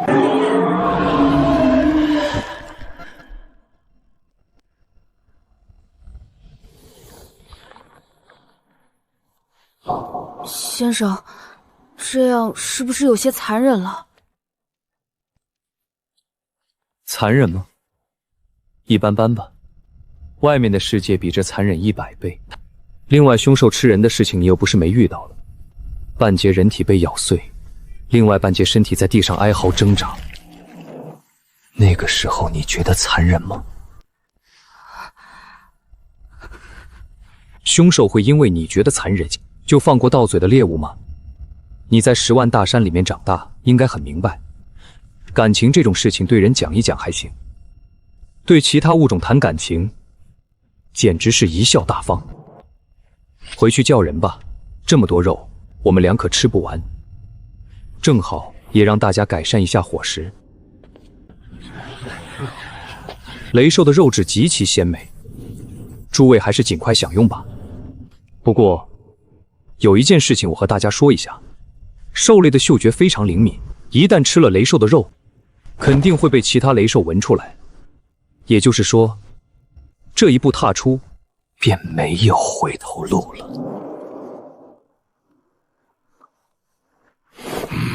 大家还等什么？快点火烤肉呀！这可是神使大人赐给我们的。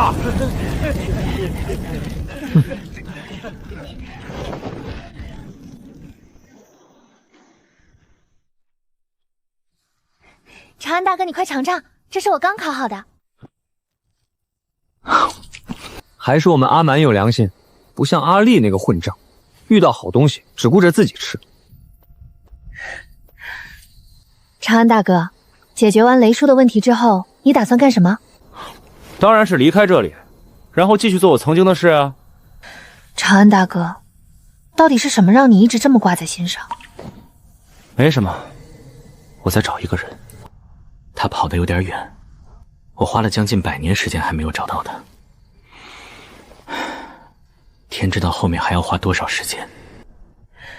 她是个女子，对吗？是的。能让长安大哥寻找这么久的女子，想必长安大哥一定很喜欢她吧？你这丫头，年纪轻轻的，脑子里怎么总装着这些事情？谁说一直寻找一个女子就是喜欢她？如果不是刻骨铭心的相爱，那是什么东西能支持长安大哥你寻找这么多年？爱情确实让人幸福，但让人坚持下去的东西并不只有爱情。我找的那个人是一位故人临终前托付给我的，所以我需要确认他的安全。就算他现在已经死了，我也要把他的尸体带回去安葬。这是一种承诺，也是对曾经的一种珍惜。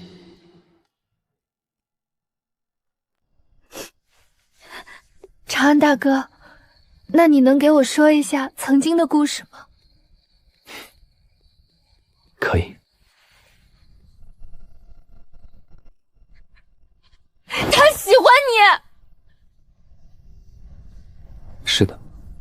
但是你拒绝了他。没错，所有事情我都知道，包括宁安对我的感情。那我呢？你也会像拒绝他一样拒绝我吗？是的。为什么？你不执着于修行，做每一件事都是随心而行。既然如此，你为什么要一次又一次的拒绝？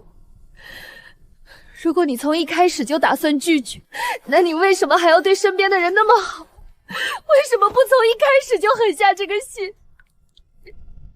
今人不见古神月，今月曾经照古人。有句话是这样说的：人只有在失去某个东西之后，才会懂得珍惜。那如果你提前知道这个东西注定会失去，你会忍住不去珍惜吗？你这是狡辩！人怎么可能知道未来发生什么？你凭什么认为你一定会失去？为什么不能？这种预知你也能做到。就比如，你巫族的同胞会慢慢死去，这是无法改变的事实，也是已经预知的未来。长安大哥，你真的能看到所有人的未来吗？是的。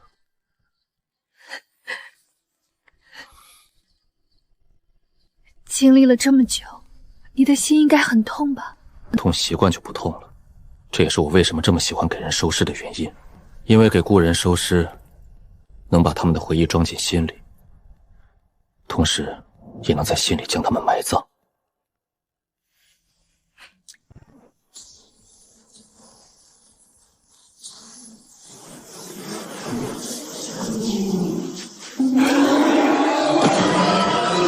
是谁？是谁杀了乌尔？乌尔雷山，雷族的天之骄子陨落了。不管是谁杀了他，我们雷族定要让其血债血偿。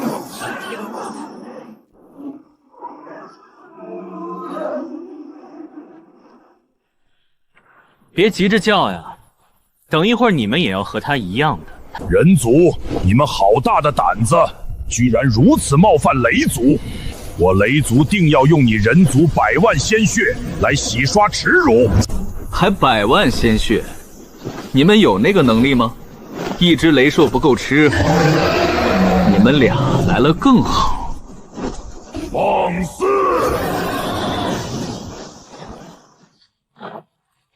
想不到你们雷兽的鳞片除了坚硬之外，竟然还能防御雷霆，这真是一个意外之喜。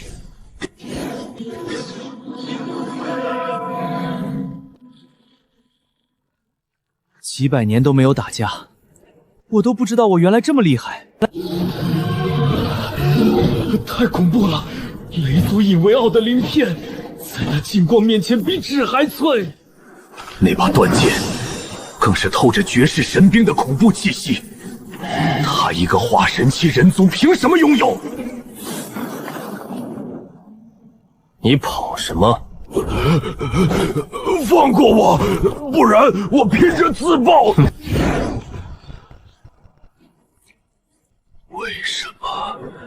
为什么他总能无视防御，找到命门？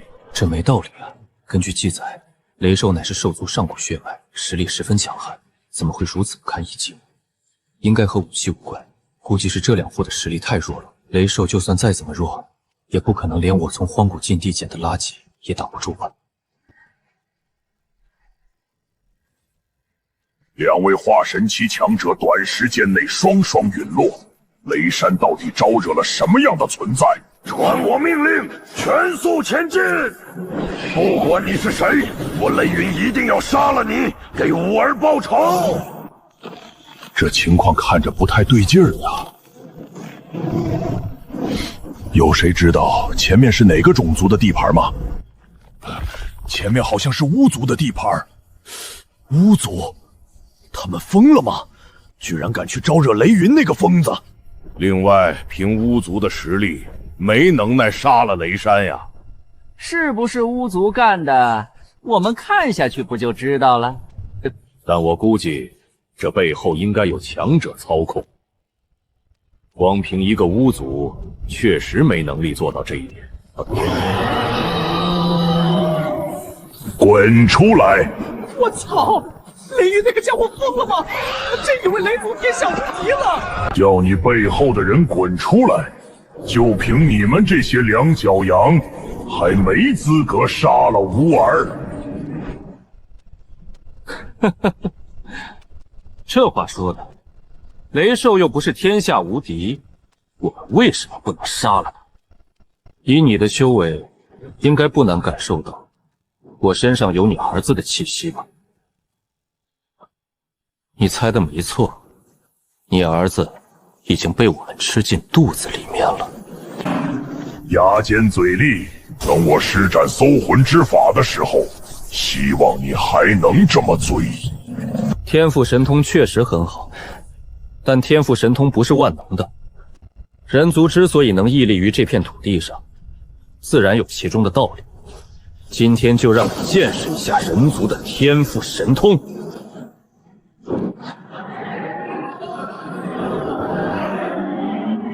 怎么回事？我竟无法与天道呼应。怎么？是不是发现无法调动天地之势了？介绍一下，这个阵法名为天地绝命阵，绝天绝地亦绝命。阵法不错，只可惜你没有这个命将阵法完全启动。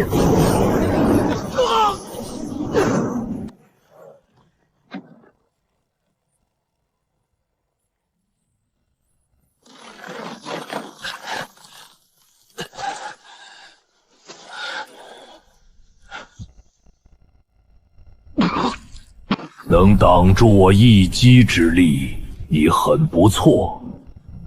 现在我相信雷山是你杀的了。呸！你的境界应该达到第6境了。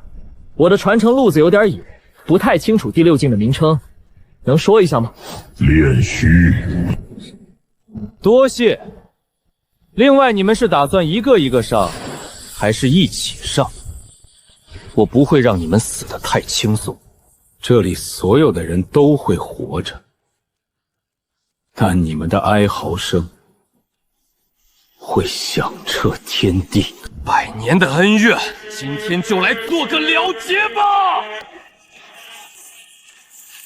法向天地！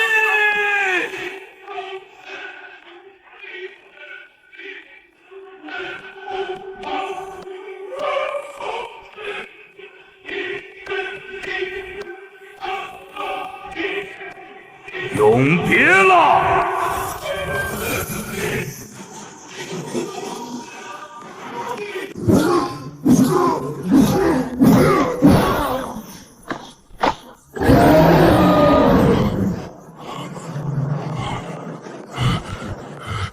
这是饕餮根骨，你从哪里弄来的？原来这从荒古空壁刨出来的硬骨头是饕餮根骨，难怪拿出来时所有雷兽都会停滞。血脉压制啊！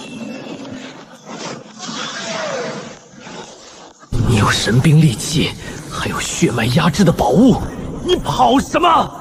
追！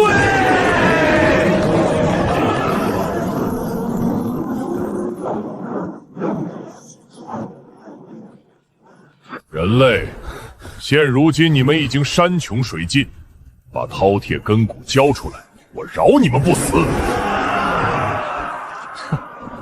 谁死谁活还说不一定呢。我这大阵你们破不了。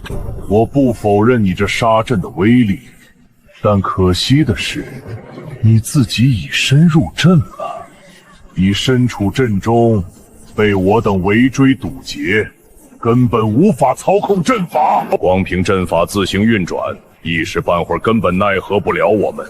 在这段时间，我可以杀光所有人族，包括你。我把饕餮根骨给你，你真的能放过我们吗？我从来不做什么保证，但如果你不把饕餮根骨交出来，我现在就杀了他们。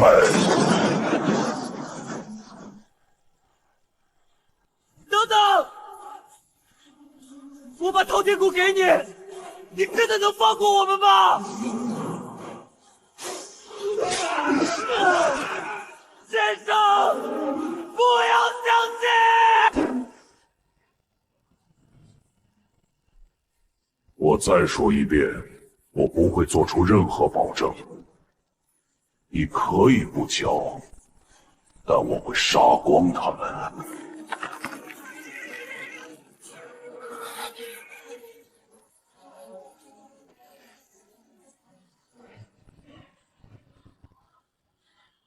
你能告诉我一个问题？回答完这个问题，我就把饕餮根骨交给你。说。等一会儿，你想被做成什么口味？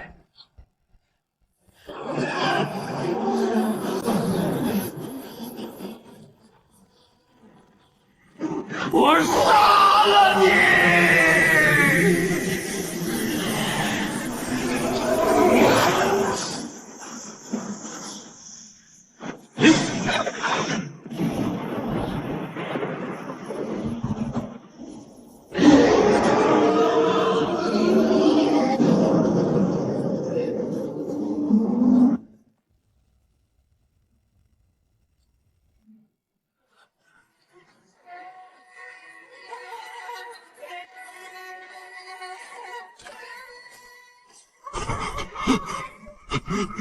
你做了什么？我做了什么还用问吗？当然是杀你全族呀！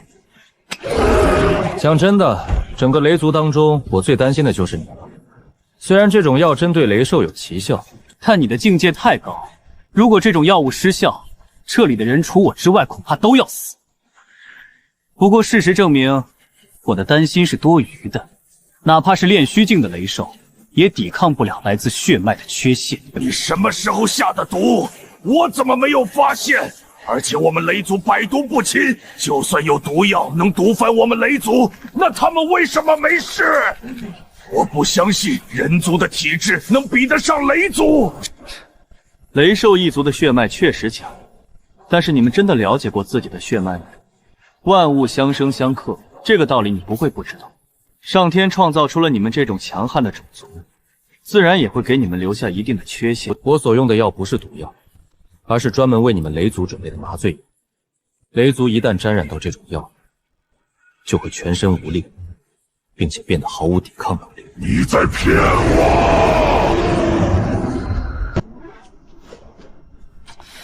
你烦不烦？没看到我正在找你的命门吗？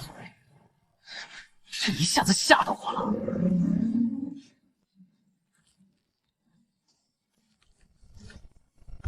你什么时候下的毒？以我的修为，不可能没有察觉。你刚来的时候，没看到我们是从地道里钻出来的。我没有直接对你们下药，而是把药掺杂在这方圆500里的泥土里。除此之外，我还在地道下面架设了无数大铁锅。随着烈火的焚烧，锅里面的药力就会顺着泥土渗透上来，这样我就能做到无声无息的下药了。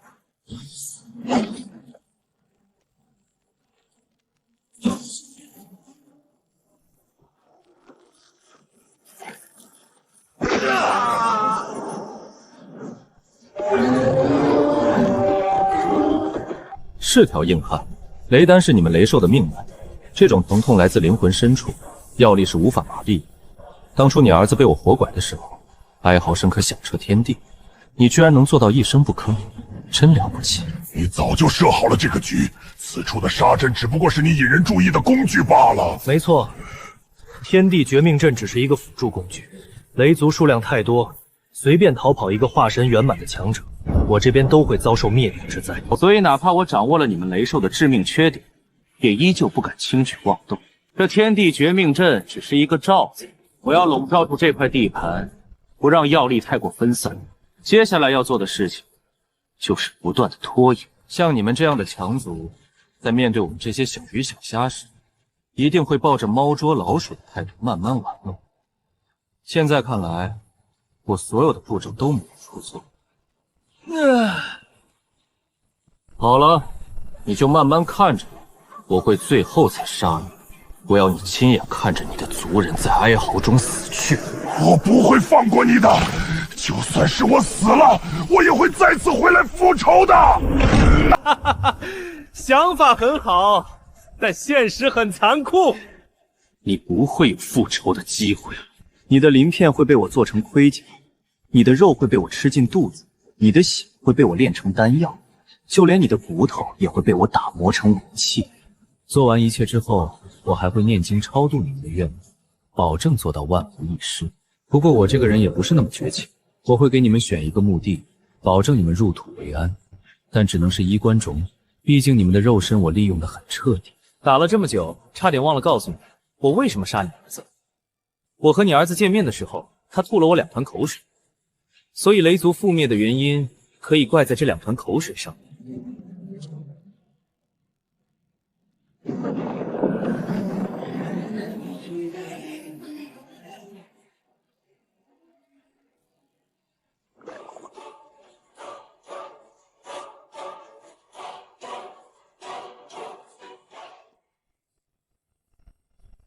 一人灭一族，这从来只是夸张的说法。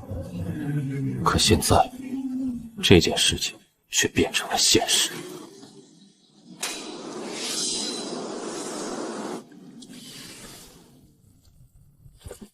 这蛋已经死了。雷山霸占水月洞天，估计是想借助这里的灵泉让它恢复生机。神使大人，雷族的资源已经清点完毕了。雷族的资源我拿走一半，剩下的一半留给你们。100年之内，这10万大山之中的凶兽应该不敢来招扰你们，所以你们要趁着这个时间快速发展。另外，你们能拥有今天，这一切都是我给你们的。所以你们要欠我一个人情，这个人情不管过去多少岁月，你们都要还。若是不还，给你们的东西我要取回来。神使大人放心，纵使千万年过去，巫族也不会忘记神使大人的恩情。不过，还请神使大人留下信物，方便日后相认。另一半金叶就代表我，等有一天另一半金叶出现的时候，那就证明你们该还这个人情了。修复三色传送阵还需要一些时间，这段时间我就不在巫族出现了。还有，等我走后，我不希望我的名字流传下去，你明白吗？古力明白。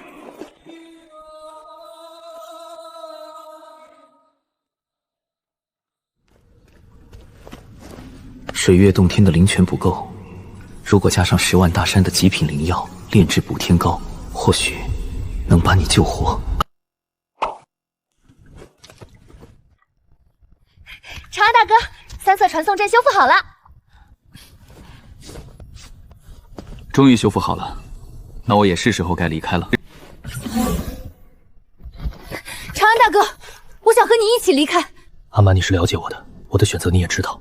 长安大哥，我知道你不会为某个人而停留。明安如此，我也是如此。你走的是一条漫长且没有尽头的路，但你不能因此拒绝那些陪你一同前行的人呀。阿满想陪你一起走，哪怕这段路程只是你人生当中短暂的一瞬间。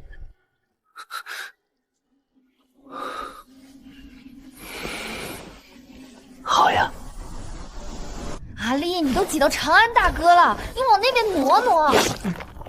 不至于，真不至于，真不至于。这个石膏这么大，躺3个人完全绰绰有余。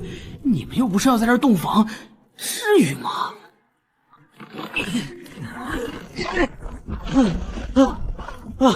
先生，就不能用其他办法吗？正经人谁天天睡棺材啊？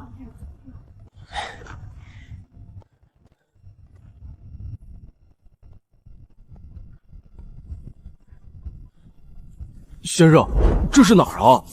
什么事都问我，真以为我是神仙啊？先看看再来说吧。要不我们再传送一次吧？这个地方应该不会有你要找的人。修复三色传送阵，我可是有经验的很，保管3、5年之内就能用。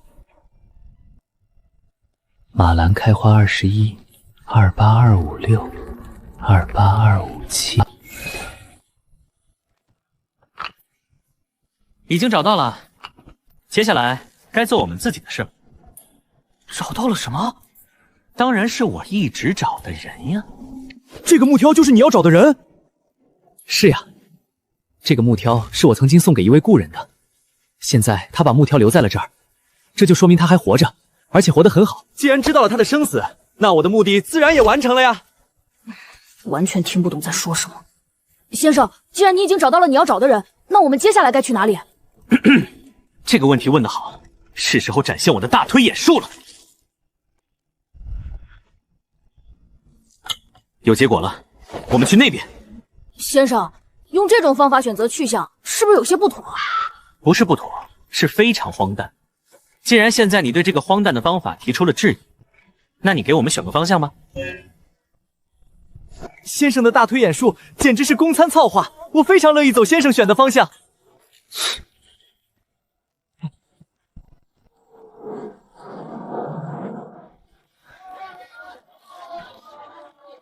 这位大哥，人死不能复生，还请你节哀顺变。虽然痛失亲人很让人悲痛，但是活着的人还是要继续过日子的。这是本店最新推出的紫檀木棺材，只要不要9998，也不要3998，只要998，马上就可以带回家。而且购买了本店的紫檀木棺材，再加398，您的亲人就可以享受白氏一条龙服务。另外，本店主也会为你亲自挑选一块风水宝地。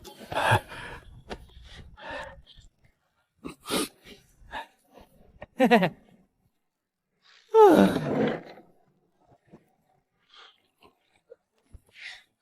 阿蛮，最近昆仑圣地的这群人是怎么了？接二连三的来买棺材，搞得我都快忙死了。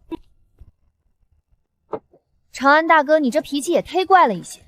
生意冷淡，你嫌没人；生意好了，你又在这抱怨。那你到底是想让生意好，还是不好呢？棺材铺这种生意嘛，我不希望太好，也不希望太不好。生老病死乃是天道轮回，人死太多了会出问题，死的太少了也会出问题。总而言之，要保持一个合适的程度。对了，阿丽那小子跑到哪里去了？估计是和昆仑圣地的人去寻找灵源了。40年前我们来到了这儿，你让他在店里待了足足20年。20年你放他出去，他自然要好好的疯一把。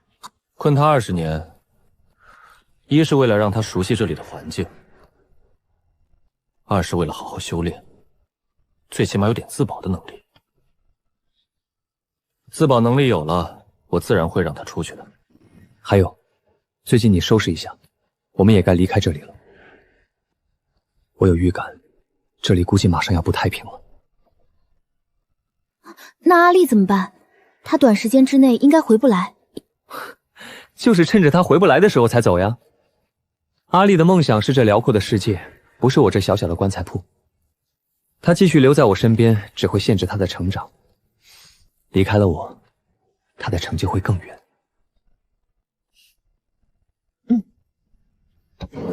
长安大哥，你决定的事，我永远都支持。那我现在就去收拾。这些事儿慢慢来嘛，我又不是现在就走。快坐下来吃饭。这样的日子已经过了40年了，只要能这样平静地陪在他身边，就已经足够了。昆仑圣地，江不凡求见。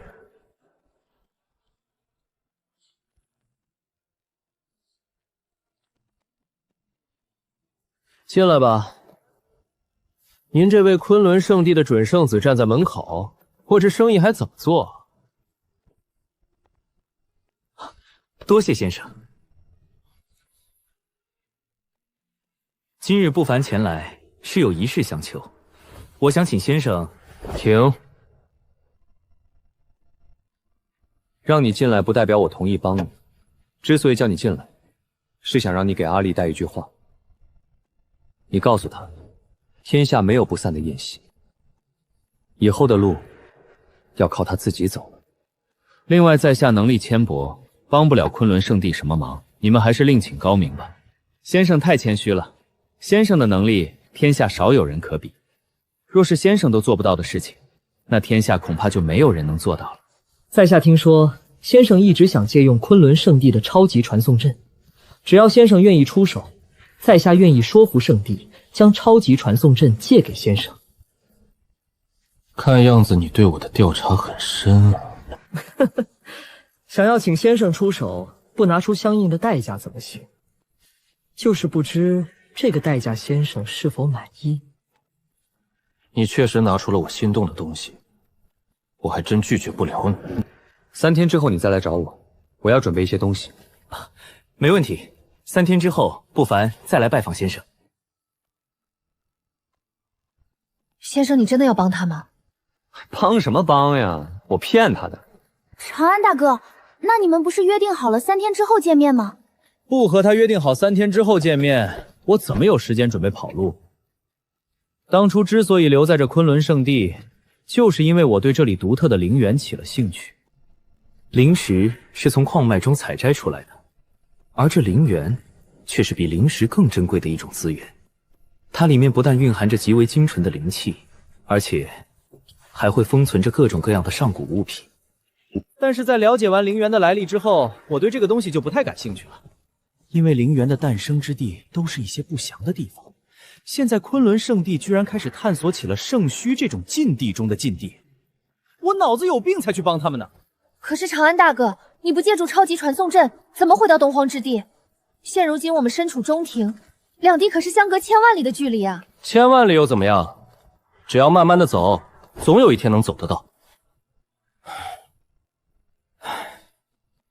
本来还想用灵石换取超级传送阵的使用机会，现在看来估计行不通了。好了，阿满，你先收拾一下东西，我去一趟蝴蝶谷。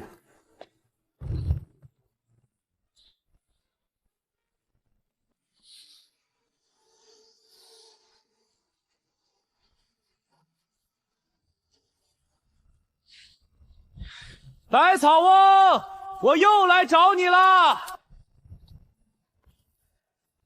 你来的真巧，老夫前天才将这补天膏翻译出来。我就知道百草翁你能行，也不枉我等了你40年。吹捧的话少说些，没有你的孝助，再花400年，我也破译不了这补天膏。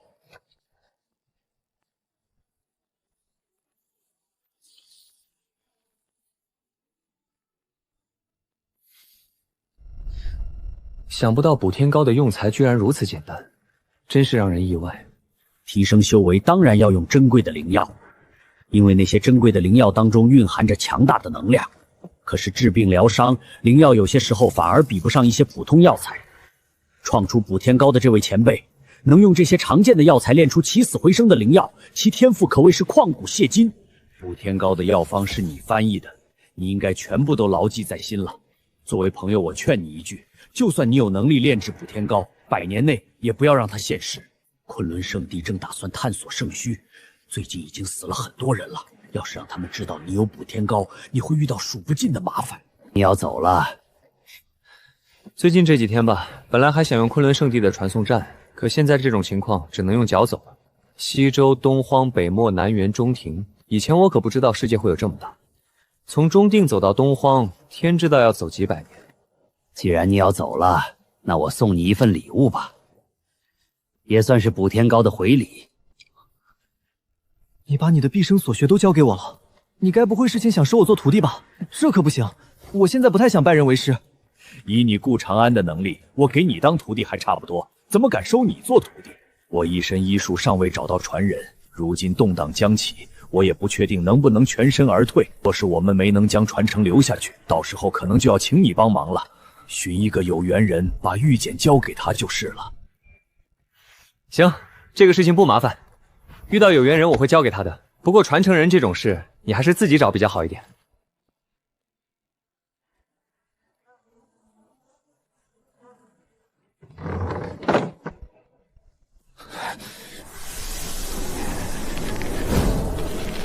不识抬举，顾长安，你千万不要让我再遇到你，不然我江不凡定要让你后悔。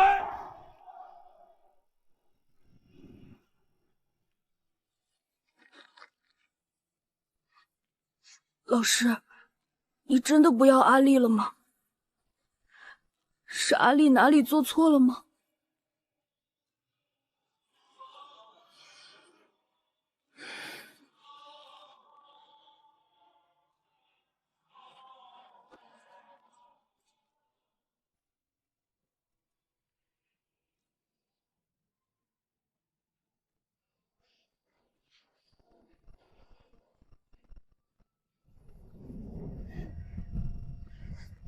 长安大哥，现在我们是要回去你的家乡吗？算是我的家乡吧。东荒承载了我太多的回忆，待在哪里，还是有几分家的感觉的。正好我们也可以借此机会看看世界的辽阔。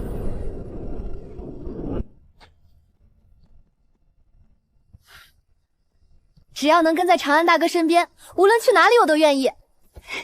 长安大哥，这次你可要带我好好的玩一下，我可是给你当了40年伙计和丫鬟。没问题，我带你去看世间的繁华，也带你去看日升日落。只要是你想看的，我都带你去。昆仑圣地到大玄王朝1328万里路，我们足足走了240年，真希望这条路永远走不完。长安大哥，这就是你最开始的地方吗？阿满，你想要什么样的棺材？我要长安大哥最好的那口棺材。另外，长安大哥可要把我打扮得漂亮一些，我可不想在你心里留下不好的一面。好，一切都依你。长安大哥，你不要难过好不好？我知道你舍不得我死，不然阿蛮怎么能活这么久呢？从认识你开始，我已经整整活了300年了。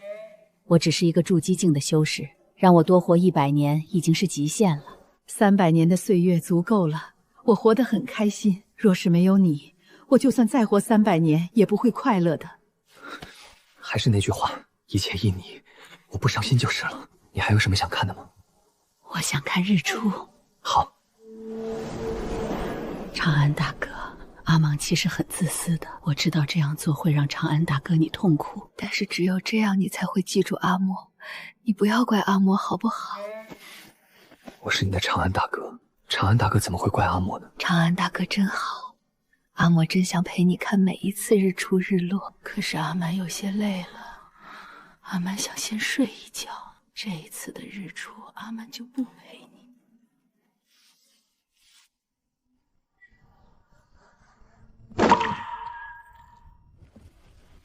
阿蛮，我反悔了，我不能把最好的棺材给你，因为这样会让你以死人的身份继续留在这个世界很久。我不想让你死了都得不到安宁，我更害怕我某一天会打扰你的清静。所以你先睡一会儿，我过段时间就来陪你。系统，下次沉睡时间应该快到了吧？回宿主，上次你苏醒之后，在荒古禁地度过了18年，然后在10万大山花了20年，研究灵元和补天膏花了40年，从昆仑圣地走到这里花了240年，共计存活了318年，距离下次沉睡还有2年时间。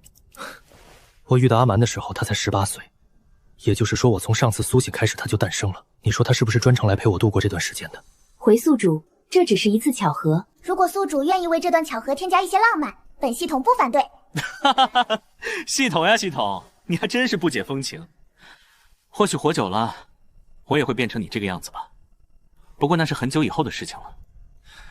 现在趁着我还有点人味，我要去见见我那些故人了。这次沉睡时间更长，我怕一觉醒来就见不到他们了。主持，你到底还有什么放不下？我在等一个人。主持，您在等谁？弟子们去将他请来可好？送葬人是请不来的，该他来时候，他自然会来。小和尚，才几百年不见，你怎么变成这个样子了？是你回来了吗？当然是我，除了我，谁还会来看你这个要死的老和尚？顾长安，你个该死的王八犊子，你怎么还不死？出家人怎么能说脏话呢？你好歹也是夜月国有名的高僧，有点风度好不好？不是，我都要死了，吃你个橘子还不行啊？当然不行，我吃橘子是为了用橘子皮压一下尸臭。我很好奇，你是怎么把自己弄成这副模样的？虽然元婴境的寿元只有800载，但是服用一些延寿丹药，多活个100-200年也没问题。可是根据我的记忆，你好像还没有800岁。我也想再活个几百年呀，但是条件不允许，我有什么办法？我被困夜月国禁地，你还记得吗？记得。然后呢？当时我被狼王追杀，被堵在了封印的裂缝当中。随着时间的推移，我的身体遭受到了不祥力量的侵蚀。这股力量让我变得很强，但需要付出一些代价。为了不让情况越发严重，我自斩一刀退回了元婴境。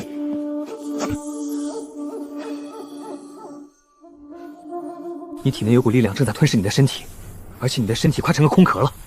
你说的代价，该不会就是寿元吧？是的，但准确的来说，应该是生机。不祥会吞噬宿主生机，然后转化成力量反哺给宿主，这就是不祥使人变强的真相。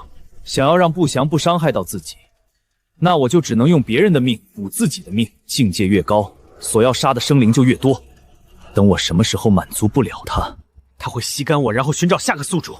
现在知道我为什么变成这样了吧？那你没想过消灭他吗？当然想过，我用了很多办法，但都没有成功。除非我死，不然他不会消失的。如果我自然死亡，他一定会跳出来寻找下个宿主。这也是我撑着一口气等你回来的原因。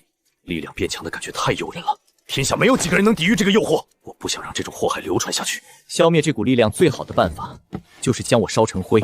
骨灰盒我已经准备好了，剩下的事情交给你了。另外，以我的境界，死后应该会留下几颗舍利子，这些东西就当价钱。你的德行我清楚，让你白干一场，比杀了你还难受。那你的骨灰葬在哪里？要不要交给你的徒子徒孙？还是算了吧，梵音寺一代不如一代，那群小秃驴不是什么好人，把我的骨灰交在他们手里，搞不好有一天会被人扬了。埋葬的地方你自己挑就行，反正我也管不了。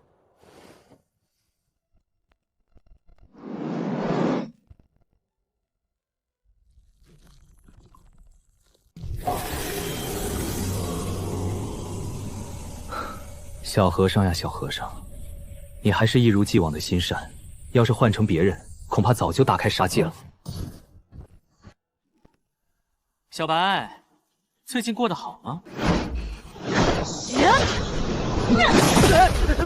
那别动手呀，是我。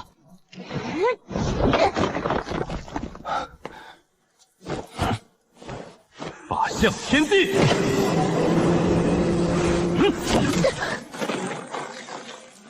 去。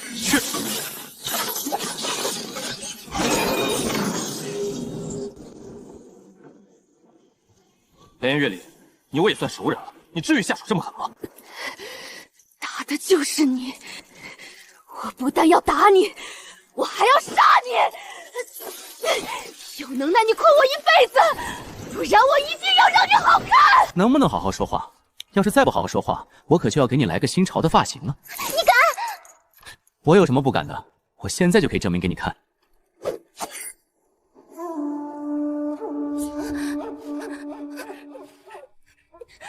你别过来，我不和你为敌就是了。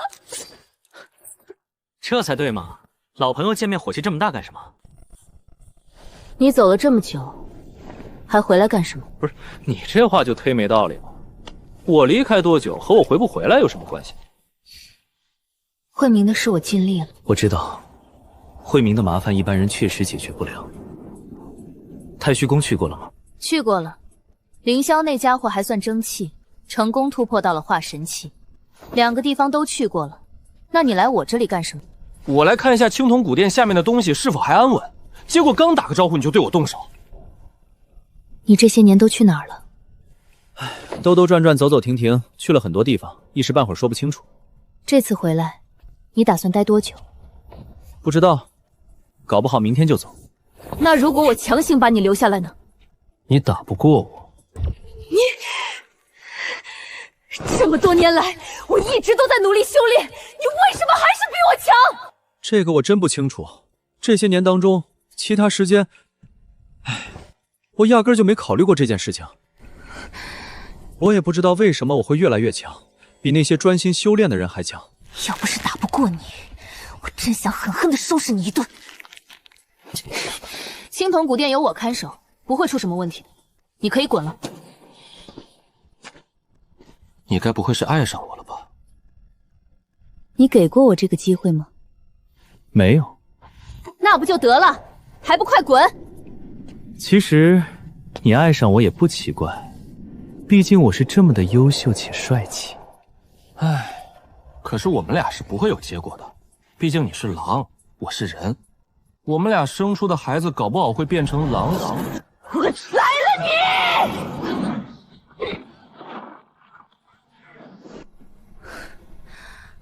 年少相遇，荒诞却难忘。因为他，我活了下来，夜月国大仇得报。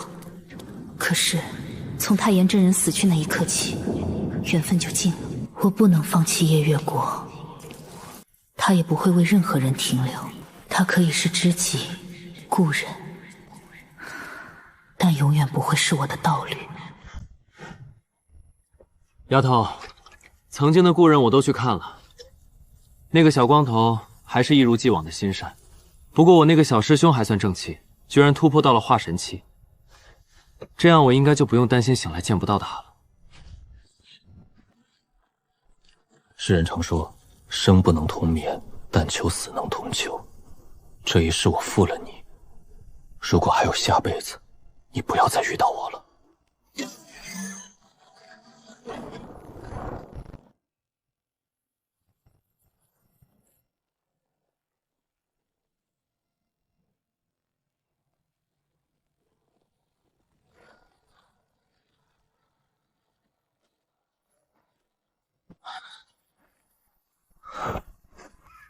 力量200，速度260，防御280，寿命640，用天地绝命阵密封自己，防止灵力外散，看来效果不错。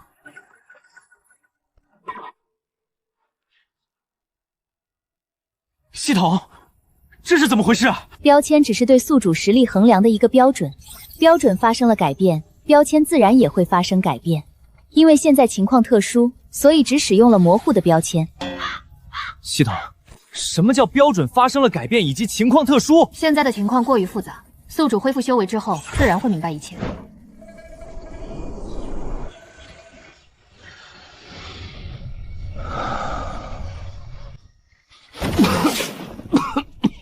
不对劲，陈叔前我明明是化神后期，现在灵力积累够了，境界却怎么也上不去，就像是天道不允许我的存在一样。系统，天地规则要发生变化了，对吗？宿主的猜想完全正确，修行一道和植物的生长很相似，植物只会也只能生长在合适的环境，当环境发生变化之后，就会有另一种植物取代原来的植物。宿主也可以理解为，现在这套修行体系已经过时了。原来如此，我的人造灵根跟天然灵根有细微区别，本就不太适应旧体系，既然旧体系要被淘汰了，系统，若是现在的情况像你说的那样，那这天地规则变得也太快了吧！我才活了多少年呀，天地规则都开始变了。宿主，你为什么会认为天地规则变化得很快？你来这个世界的时间并没有太久，你知道现在这套修行体系延续了多少年吗？宿主之所以没有察觉天地规则的变化，那是因为你从来到这里开始就已经熟悉了这种情况。若是宿主提前来到这个世界1万年甚至更久，你还会产生这种疑惑吗？是啊，认知太局限了，就像《山海经》，千万年后的人看今天的常识，或许也觉得是天方夜谭。系统，既然有新的修行体系诞生，那这套修行体系的来源是什么？是天道直接规定，还是另有来源？回宿主，具体的修行体系天道不会干预，天道只会创造出一个环境，具体的修行体系是由生灵创造出来的，谁创造出最合适这个环境的修行体系，谁就会成为这个时代的主宰。系统，照你这么说，我也能行。从理论上来说，这个方法可行。真是天助我也！如此大好良机，我顾长安定要隐居个1800年。宿主，根据分析，想要创造出符合时代的功法，闭门研究的成功率并不大，唯有在这黄金盛世当中杀出一条血路，你才有几率创造出符合时代的功法。系统，你别闹！你看我像打架的人吗？这种黄金盛世我看看就得了。我想成为见证黄金盛世的人，不是创造黄金盛世的人。等新的时代主宰出现了，我先去和他混个脸熟，等把他熬死之后，我就是时代主宰的朋友了。这个身份那还不得牛上天呀！闲着也是闲着，该布置个大阵，把那颗死蛋给孵了。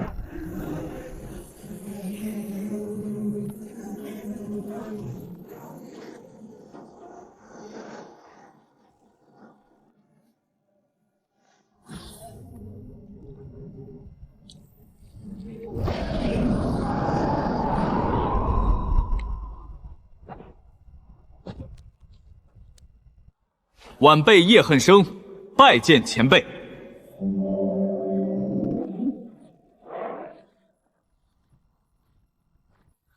这位兄台，可否劳烦替在下通报一声？通报什么？是这样的，家师与此处的前辈颇有渊源，此次前来就是为了请前辈出山的。那你知道这位前辈叫什么名字吗？不知道，晚辈只知前辈人称送葬人。送葬人不就是我吗？这大阵聚拢天地精华，我连着交弹200多年，被灵气浸染，返老还童，变成了这副18、19岁的模样。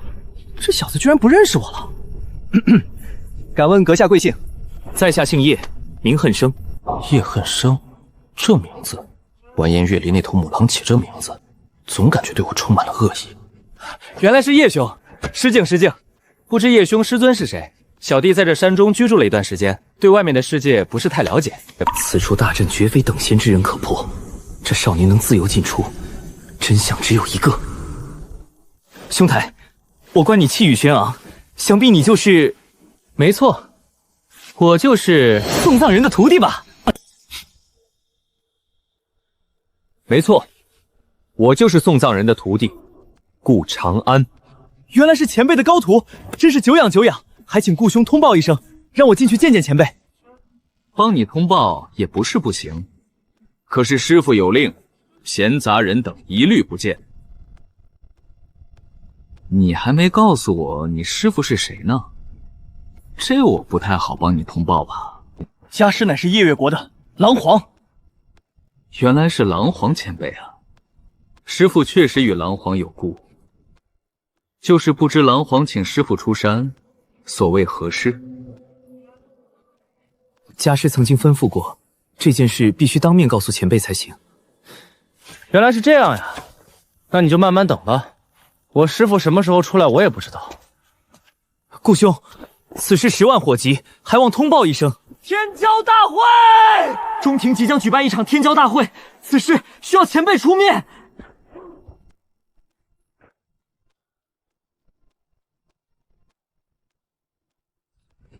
什么天骄大会？天骄大会乃是中庭昆仑圣地举办的一场盛会。此次大会汇集了中庭、西周、东荒、北漠、南原诸多顶级天骄。此次大会的目的有2个。第一是辨别从圣墟禁地当中取出来的神元矿石，第二则是共同商讨围剿中庭恶贼污吏的事情。这个事情，你师傅不应该来找我师傅呀。天骄大会一听就是年轻人参与的，我师傅和你师傅是同辈之人，怎么能参加这种事情呢？还有，你师傅实力也还算不弱，就算要围剿中田恶贼，那也轮不到我师傅出手呀。人都不锁呀。按理来说本该是如此，可是家师最近正在闭死关，国师不败道人同样也是如此。闭关之前，家师就给了我这么一个地址，然后让我来请人，其中的具体情况我也不得而知。这情况摆明了就是完颜月离和宋凌霄想偷懒，然后让我来做护道人。不过阿丽的原名就是乌力，几百年没见，我也想去看看他。加上系统把我骨龄锁在20岁，我去参加天骄大会暴打幼儿园，想想都带感。顾兄，此次天骄大会空前盛大，以你的实力，难道就不想见识见识吗？叶兄，不瞒您说，这件事师傅其实早就提过了。是这样的吗？那令师多何时出山？是这样的，我师傅说了，这种小事不用他出马，我跟你去就行。顾兄，前辈真是这么说的？是啊，我师傅说了，真正的天才不需要什么护道人，仅凭一双铁拳便可杀出一条血路。依靠护道人的人，在他眼中都是一些窝囊废而已。顾兄，要不您去和前辈再说说，这个事情真的很危险。叶兄，你一个大男人做事怎么婆婆妈妈的？我师傅说过的事情是绝对不会更改的，你就别白费功夫了。另外他说，关键时候他自有安排，你不用担心。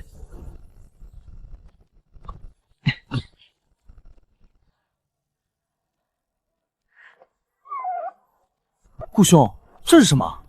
我养的小狗最近生病了，我打算带它去中庭看大夫。我告诉你，你别看它现在病殃殃的，它其实可聪明了。等把它的病治好了，你绝对会大吃一惊的。我上辈子是造了什么孽呀？为什么会遇到这么多奇葩？叶兄，我们不会就这么飞过去吧？中庭和东荒隔得很远啊。叶兄，我们这是要去哪儿？好像不是中庭的方向呀。叶兄，你身上的修行法门好像有些特殊，这也是你师傅教你的吗？顾兄，我们现在是去玄武国。东荒如今最大的2方势力就是玄武国以及耶月国，想去到中土之地，必须借助超级传送阵，而这超级传送阵就坐落于玄武国。另外，参加天骄大会的人选，除了我，还有夜月国的一位道友。顾兄若是无聊的话，可以在这飞艇上四处逛逛。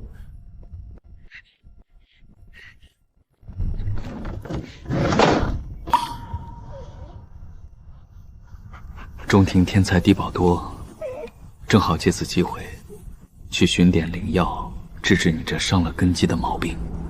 叶兄，久违了。苏兄，叶兄，这位是？我叫顾长安，是叶月国请来的帮手。对了，我们不是要参加天骄大会吗？什么时候出发？叶兄，这是什么情况？此人看上去似乎出师未久。还有，叶兄此行的护问人呢？苏兄，这件事一言难尽，你听我慢慢道来。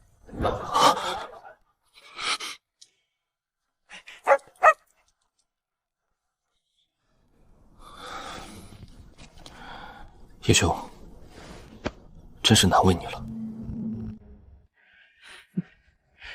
原来顾兄是送葬人的高徒呀，真是久仰久仰。送葬人历来神秘，若是有机会，我苏天一定要拜访一下前辈。我师父他老人家一直喜欢隐居生活，不过既然是苏兄想见，我师父应该还是会见的。毕竟我师父与玄武国还是有些渊源的。哦，还有这事儿？是的，我听我师父提过几句，但具体情况就不得而知了。既然如此，那我更要找机会去拜访一下前辈了。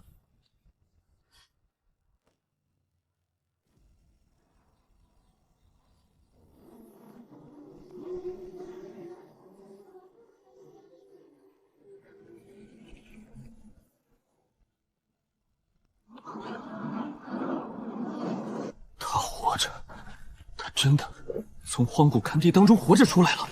虽然容貌变得更加年轻，但那个神态和眼神是不会变的。宋战顾长安，玄武国昙花一现的国师，他又回来了！来人呀，重新启动超级传送战，朕要亲临中庭。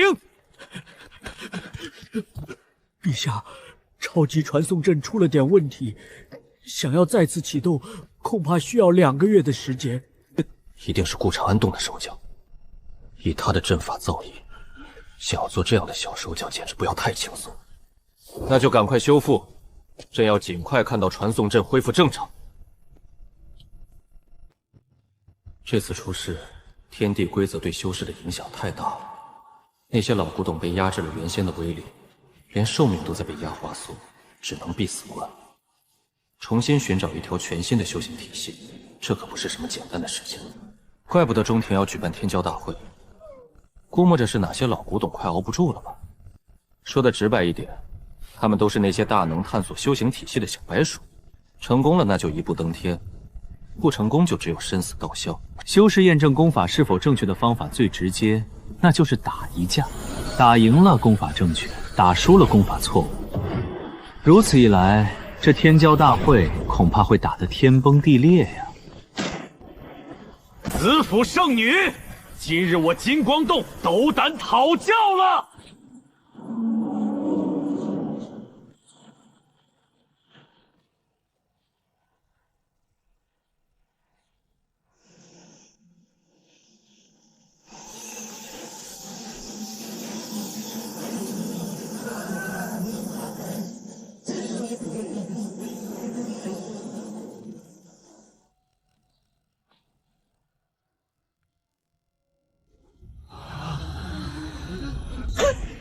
牛逼！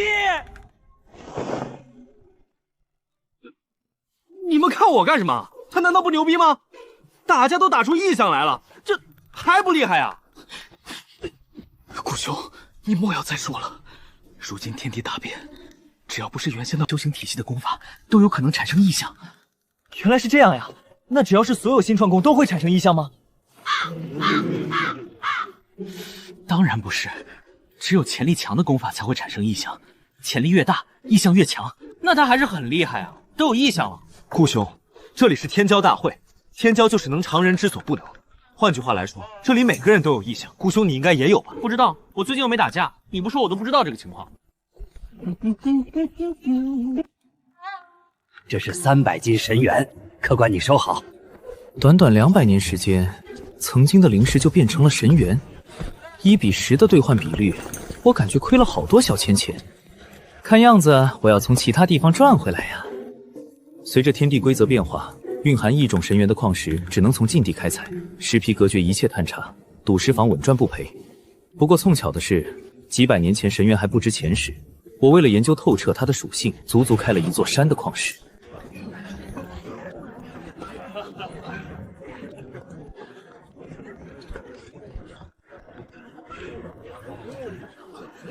老板，我要买这块石头。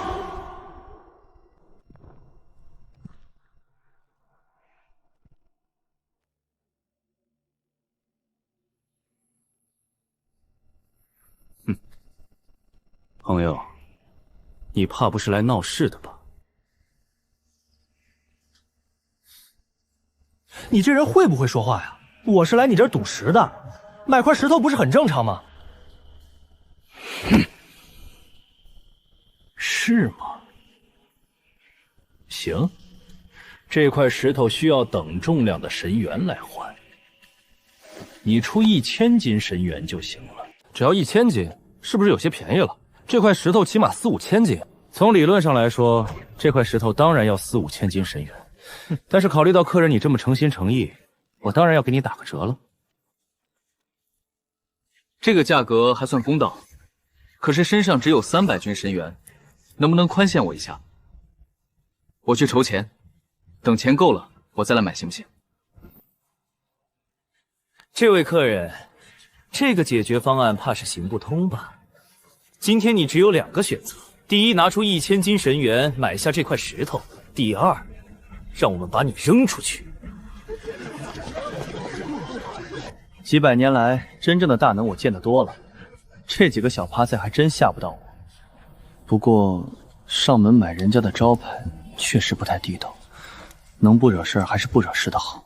1000斤神元我要了。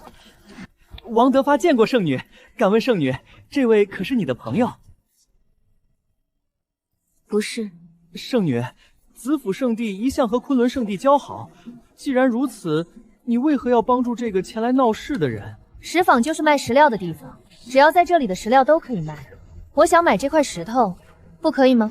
当然可以，既然是圣女想买，800斤神元即可。不是你们怎么回事？我又没说不要这块石头，这多少有些过分了吧？小子，别不识好歹！若不是圣女替你解围，今天你怕是走不出这昆仑石坊了，还不快谢谢圣女！这块石头送给你。这位圣女小姐，根据我的记忆，我们应该是不认识的。你为什么要送我这块石头？800斤神元，这可是一笔不小的数字。要是用灵石来衡量，那就是800万灵石啊！800斤神元而已，不算什么。你若是愿意投效子府圣地，我愿意出8000斤神元。8000斤神元，这个价格都可以买元婴后期修士的性命了。8000斤神元少了点儿，这个价格不太够。我还是出800斤神元买你这块石头吧。哼，这是300斤神元，剩下的500斤先欠着，等一下我再给你。80！这砸石头的力道，神元就算质地再硬也经不住这么糟蹋。这家伙根本就是来砸招牌的。等圣女一走，看我怎么收拾你！在传送阵时，所有人都对我的意象感到惊讶，唯独他没有。只有比我强或者见过更强者的人，才会有那种平静的眼神。此人值得结交。800斤神元一点都不贵。80！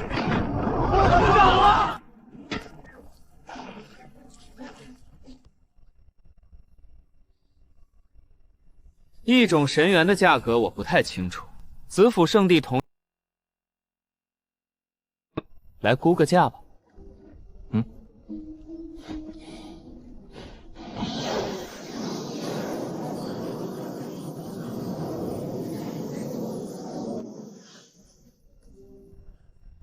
这块刚好够还账。王管事，我记得想进入昆仑石坊里面的院子。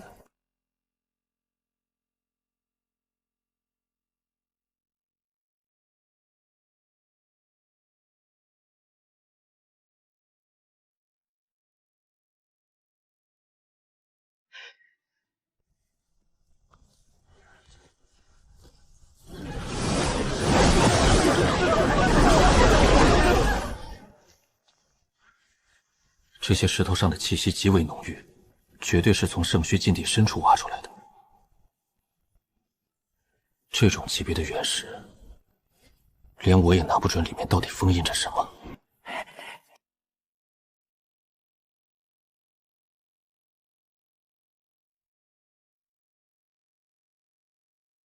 您说，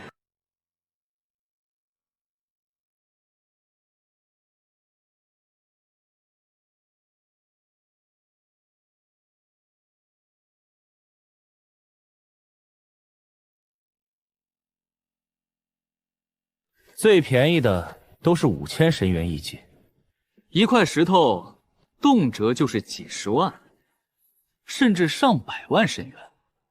你如果允许的赊账的话，哼，我倒是有兴趣开上那么3、5块。客人说笑了，我们这是小本生意，赊账当然是不行的。不过对客人您来说，180万神元那简直就是小意思。得了吧，通知你上面的人吧，我给的东西你做不了主。几十上百万斤神元，我哪有这么多钱？我要用东西抵押。没问题，客人您稍等，我去就回。以你的能力，应该不会在意神元的多少。你想要神元当中的东西，圣女何处此言？正所谓财履法地，修行之路上，资源永远都是第一位。我来昆仑石坊，当然是为神元，毕竟谁会嫌弃神元多一些呢？其他人来石坊可能是为了神元，但是你不一样，因为你的眼神太平静了。那块火龙元少说有50斤，等同于25000斤的普通神元。这等修行资源，就算是天骄也不能无视。可是你看到火龙元的时候，连眼睛都没眨一下，这也就说明25000斤神元，在你眼中不算什么。整个昆仑圣地的人都知道，石坊内院的石头堪比天价。这样的价格，就算开出最顶级的神元，也无法回本。唯一的机会，就是开出封印着东西的神元。所以，你就是冲着神元里面的东西而来。哈哈哈，分析的合情合理。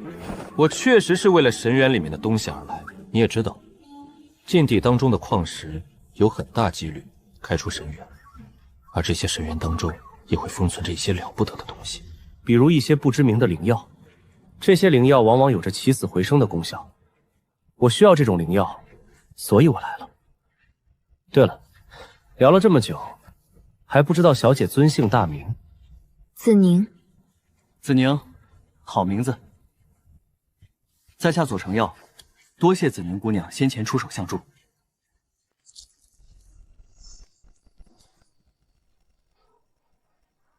左承尧乃是东荒玄武国现任左皇的名欢，子宁虽然身处中庭，但也不至于连这个都不清楚。公子莫不是看不起子宁？哈哈哈哈哈！子宁姑娘果然见识非凡，苏天给你赔罪了。这个人还在骗我。苏天是玄武国天骄的领头人。我仔细调查，东荒天骄团的名单里根本没有他，分明是多出来的一人。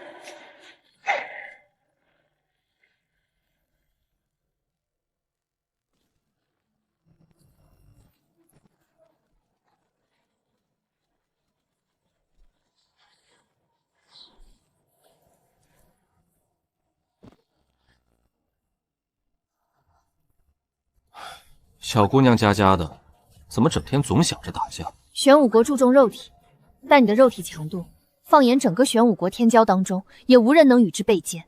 天骄团的名单上为什么没有你？你到底是谁？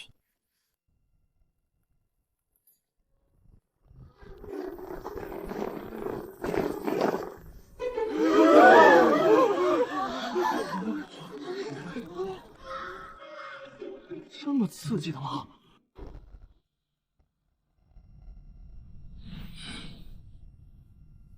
诸位，非礼勿视这个道理都不懂吗？我和子宁小姐切磋一下，你们这样一直盯着，不觉得很失礼吗？子宁姑娘，此人是不是轻薄于你？居然是没有呼吸！若是如此，我们定要让他付出代价！这男人虽然无耻又藏头露尾，但我更厌恶这些人。堂堂7尺男儿，若是真想替我出头，应当马上动手，而不是畏首畏尾，在这询问我的意见。无非是畏惧他的实力罢了。我的事儿不需要任何人插手。他肉体力量虽强，但我未必就不是他的对手。诸位兄弟，追女孩子怎么能用你们这种方法呢？你们刚刚可是犯了兵家大忌呀！想要追求一个女子，你们需要靠自己的人格魅力去征服对方。子宁姑娘的情况你们是知道的，背景不凡，天赋不凡，这样的女子对一些条件不是那么看重，因为放眼天下，能超过她的男子并不多，所以这个时候人格魅力的重要性就显现出来了。就以刚刚的事情举例，你们应该毫不犹豫地向我动手。一旦有所犹豫，这样就会显得你们有些畏首畏尾。试问这样的男子，又怎么能吸引紫行姑娘的注意呢？这下你们明白哪里出错了吧？顾兄，刚刚那种情况，如果对手是很强的，强又怎样？在昆仑圣地，你的对手会因为这点小事就对你痛下杀手吗？再说了，在座的诸位都是天之骄子，这小丫头老是爱关注我，太容易惹麻烦。哼，指点一下这些平均年龄不过100岁的小孩子，手拿把掐，等她被大量的追求者干扰之后，自然就没心思注意我了。顾长安，你怎么在这儿？原来是三公主啊，顾长安有礼了。我和诸位道友谈论一些修行上的问题。对了，苏兄他们没有来吗？苏天他们在调整状态，准备应对3天之后的天骄大会。我听说这里有一位无名天骄准备赌石，所以来见识一下。你来这比较早，你知道这位无名天骄是谁吗？不知道呀，我来昆仑石坊转转，结果人突然就多了起来，没看到什么无名天骄。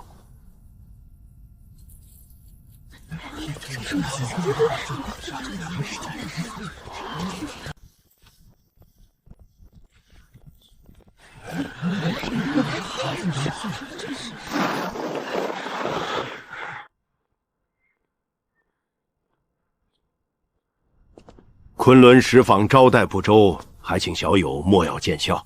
江长老言重了，能来昆仑石坊见见世面，这是我的荣幸。听说小友想要开几块石头来玩玩，不知小友可有选中的目标？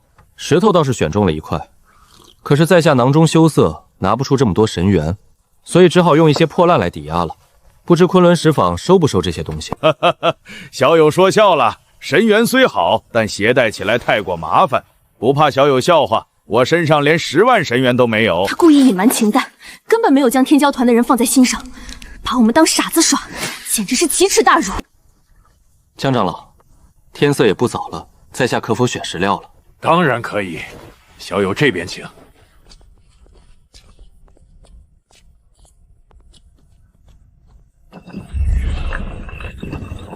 这块石头名为走盘珠，是从圣虚禁地深处取来的。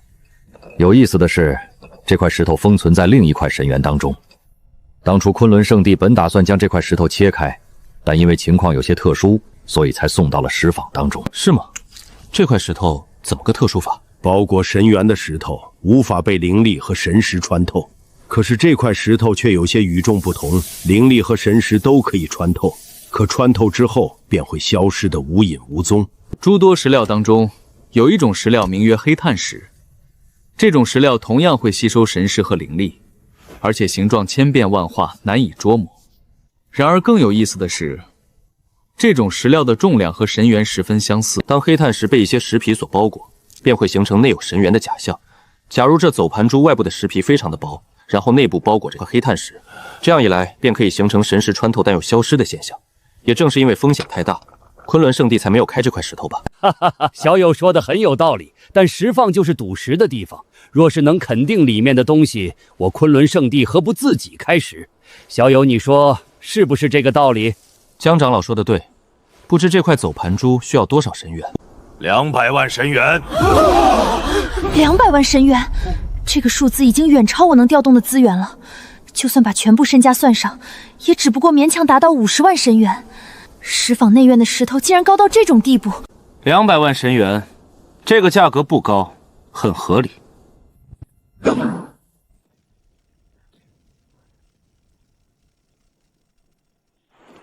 江长老估个价吧。紫金童母。江长老这么惊讶作甚？昆仑圣地家大业大，不会连紫金童母都没有吧？紫金童母在下当然见过，这东西是炼器的顶级材料，更是炼制丹炉的最好材料。但紫金童母数量稀少，脸盆这么大一块的，在下可是第一次见。还行吧，这东西是我在家门口捡的。江长老，你看着给就行了。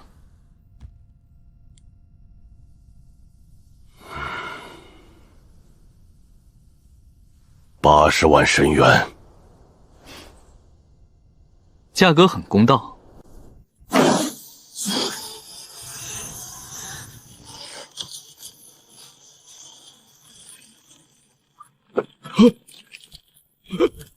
小友，这东西你从哪里得来的？种地刨出来的。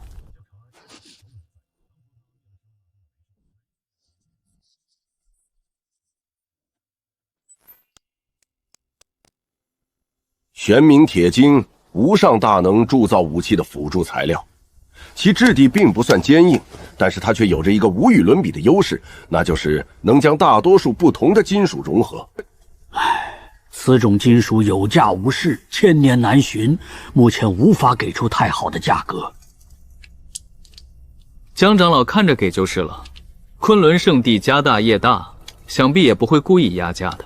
既然小友都这样说了，那在下便斗胆出个价了。这块人头大小的玄冥铁晶，昆仑石坊出价400万神元。400万神元，这天文数字也只有昆仑圣地拿得出来了。价格低了点，不过还算公道。毕竟这只是一种辅助材料，算上这块玄冥铁晶，我在昆仑石坊的抵押价格应该有480万神元了。准确的来说，应该是482万5千神元。扣除走珠盘的价格，我还剩282万5千神元。这些钱先放着，明天我还想再开一块石头，今天就先开这块吧。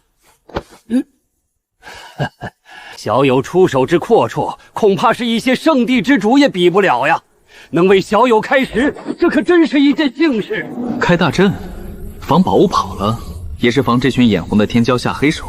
这江峰做事倒是滴水不漏。第6境，这威压，难怪当年能跟阿丽打成平手，果然走出了自己的路，没被旧规则压死。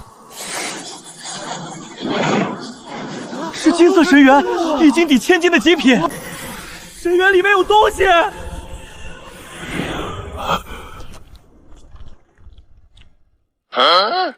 江长老，石头已经开好了，现在能把东西给我了吗？当然可以，毕竟这已经是小友的东西了。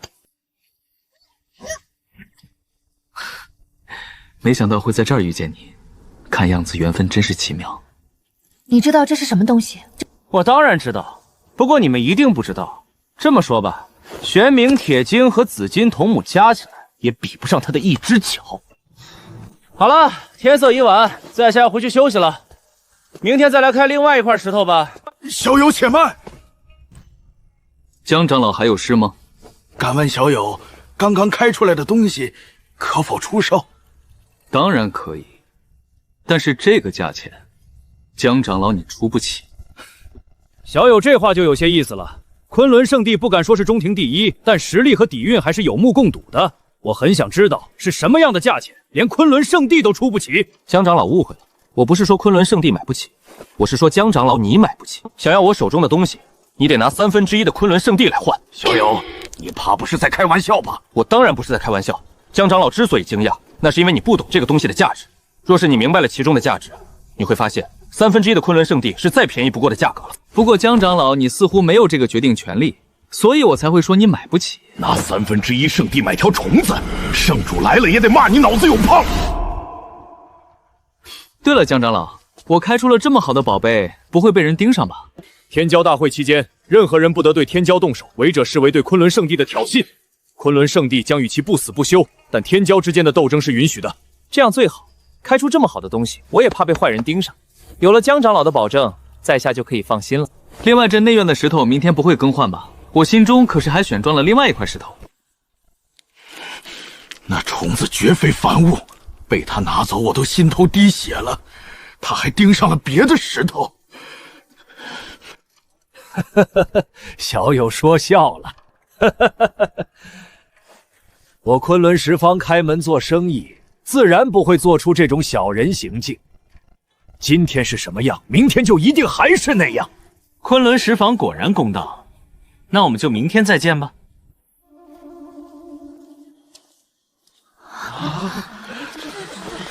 对手拿出仙金，肉体力量压制子府圣女，来历又神秘莫测。这小子是个硬茬，惹不起。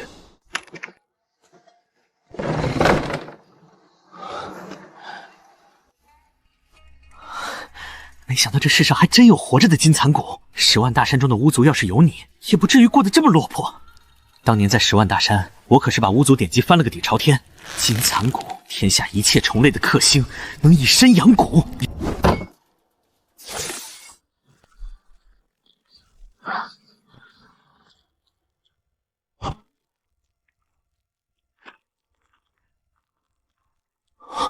连真武剑都能当饼干啃。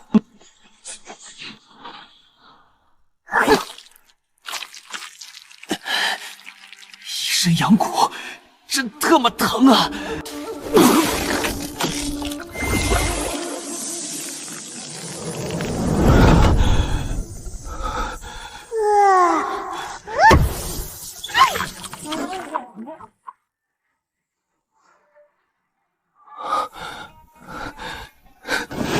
金散丝，神兵利器难伤，更是无上圣药。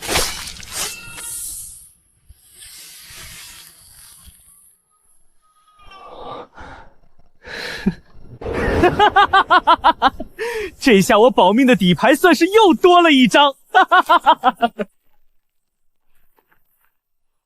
待金蚕丝布满全身，就算斩断头颅，我也未必会死。8、9玄功和大量的属性点，已经让我的肉体异常强悍。现如今再加上修复功能，这样的情况，想死都难呀。100多年前，我散去旧功法，自创体系，数值涨得飞快。光看数值，力量、速度，早该到旧体系的第5境了。怎么标签还是第4境？防御加了20点，才勉强突破到第6境。系统，我所创造的修行体系，跨度这么大吗？回宿主，你所创造的修行体系并不完善，也不足以成为衡量实力的标准。本系统采用的标准，乃是目前诸多修行体系当中跨度最大、最强的一种。因为最终留下来的修行体系只会是最强的那一个。不过宿主应该明白，标签的衡量并不影响宿主本身的实力。这也是系统最开始没有设置标签的原因。简单点来说，那就是整个世界的标准彻底乱了。原先提升100点能破境，现在可能需要200点。境界看着一样，实力天差地别。怪不得要举办天骄大会。这种情况实在没有比打一架更好的办法了。不过好像不太喜欢打架呀。一晃眼，从当年青铜古殿得知宁安的下落，到现在已经过去760年了。千载寿元是普通修士的极限，宁安这丫头到底是死了还是活着？小黑呀，小黑，你说这人海茫茫，我上哪儿去找宁安的线索？另外，这丫头也真是的，无论遇到什么情况，好歹给家里报个信呀，一点都不让人省心。名字只是一个代号，叫什么根本就不重要。我知道你全身雪白，但我就是想叫你小黑。难道连这点小要求你都不能满足我吗？还有，当初把你留在青铜古殿的生灵到底是谁？我不担心不降，但那些青铜古殿上记载的巨兽，连强悍的巫族都被按在地上摩擦。如果有一天巨兽再次降临，我该拿什么应对？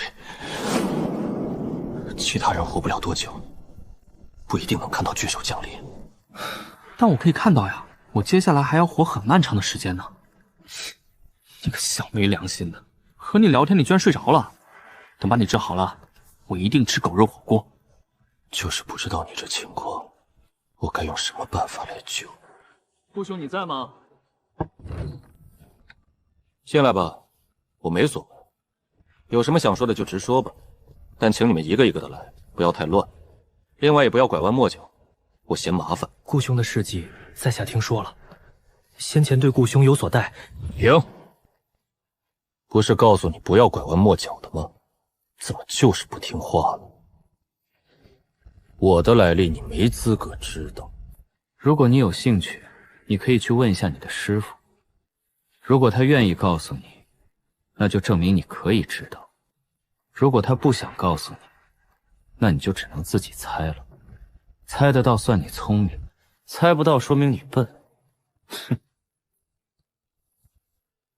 他想问我的来历，你想问什么？我想挑战你。年轻人敢闯敢拼，不错。可是你目前没有挑战我的资格。怎么样才能有资格？哼哼，简单，中庭三大美人知道吗？知道，子府圣女子宁，72牢烟公孙怀玉，无恨阁姚莹莹。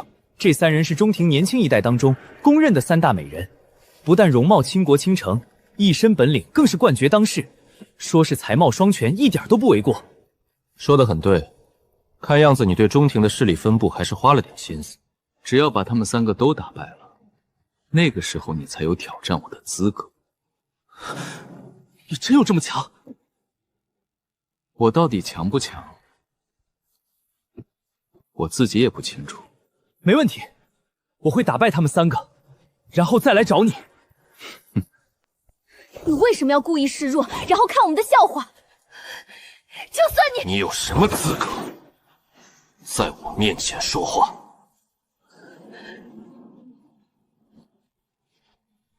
你是玄武国的三公主，称呼一声身份尊贵也不为过，但你没有资格来质问我。玄武国公主的身份只对玄武国的人有用，对玄武国之外的人没有用。在玄武国之外，在这天骄大会之上，你说话的资本只能来源于你的实力。我知道你想说什么，你无非就是觉得我把你当成了小丑。虽然我没兴趣做这样的事，但你也可以这样认为，因为你在我眼中和小丑没有分别。怎么，你这是要哭了吗？这就是玄武元国天骄的水平呀！你该不会还没断奶吧？我要向你发起挑战！你这样让我感觉你更幼稚，但看在你快哭的份上，我满足你的愿望。苏天，让他见识一下外面的世界到底有多残酷。怎么，不敢动手？左皇封你一字并肩王，那是看中了你的才华和天赋。你选择玄武国可以说是良禽择木而栖，但左皇不是让你给玄武国当狗的。明白天骄大会的含义吗？天骄大会乃是大道之争，目光范围之内的生灵都是敌人，没有朋友。你不但要与同一时代的天骄争，你还要和上一个时代的天骄争。比如玄武国的皇帝左承耀，毕竟他也是修士。只要你们都没有在这条路上倒下，你们终究是会相遇的。到时候你打算怎么办？你胡说！我父皇对苏大哥十分器重，他怎么会对苏大哥动手？这是事实，你代表不了玄武国，你的父皇也代表不了玄武国。玄武国可以没有你，也可以没有你的父皇，但不可以没有引路人。因为没有了引路人，玄武国只有灭亡这一条路。你父皇和苏天都想当这个引路人，也都想让对方当这个引路人。至于花落谁家，就要看刺骨的天意了。三公主，请吧。什么狗屁引路人！我要证明我比你们都强！看戏喽！苏兄，有什么事儿坐下来慢慢说嘛。就是，三公主爱闹些小脾气，你千万别放在心上。苏天，你愣着干什么？还嫌不够丢人吗？人家的天骄团最多只有1、2个，就只有东荒带了10多个饭桶。这么多的饭桶，你不清理一下，不知道的人家还以为你们来蹭饭了呢。太猖狂了，教训他！